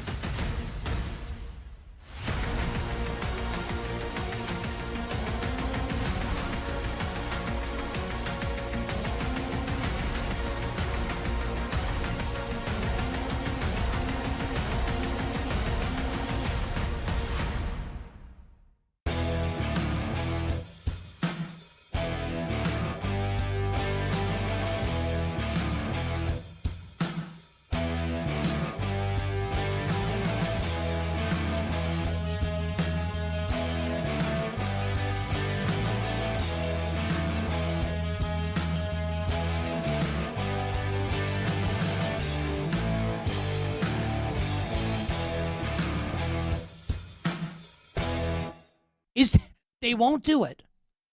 But should the Sixers actually sit him the entire year, 0 of 82 games, and make sure Embiid's healthy for the playoffs, they'll never do it?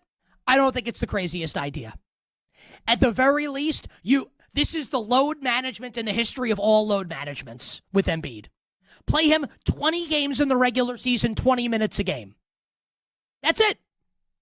Let him play like the final game of the regular season for 15 minutes to ramp up. And the first time he falls on the court, funny, and I know it happens a lot, pull his ass out of the game. Make sure he's healthy for game one of the post. Like, cue up the Metallica. Because if Joel Embiid ain't healthy for the playoffs, for the Philadelphia 76ers, nothing else matters. Need Embiid healthy. Need Embiid healthy.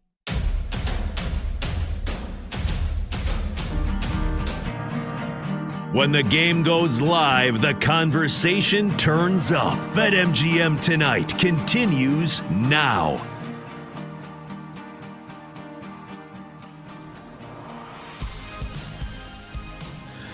Welcome on back. BetMGM Tonight, Westwood One Sports. I'm Pat Boyle. Phone number to join the show, 310-840-4910. You could call, you could text, 310-840-4910.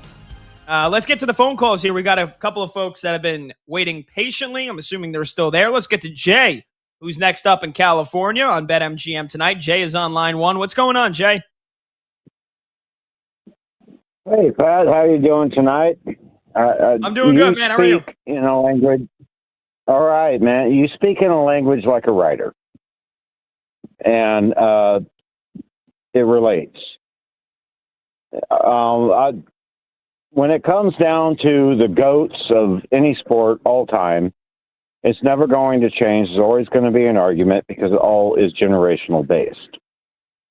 But you've actually spoken about a book, a movie, and the reason why something should be called Ring Chaser and why it wasn't.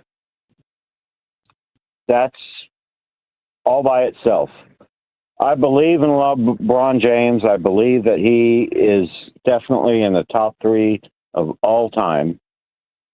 And I don't believe he's necessarily been ring chasing. It's just like you say. You know, what are you supposed to do? Be on a team and lose? No.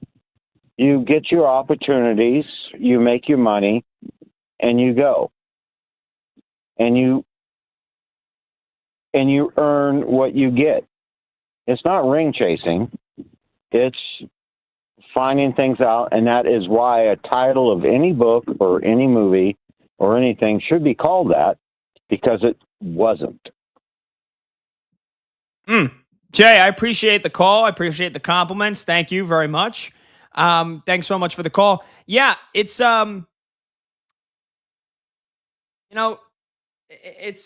it's funny, and I'll just use a quick metaphor here just to tie a bow on this, and then we will get to plenty more. We will just go right back to your phone calls as soon as we come back, because we do have a hard out coming here in a couple of seconds. But I make the analogy, God bless any of you that have been with one woman or one man your entire life. You've had one partner, that's it. And I'm not talking about one wife or one husband. I'm talking about you've been in the sack with just one person your whole life. You've never known how it feels anywhere else. God bless you. Because like LeBron, I wouldn't want to be in one place my entire life. I wouldn't want to be with one woman my entire life. Sometimes you got to go try other cities. You got to go try other people. And so again, part of the ring chasing, I feel like, is that. I have no problem with that. All right, more phone calls and some hot or cold when we come back. I'm Pat Boyle. This is BetMGM Tonight.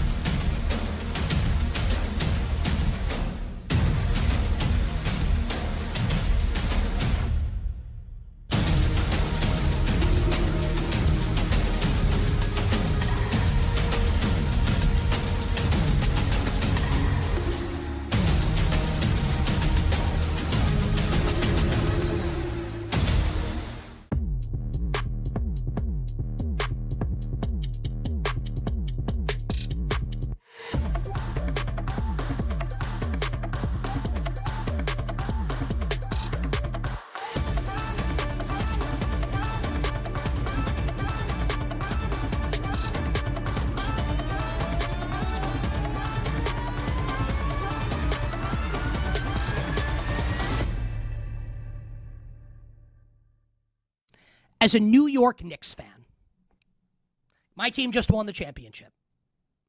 I think about it every day. Not a day goes by that I don't think about my New York Knicks winning the NBA championship. It's so awesome that it happened.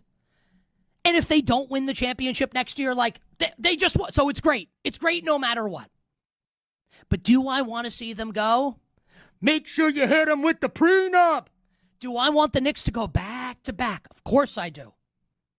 Of course I want the Knicks to go back to back. Now that LeBron's in Philly with that team is the team that will keep me up at night. So as a Knicks fan, this is your worst nightmare if you're a Knicks fan like me. Now, the nightmare is still pretty awesome because they just won the championship, but you understand what I'm saying. If I'm talking just as a Knicks fan, I would have preferred LeBron sign in Miami. I would have preferred LeBron sign in Cleveland. Philly, that's a problem. And I think right now, we might have it this, you know what? I'm going to call it right now. I wasn't going to do this. I hadn't even thought of doing it. I'm going to do it right now. Monday, July 27th, 2026. I'm going to tell all of you right now, next year's conference finals in the NBA. We're going to set it in stone right now. Right now.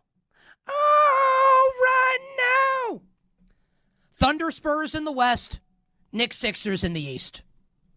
That's what we're looking at here, everybody.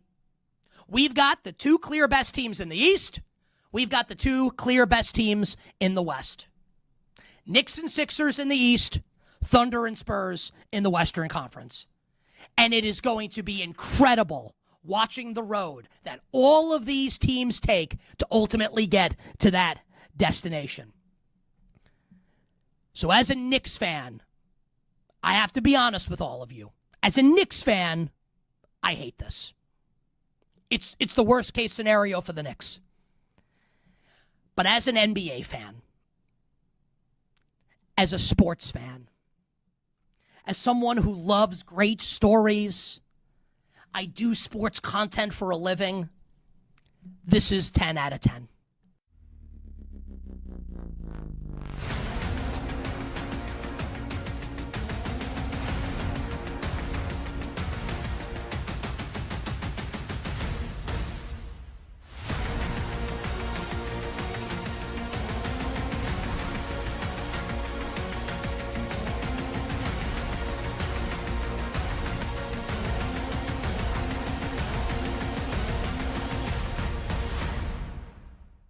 It's great for if for the fans who are excited about it. I understand why they're excited about it. I concede I would have done it too if I ran the organization. Good move for the organization, maybe, probably. But for me, as somebody who wants to enjoy and like who I'm rooting for, I'm like, what's the word I'm looking for? I'm like dreading the next 2 years or 1 year or however long it is of like, LeBron doesn't like this guy, that person's in trade rumors. LeBron doesn't like this. LeBron doesn't like that. LeBron, like it, the whole thing is going to be LeBron. The whole organization is now clutch, right? It's LeBron who's clutch, Maxey who's clutch, Nick Nurse who's clutch. Like, so it's just going to be whatever they want. So I hope it works. If it works, great.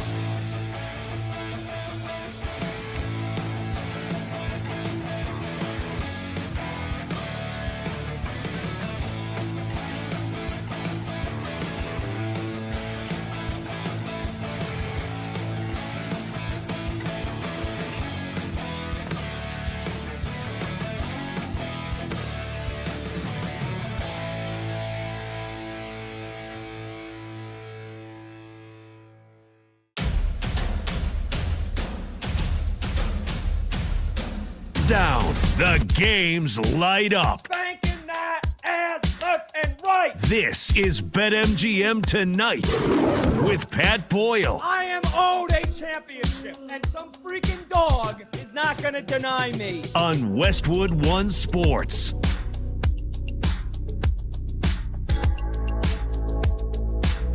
Hey-o!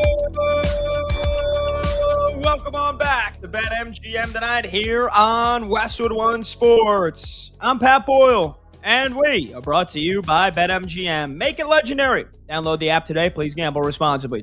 Fifth and final hour of this Monday night excursion kicks off right now. You could watch the show live on YouTube. Just search BetMGM Tonight and hit that subscribe button. You could watch the show live on Twitter at BetMGM Tonight. And you can listen to the program on the Westwood One Sports app, the Odyssey app, Sirius XM Channel 375, and hundreds of local affiliates throughout North America.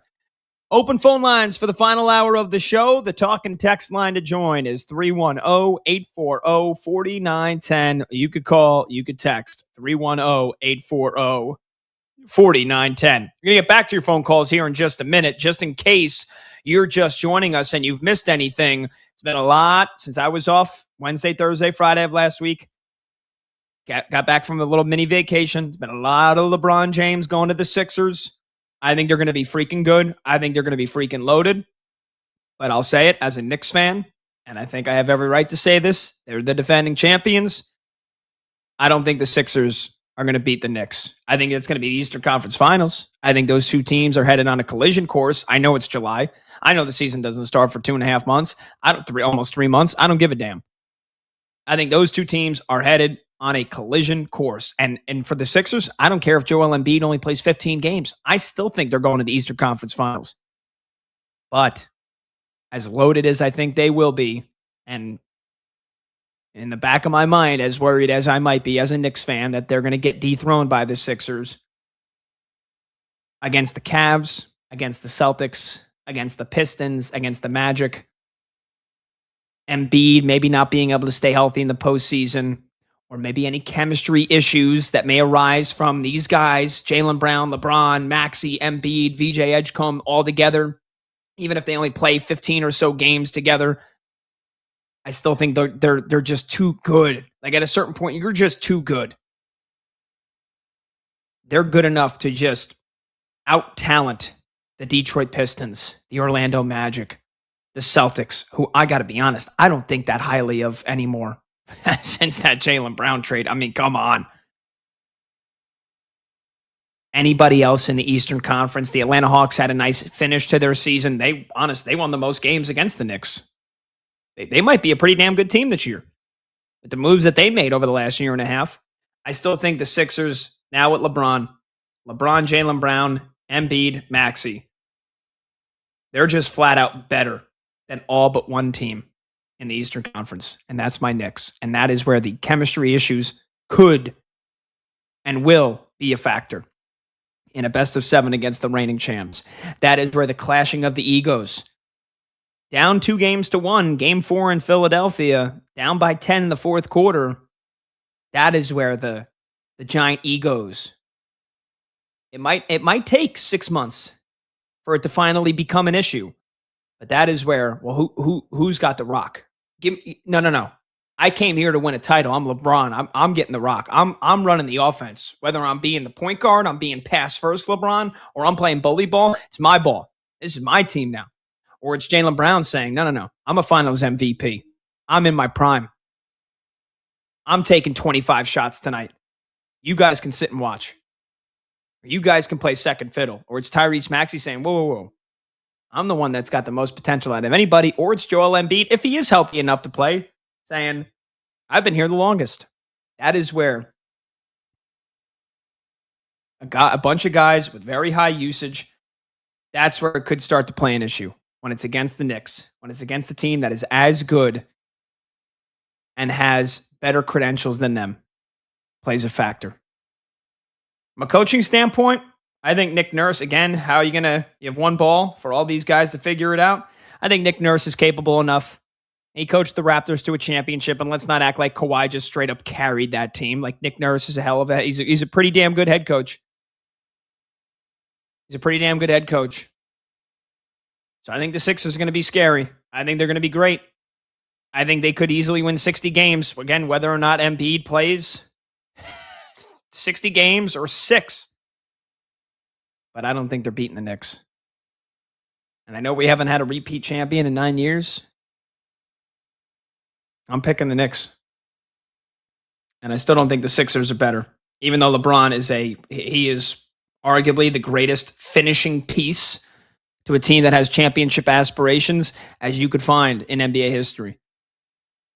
310-840-4910. We've talked a lot of our most pressing, burning training camp questions as training camp has started or is about to start for all 32 teams in the NFL. So there's been a lot of football tonight as well. I got some baseball thoughts for you here in this final hour. But let's get back to your phone calls. 310-840-4910. Dominic is next up in San Antonio here on BetMGM tonight with me, Pat Boyle. What's going on, Dominic? How you doing? Hey, Pat, I just want to say, I feel like LeBron doesn't really care about the NBA, because if he cared, wouldn't it make sense for him to go to, like, the hometown? What? No, that's... Yeah, I'm not sure what that was about. Dominic, obviously a nice little troll phone call there, but I don't know if he cursed and our guy Lee in our Westwood One Studios dropped him or what happened, but he was going to say if he did care about the NBA, wouldn't he go to his hometown something? And then somebody, I think that was with Dominic, or maybe it was Dominic, just started acting like a clown. So we're just going to move on. Appreciate the call. Yeah, our guy Lee says, sounded like, okay, so that's actually, that could be, maybe there was cause for concern there. Lee said it sounded like he got into an accident or something. He dumped the phone call. So look, if there was no jackassery there, Dominic, hope you're okay. But yeah, that was a very abrupt, strange ending to the phone call. So let's just move on. Let's go to our guy Ross, who's in New Jersey, next up on BetMGM tonight. What's going on, Ross? How you doing, brother? Patty B, what's going on? I thought that was a soundboard or something. I don't know what that was. How you doing, man? Yeah, me neither. Me neither. Our guy Lee in our Westwood One Studios is on it, but yeah, that was a strange phone call. I don't know if that was a troll or if that was serious or whatnot. But what's up, man? What's going on? Not much, man. I heard you bring up the camp before. You're in my neck of the woods now, Seton Hall. It's kind of full circle. I wound up going to the hall because of the camp. Too old for it now. I reached out to the guys, seeing if I could like mentor or whatnot. But did you guys start up this week? Yeah. So today was the first day. 136 campers. I did get to meet one of the guys that you go to school with, named by the name of Blair. So yeah, I was asking about you, but yeah, it's crazy, man. You went to that camp for a couple of years. Now you are in college, doing your thing, doing the student sports radio for Seton Hall. So I'm proud of you, man, to see where you've gone. And I got to get on your podcast. I know we've been talking about it. So I busy week this week, obviously with things. I got a week of vacation next week, but we'll make it happen. No, I hear you, man. And yeah, shout out SOU, shout out Joe Morales and all the guys or how I wound up going to Seton Hall and pursuing this and, meeting you. And none of it's possible without the camp for me. But, I want to call up, talk a little fantasy football. Funny enough, a lot of my buddies are going back to college in a couple of weeks. We normally do our live draft. We got to do it tomorrow because the first kid's going back in 2 days. I didn't even know late July drafts were a thing. They put this thing together last second. I'm like, you guys are through the first 4 teams alphabetically, just going through your training camp updates now, and these guys want to run a draft. So I'm scrambling last second. I'm taking every grain of salt from all these coaching staffs and press conferences in terms of research, and we'll see how it is. But I'll tell you, I don't understand, Ross, how you could have even like you said, somebody's going away. What are they going away for? A month? Where are you going? Freaking Myanmar? Are you going to Tahiti with no service? You're going to live in a shack for the next month? How do you willingly do a fantasy football draft at the end of July? I don't understand it. And I know, and Brad's done a couple, but then again, those are some big events. Maybe you can only gather that's together at a certain time, but League, I think. Yeah, but if you're doing a fantasy draft with your friends, and you're doing that on your laptop, I know a lot of people love to get together, but if you can't get together, then just do it over. Just do it on your laptops remotely near the beginning of the season. A fantasy football draft in July, that's absurd to me. No, the whole thing's ass backwards. These are the same guys where we, our league entry went from 200 to 100 to going to free because somebody wanted to pay in cash on draft night and it wound up not coming into fruition. Luckily, the guy that won the league was the one guy that didn't show up to the draft and was the most inactive member, so it worked out. But, wow. I'll just throw a couple names out there. Yeah, a couple names that are catching my eye. I'm surprised this hasn't been talked about as much. Devontae Smith, now with A.J. Brown gone, you're talking about a guy who was a Heisman winner in college, has been one of the best, most reliable WR2 since he arrived to the league.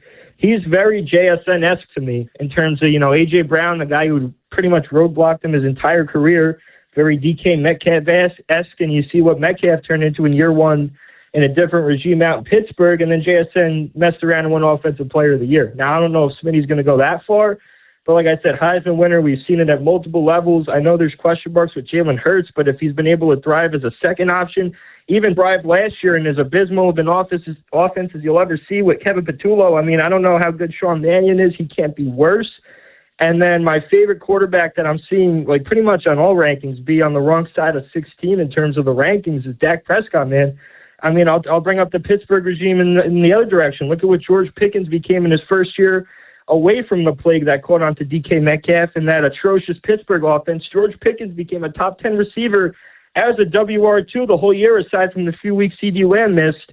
And that offense really, unless I missed something, hasn't missed any pieces to the coaching staff. And Dak Prescott had 2 WR1s under his watch.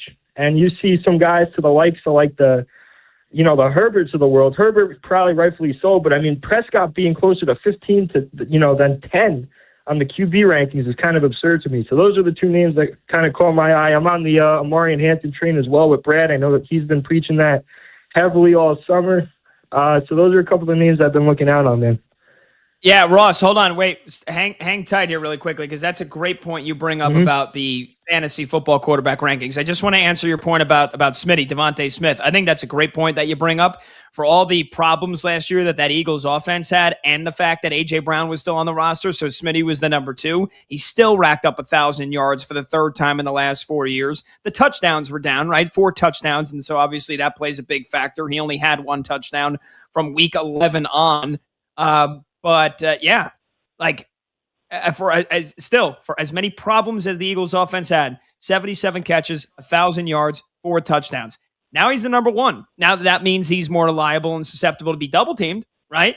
For teams to put even more attention on him because teams had to put attention on A.J. Brown. And so how does Smitty do as the pure number 1? But yeah, I like the comp to JSN because he is an incredible route runner. So you hope that Mekhi Lemon can be a good rookie. You hope that Dontavian Wicks can make an impact. Hollywood Brown can make an impact. Goddard can still make an impact. And that Saquon is more of a factor in the pass-catching game so that Smitty can still get as many targets and still get as open as he was before that. And even then, like everybody knows that JSN's getting the ball 15 times a game, but his route running is so damn impeccable, so damn clean that it does not matter. He will still get open. So I agree with you. Devontae Smith is... he's wide receiver 15, 16. I think he can absolutely be a top 10 receiver in fantasy football this year. The quarterback one, though, is really, really intriguing to me. And again, this isn't just ranking who you think is the best quarterback. This is solely for fantasy football reasonings.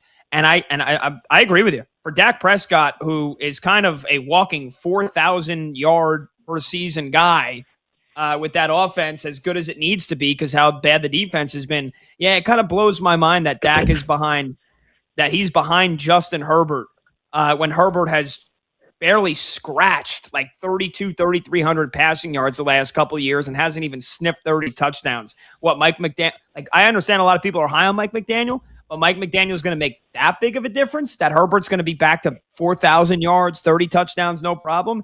I'm not sure. And I can't believe that Mahomes is all the way down at like number 14 and Goff is down at 15. Goff is, again, a walking 4,400 yard per season guy. And we know what Mahomes can do, even coming off the torn ACL. I still think he's going to be able to use his legs a decent amount. So yeah, a lot of oddities, if you ask me. Yeah, even my new coming guy, Kyler Murray. I've been one of the biggest fans of his all the way till the end. He kind of lost me a little bit when the botch snap hit him in the head. You had the DeMarcado drop the ball at the goal line a couple plays later. I think that was Tennessee's only win for 10 weeks or something. That whole game was a mess. Wound up being Kyler's last game as a Cardinal, but he's my guy now. And even, kind of like the Justin Fields, you kind of could throw Malik Willis in that boat now of guys, even when they were inefficient, could run the heck out of the ball and basically served as a third running back and would still put up the fantasy points. He's closer to 20, I think. And now you go with Jettas and J83. I mean, you're keeping the same run game element of his game, and he's closer to 20. I think the whole quarterback ranking's messed up, but Dak, it's especially, like you said, man, he is a walking 25 on a bad day. I mean, they're kind of like the Nationals of the NFL. They were a 500 team. It wasn't because of the offense. They were putting up 40 points in their sleep. They just give up 43. So, Dak's intriguing me, and like you said with Devontae, I could easily see him make a JSNS jump here in his first year with FM. But appreciate all the time, man. Good talking as always. Yeah, good stuff, Russ. Great stuff, man. 310-840-4910. Let's pivot here because I know we've got a baseball caller on hold. We haven't talked a lot about baseball tonight, but there has been some really, really good games going on. So let's get to Alex, who's next up in Sacramento on BetMGM tonight. Alex, what's going on? He dropped. Okay, Alex dropped. Well, I will bring up the point that Alex wanted to bring up before he dropped off, and that is that the Miami Marlins, not only did they end a 12-game losing streak, but they did it in incredible walk-off fashion against the Philadelphia Phillies. And not only that, in the process, beat up on Zach Wheeler. Marlins knocked Zach Wheeler out of the game after 3+ innings. They tag him for 6 hits and 5 runs. Again, Marlins, 12 straight losses. And in case you haven't been paying a whole lot of attention, the Marlins were in the thick of things to win that division. They were only a couple games back of the Atlanta Braves a week ago.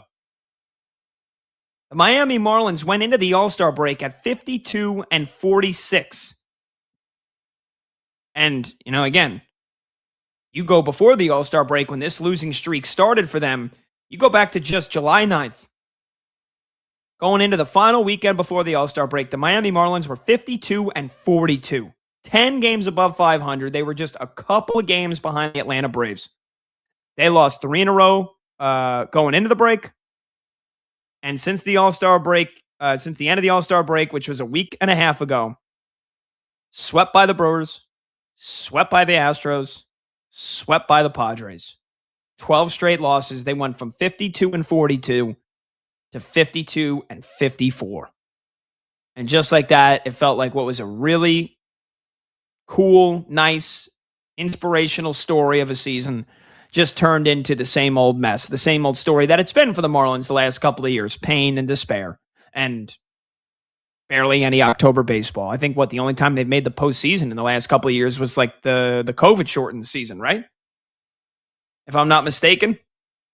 When we had like 16 teams in the playoffs and the first round was the best of 3 and that's what kind of started this. Yeah. No, actually they made the playoffs in 2023. That's my mistake. They made the playoffs in 2020 and they made it again in 2023 and they lost in the wild card round to the Phillies. And which was also a best of 3, but they got swept 2-0. So so they've made the postseason twice in the last 6 years. But it feels like it's been a lot less than that. There hasn't been a whole lot of playoff wins for the Marlins in the last decade and a half. And so they start this series tonight in front of an announced crowd, by the way, of 11,000 people. And that feels like that's a good night for Miami. Even though they did get back-to-back 20,000+ attendances for Saturday and Sunday against the Padres at home in Miami. 11,000 people on a Monday, that's not terrible. And again, 12 straight losses. They jump out to a 5-2 lead on the Phillies, knock Zach Wheeler out of the game. And then the Phillies in the 6th inning score 4 runs, take the lead. And then they tack on an insurance run in the 8th inning. It's 7-5 going into the bottom of the 9th. And you're surely headed for a 13th straight loss for the Miami Marlins. And then they start off the bottom of the 9th, back-to-back singles. And then a hit by pitch, and then another single to tie the game and make it 7-7, and then a bunt single, and then finally a fielder's choice because the Phillies have the infield in. They get Ruiz out at home, but then it's Griffin Conine who walks it off for the Miami Marlins. And what once was a 5-2 lead knocking one of the best pitchers in baseball out of the game in the third or fourth inning to then blowing that lead. The Marlins come back and they walk it off, beat the Phillies 8-7, and a 12-game losing streak. That's a heck of a night. That's a roller coaster of a night, if you ask me. 310-840-4910 is the number to join the show. Again, open phone lines in the final hour. So that caller, Alex in Sacramento, did want to bring to everybody's attention the Marlins win tonight. You can call in about baseball. You can call in about any training camp questions, fantasy football questions that you have. Any questions or comments or takes on LeBron going to the Sixers? How good you think they'll be this year? Are they going to dethrone the Knicks? Are they going to win a title? And do you have an issue with LeBron, quote unquote, ring chasing by going to Philly as his final stop to try to win one more title? 310-840-4910. We'll take all your calls and your texts when we return. We'll do a little hot or cold as well. I'm Pat Boyle. This is BetMGM tonight on Westwood One Sports.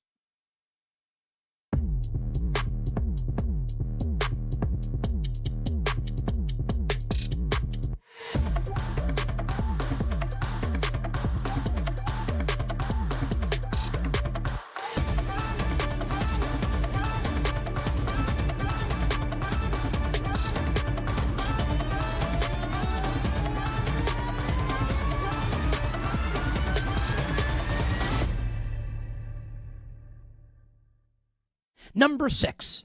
Now, this assumes health in the same way we assume health for every team, right? Number 6 is the Toronto Raptors. Assuming Kawhi Leonard obviously is healthy and he's a Raptor. And he's not like in jail potentially. I'm not insinuating that's the case. I say that more for humor. Scotty Barnes took the leap. He is magnificent. I like the coach. Kawhi is still a top player in the league. I don't think Toronto will get to the finals, but I mean, you have to acknowledge that they're awesome with Kawhi Leonard. Toronto, number 6. Number 5. Let's make more people mad. Number 5. Giannis Antetokounmpo, Bam Adebayo, and the Miami Heat. Bottom line, not enough there. Can they make the second round? Yes. Could they make the Eastern Conference Final? They could. Are they in a 7-game? We'll do the other 4 teams.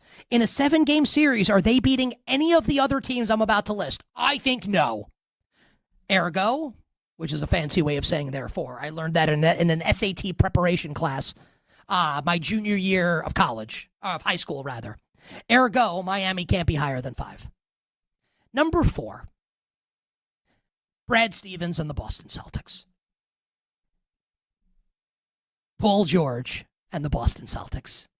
Oh, yeah.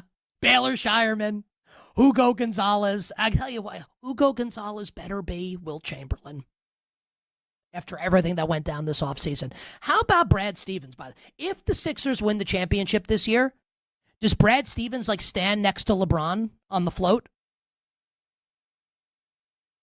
Like, is Brad Stevens like arm in arm with the Philly fanatic if the Sixers win the championship?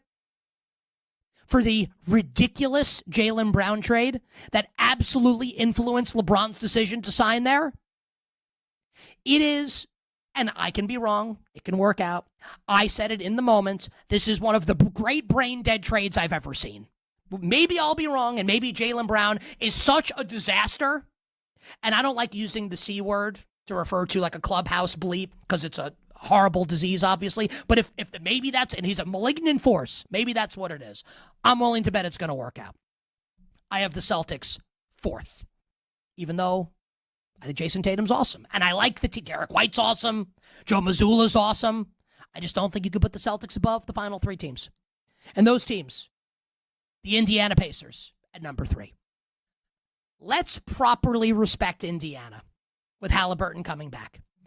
Look at what Jason Tatum did coming back. Now, was he 100% himself? No.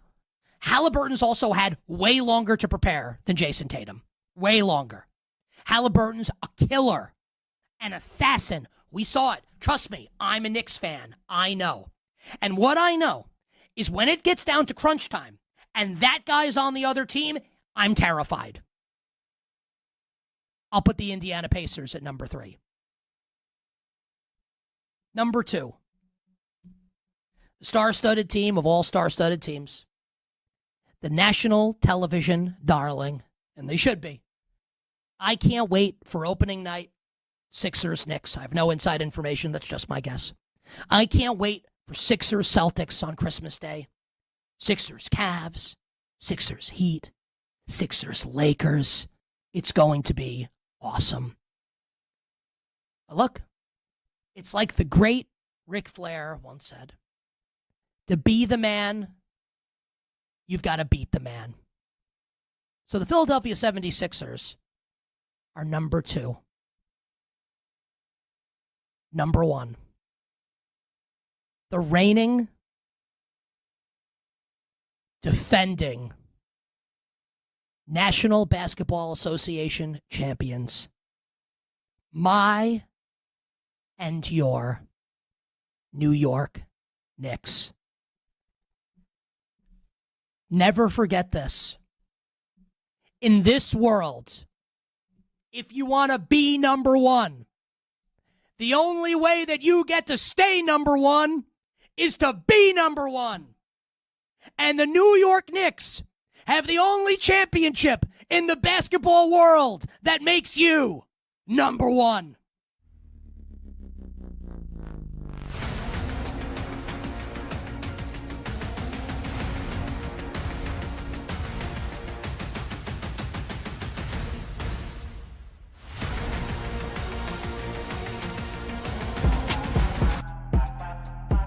When the game goes live, the conversation turns up. BetMGM Tonight continues now.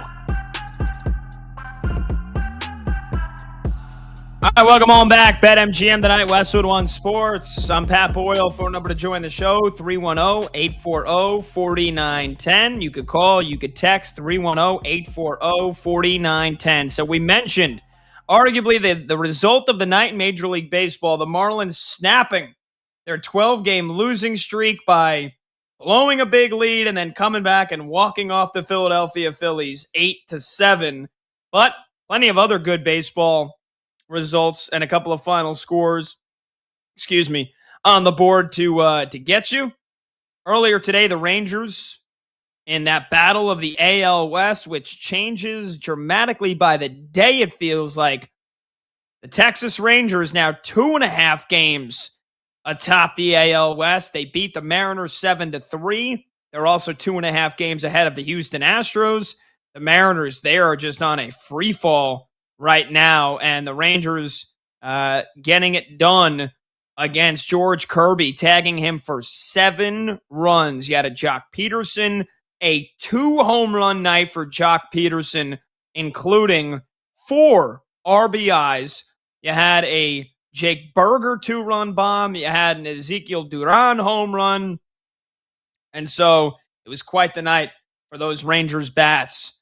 And, you want to talk about how bad the Mariners have been here coming out of the All-Star break. They have now lost 5 of their last 6, and they've lost 6 out of 10 to start the second half. Things not so great in Seattle. Also, Brandon Lau with a walk-off RBI single on the 10th inning. Pirates beat the Diamondbacks. Those are 2 other teams that are still very firmly in the mix for an NL wildcard spot. When you look at the Diamondbacks, they are now tied with the Pirates for that final spot in the NL wildcard standings. Or I should say the Pirates are now tied for the Diamondbacks. And that is a race that is going to be very, very interesting as we progress throughout the summer. One other final score I'll give you here, because again, it could play a big factor as to whether or not Tarek Skubal is going to hear his name and have a new uniform by the end of the week, is how far out of first place the Detroit Tigers will be by the end of the week. They lose tonight to the Orioles at home, 8-5. And the Tigers are now 50-57. They are 6.5 games out of first place in the AL Central. And in terms of a wild card spot, they are 4 games back of the Cleveland Guardians for that final spot in the wild card standings. The Orioles went at 8-5. They got home runs from O'Neill, from Mayo, from Taveras.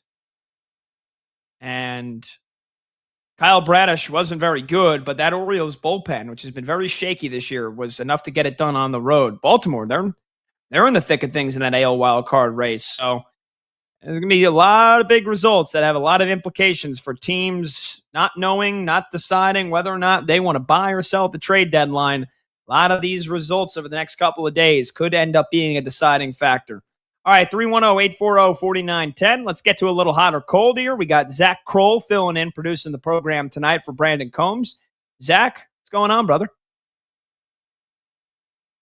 Be here, and I figured we'd start off hot or cold in the NBA. And there were some multiple reports that really caught my attention this weekend regarding one Steph Curry.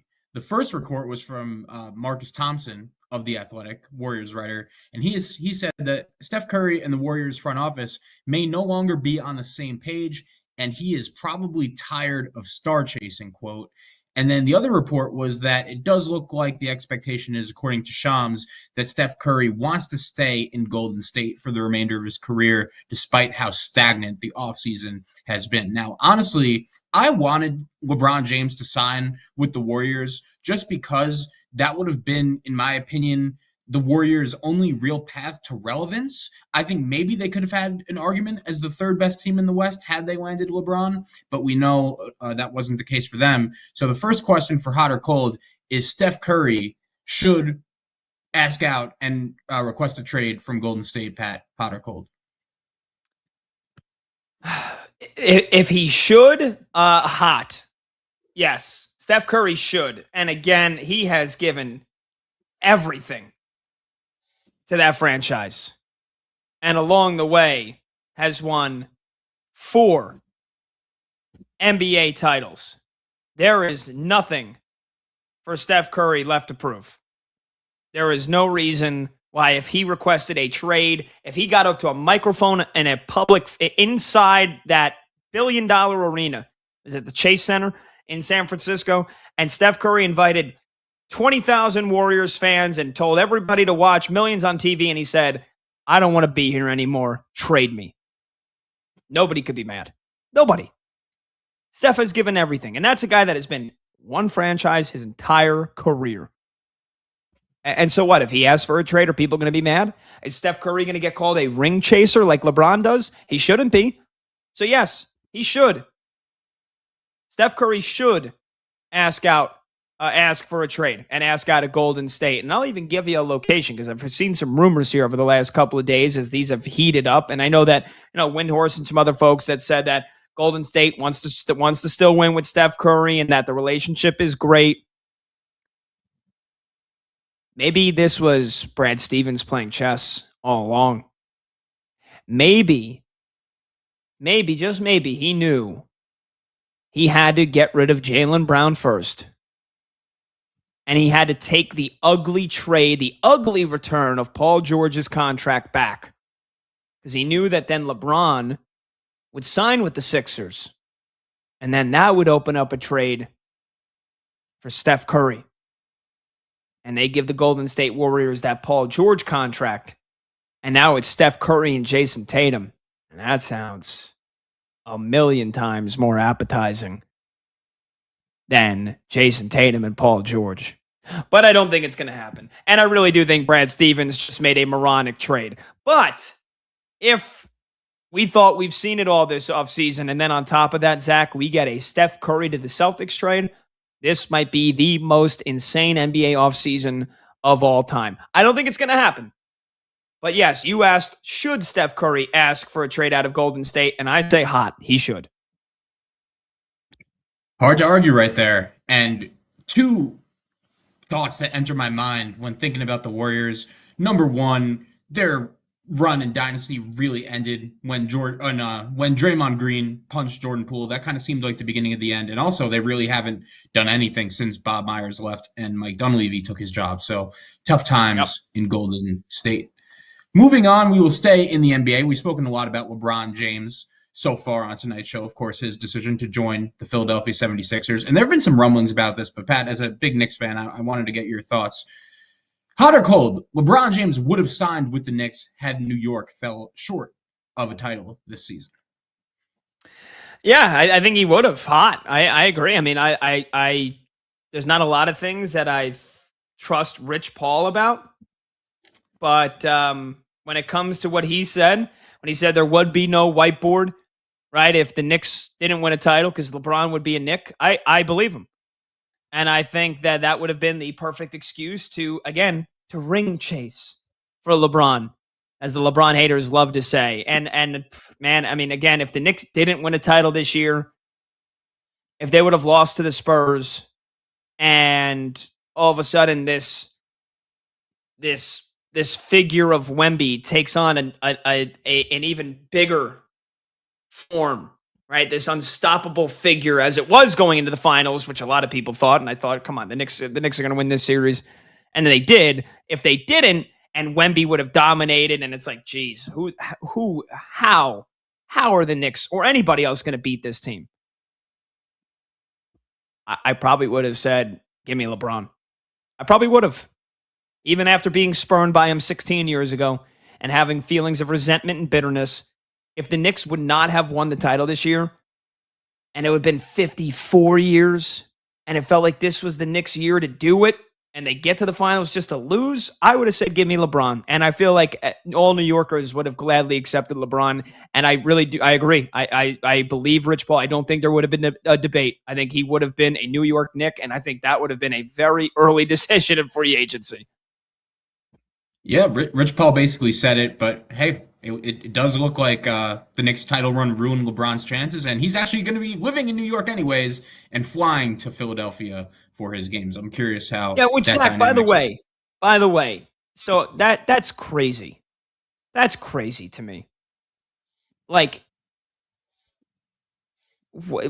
honestly, I mean, I get it. If you are LeBron James, who is involved in so many different things, living in a penthouse suite in New York City, you can go anywhere in the city anytime you want. You could do anything. You've got moguls, business moguls, movie moguls, whatever else LeBron wants to get into. He wants to sell alcohol. He wants to do whatever. You're in New York City. You're at the center of the world.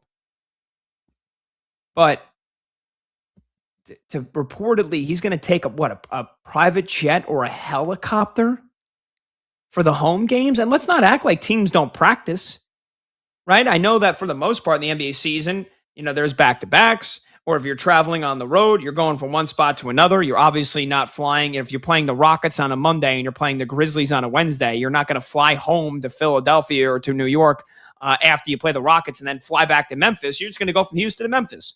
But on the days that you're home and you play on a Monday and then play again on a Wednesday, do NBA teams not practice on Tuesday? So what? LeBron is when they're home for a 2-game homestand or a 4-game homestand or a 7-game homestand, every day LeBron is going to take a helicopter from New York City to Philadelphia. I don't care if it's 45 minutes. I don't care if it's 10 minutes. I mean, is that just the most ridiculous thing you've ever heard? I'm not saying he's got to buy a home in South Jersey. I'm not saying he's got to buy a home in Philadelphia. Just rent the property. Rent a property.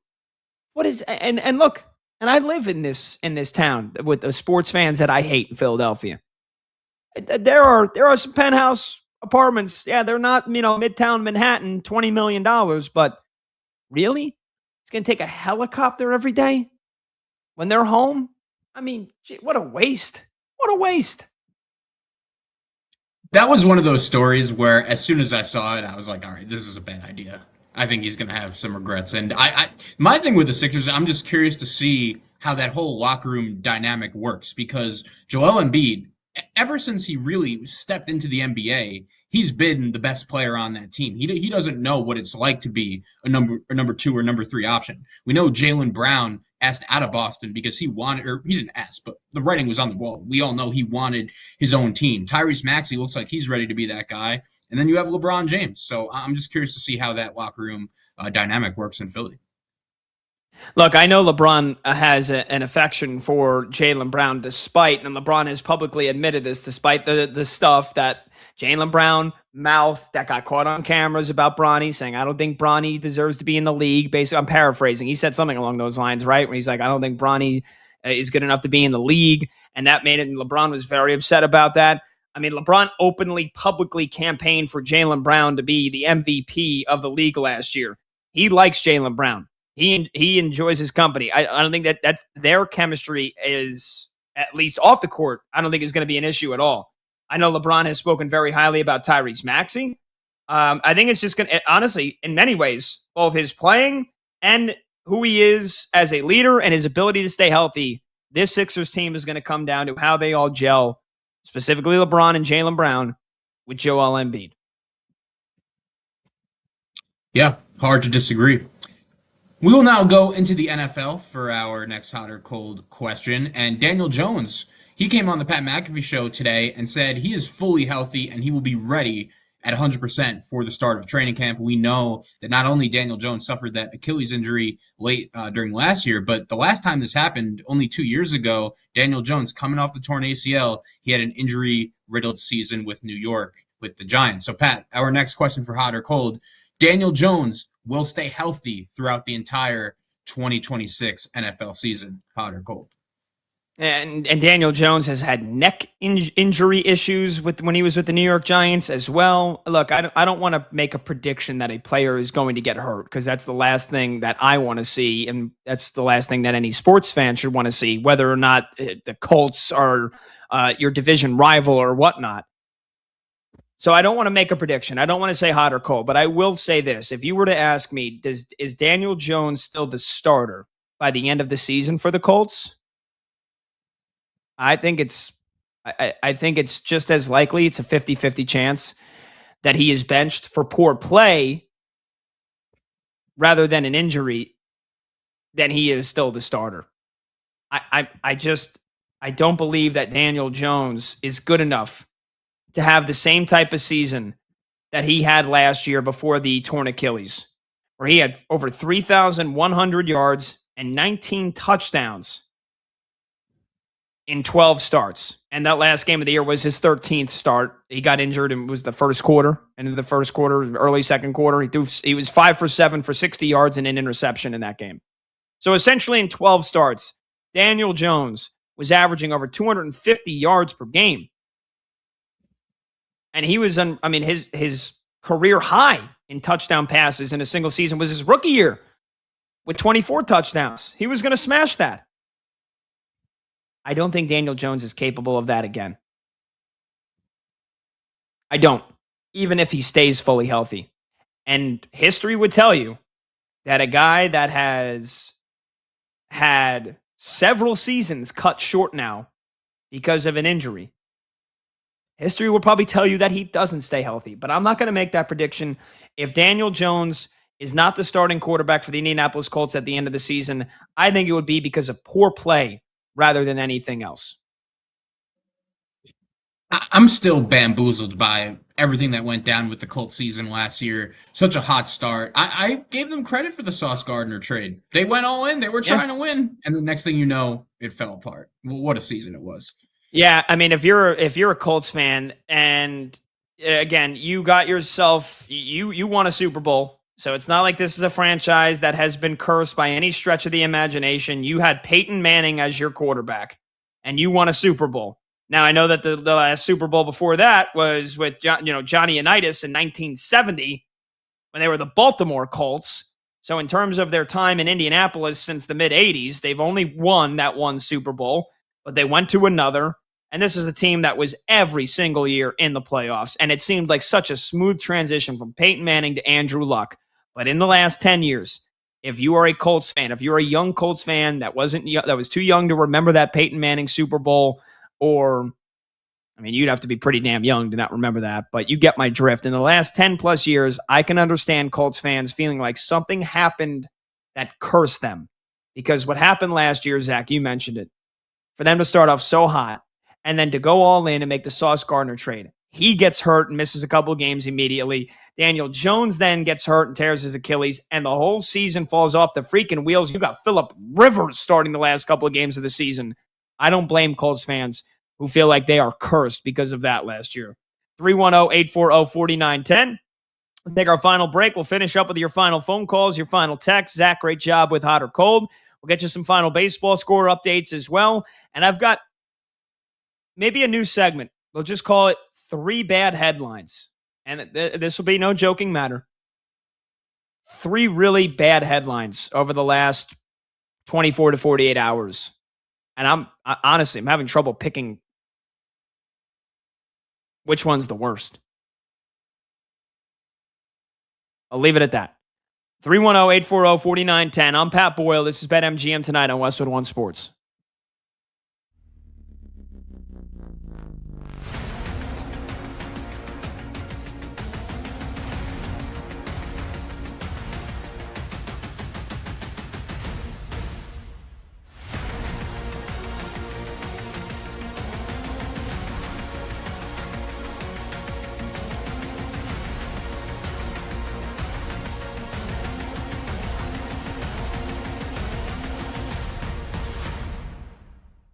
And the Philadelphia 76ers absolutely give LeBron James his best chance to win a championship. I can't believe that there are people that think he should have signed with Cleveland, or people that think he should have signed with Miami. Do you honestly, you the person watching or listening, even if you hate him, do you really believe in your heart of hearts that Cleveland, with the construction of that, with Harden and Atkinson, was right for 41-year-old LeBron James? Or that Miami, with Giannis, Bam, me, you, Tyler, Laura, Kenny, Bill, Mike, and Dan, is the Miami Heat roster, that was the right team for LeBron James? Do you really believe that? Or do you think that this is the right team for LeBron? And I'll just get this out of the way now. I am not here for people that are going to say, like, LeBron is ring chasing here, or that LeBron is taking the easy way out, signing with the Philadelphia 76ers. Just a couple thoughts on that topic. Number one, he's 41 years old. Like, what do you want him to do? Sign with the Sacramento Kings? Like, he's at the end of his career. He's trying to win another championship. Of course you go to the team that gives you the best chance to win. Also, who cares that he's 41? If you're 31 and you have a decision like this to make and you want to win, why wouldn't you go to a stacked team? Hell, if you're 21, not that 21-year-olds have the opportunity to make a decision like this, but why wouldn't you want to go to a really good team? Why wouldn't you want to give yourself the best opportunity to win a championship? Why would we, or you, or anybody criticize LeBron or any other athlete for trying to give himself the best opportunity to win? This is a no-brainer. And the fact that there's anyone that thinks that this was the wrong decision or you want to criticize him for this decision is nuts. Like, it's crazy. I'm sorry. It's ridiculous. It's ridiculous. Think about this lineup that the Philadelphia 76ers will put on the court now with LeBron James signed. Embiid, Jaylen Brown. I could say this until I'm blue in the face. Do you all understand how good this team is going to be? And how they have built-in cushion if and when, probably more like when than if, Joel Embiid has to miss time. Or LeBron plays only 60 games in whatever it is. The team is stacked.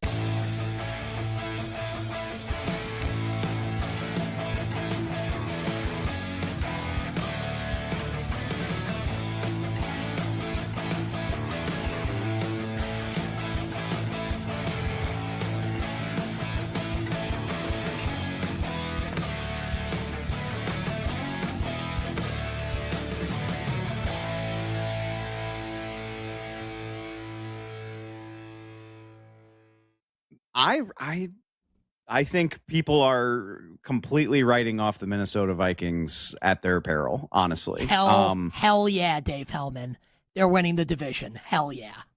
I love your willingness to go there because, man, you want to talk about a dogfight of a division. I mean, you could make a very compelling case for any of those 4 teams. But I looked at it last week. I think it's very interesting. Heading into last season with an unseen J.J. McCarthy, who was coming off of injury, the Vikings had the 11th best Super Bowl odds in the league.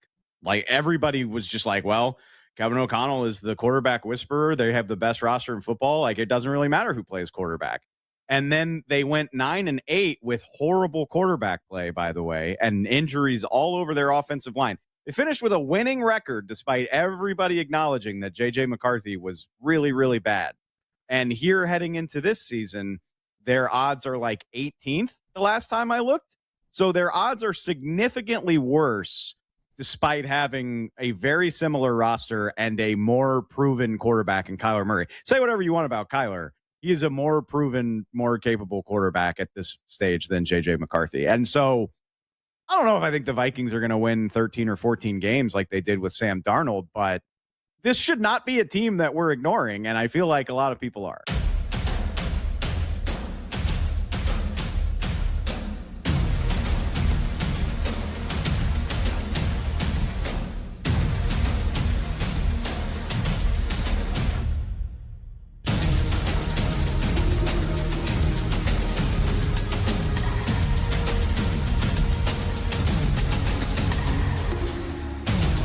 When the game goes live, the conversation turns up. BetMGM Tonight continues now.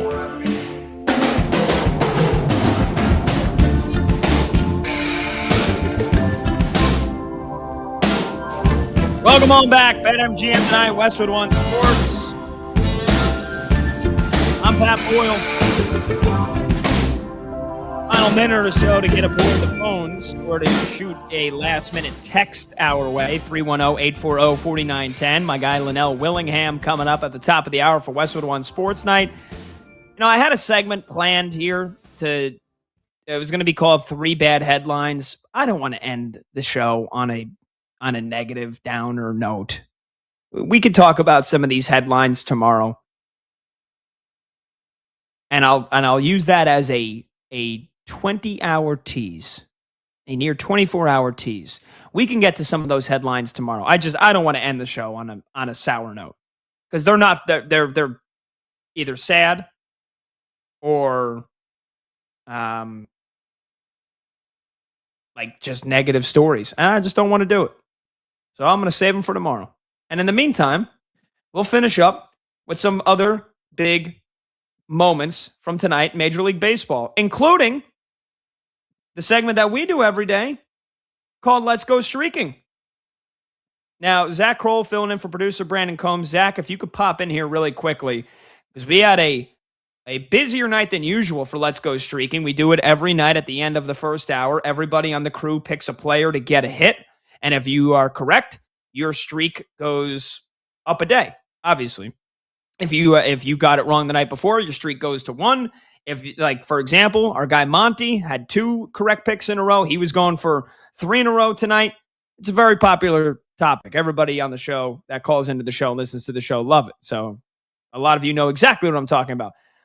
Zach, we had a very busy show tonight because we have you filling in. We've got Grant Leader filling in. Our guy Lee got involved. And so we had 6 picks in total. Now, I know my guy Paul Goldschmidt got a hit. I know that Monty's guy Seiya Suzuki got a hit. I know that Grant's guy Nico Horner got a hit. You had who? I had Wilson Contreras. He's currently going up against the A's. Vegas leads 1-0, bottom of the 5th. The Red Sox, as a team, don't even have a hit yet. So still waiting for Wilson to get it done. Okay. And I know that Brad had PCA. He's 0 for 1 with 2 walks. So we're still waiting on Brad. We're still waiting on Wilson Contreras. And then Lee had Jeremy Pena. Did Jeremy Pena get a knock? I don't believe so yet. Okay. All right. So we're going to see if we can pull off the mystical, rare 6 for 6. But that's how we'll leave you on what has been a pretty good night for Let's Go Streaking. Fun show. Thanks to everybody working on the show. Thank you, Zach. Thank you, Monty. Thank you, Grant. Thank you, Lee. Thank you, Brad. I'm Pat Boyle. We'll see you tomorrow, 6 p.m. Eastern. BetMGM Tonight.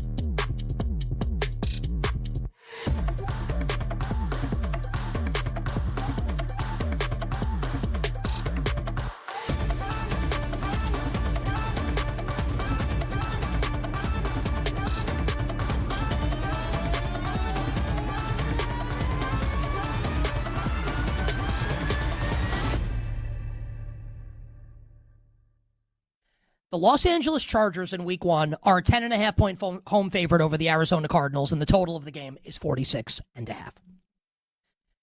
Think about how we are viewing these two teams entering the year. The Chargers are one of the sexy teams, right? Mike McDaniel is now running the offense. Everyone, including me, this is like, I've said it's like going from a Pinto to a Ferrari. Greg Roman to Mike McDaniel. Rashawn Slater, Joe Alt, one of the best, if not the best tackle tandems in the NFL, are going to be back. Justin Herbert, Jim Harbaugh, lots of positive buzz around the LA Chargers. Okay. The Arizona Cardinals, favored at BetMGM to have the least wins in the NFL this season. Everyone thinks they're going to be terrible. Settled for Mike LaFleur as the head coach. Jacoby Brissett will be the week 1 starting quarterback, assuming health for this team. So one team in the Chargers all the way up, and the Arizona Cardinals expected to be at the bottom. Does that interest you already from a betting perspective? It interests me. For me, the Arizona Cardinals are actually not the worst team in the league. They're not. There's legit talent on defense, especially if they stay healthy. The offense, actually, I'm not saying they're good, but they are way better than the Miami Dolphins, for instance. The reason why the Cardinals are favored, plus 200 at BetMGM, to have the least number of wins in the NFL is because they play in the impossible NFC West. And they're going to lose 6 games in division, 2 to the Rams, 2 to the Seahawks, 2 to the Niners. And I admit that. And I think it's likely that Jacoby Brissett, Gardner Minshew, and Carson Beck will all start games this year for Arizona at quarterback. They are not going to be good. They could have the first pick in the draft when it's all said and done. But in week 1, Jacoby Brissett starting.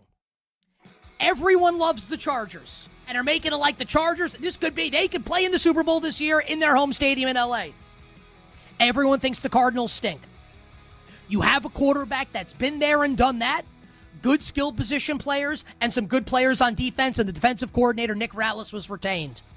Give me the Cardinals, plus 10.5 on the road at the Bolts. Oh, hell yeah.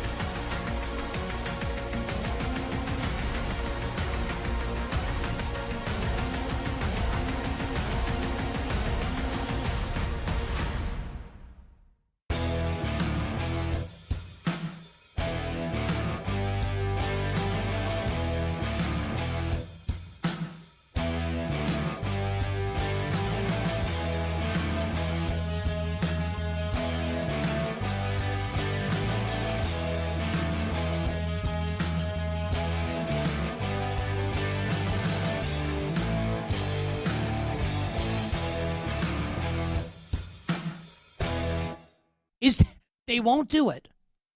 But should the Sixers actually sit him the entire year, 0 of 82 games, and make sure Embiid's healthy for the playoffs, they'll never do it?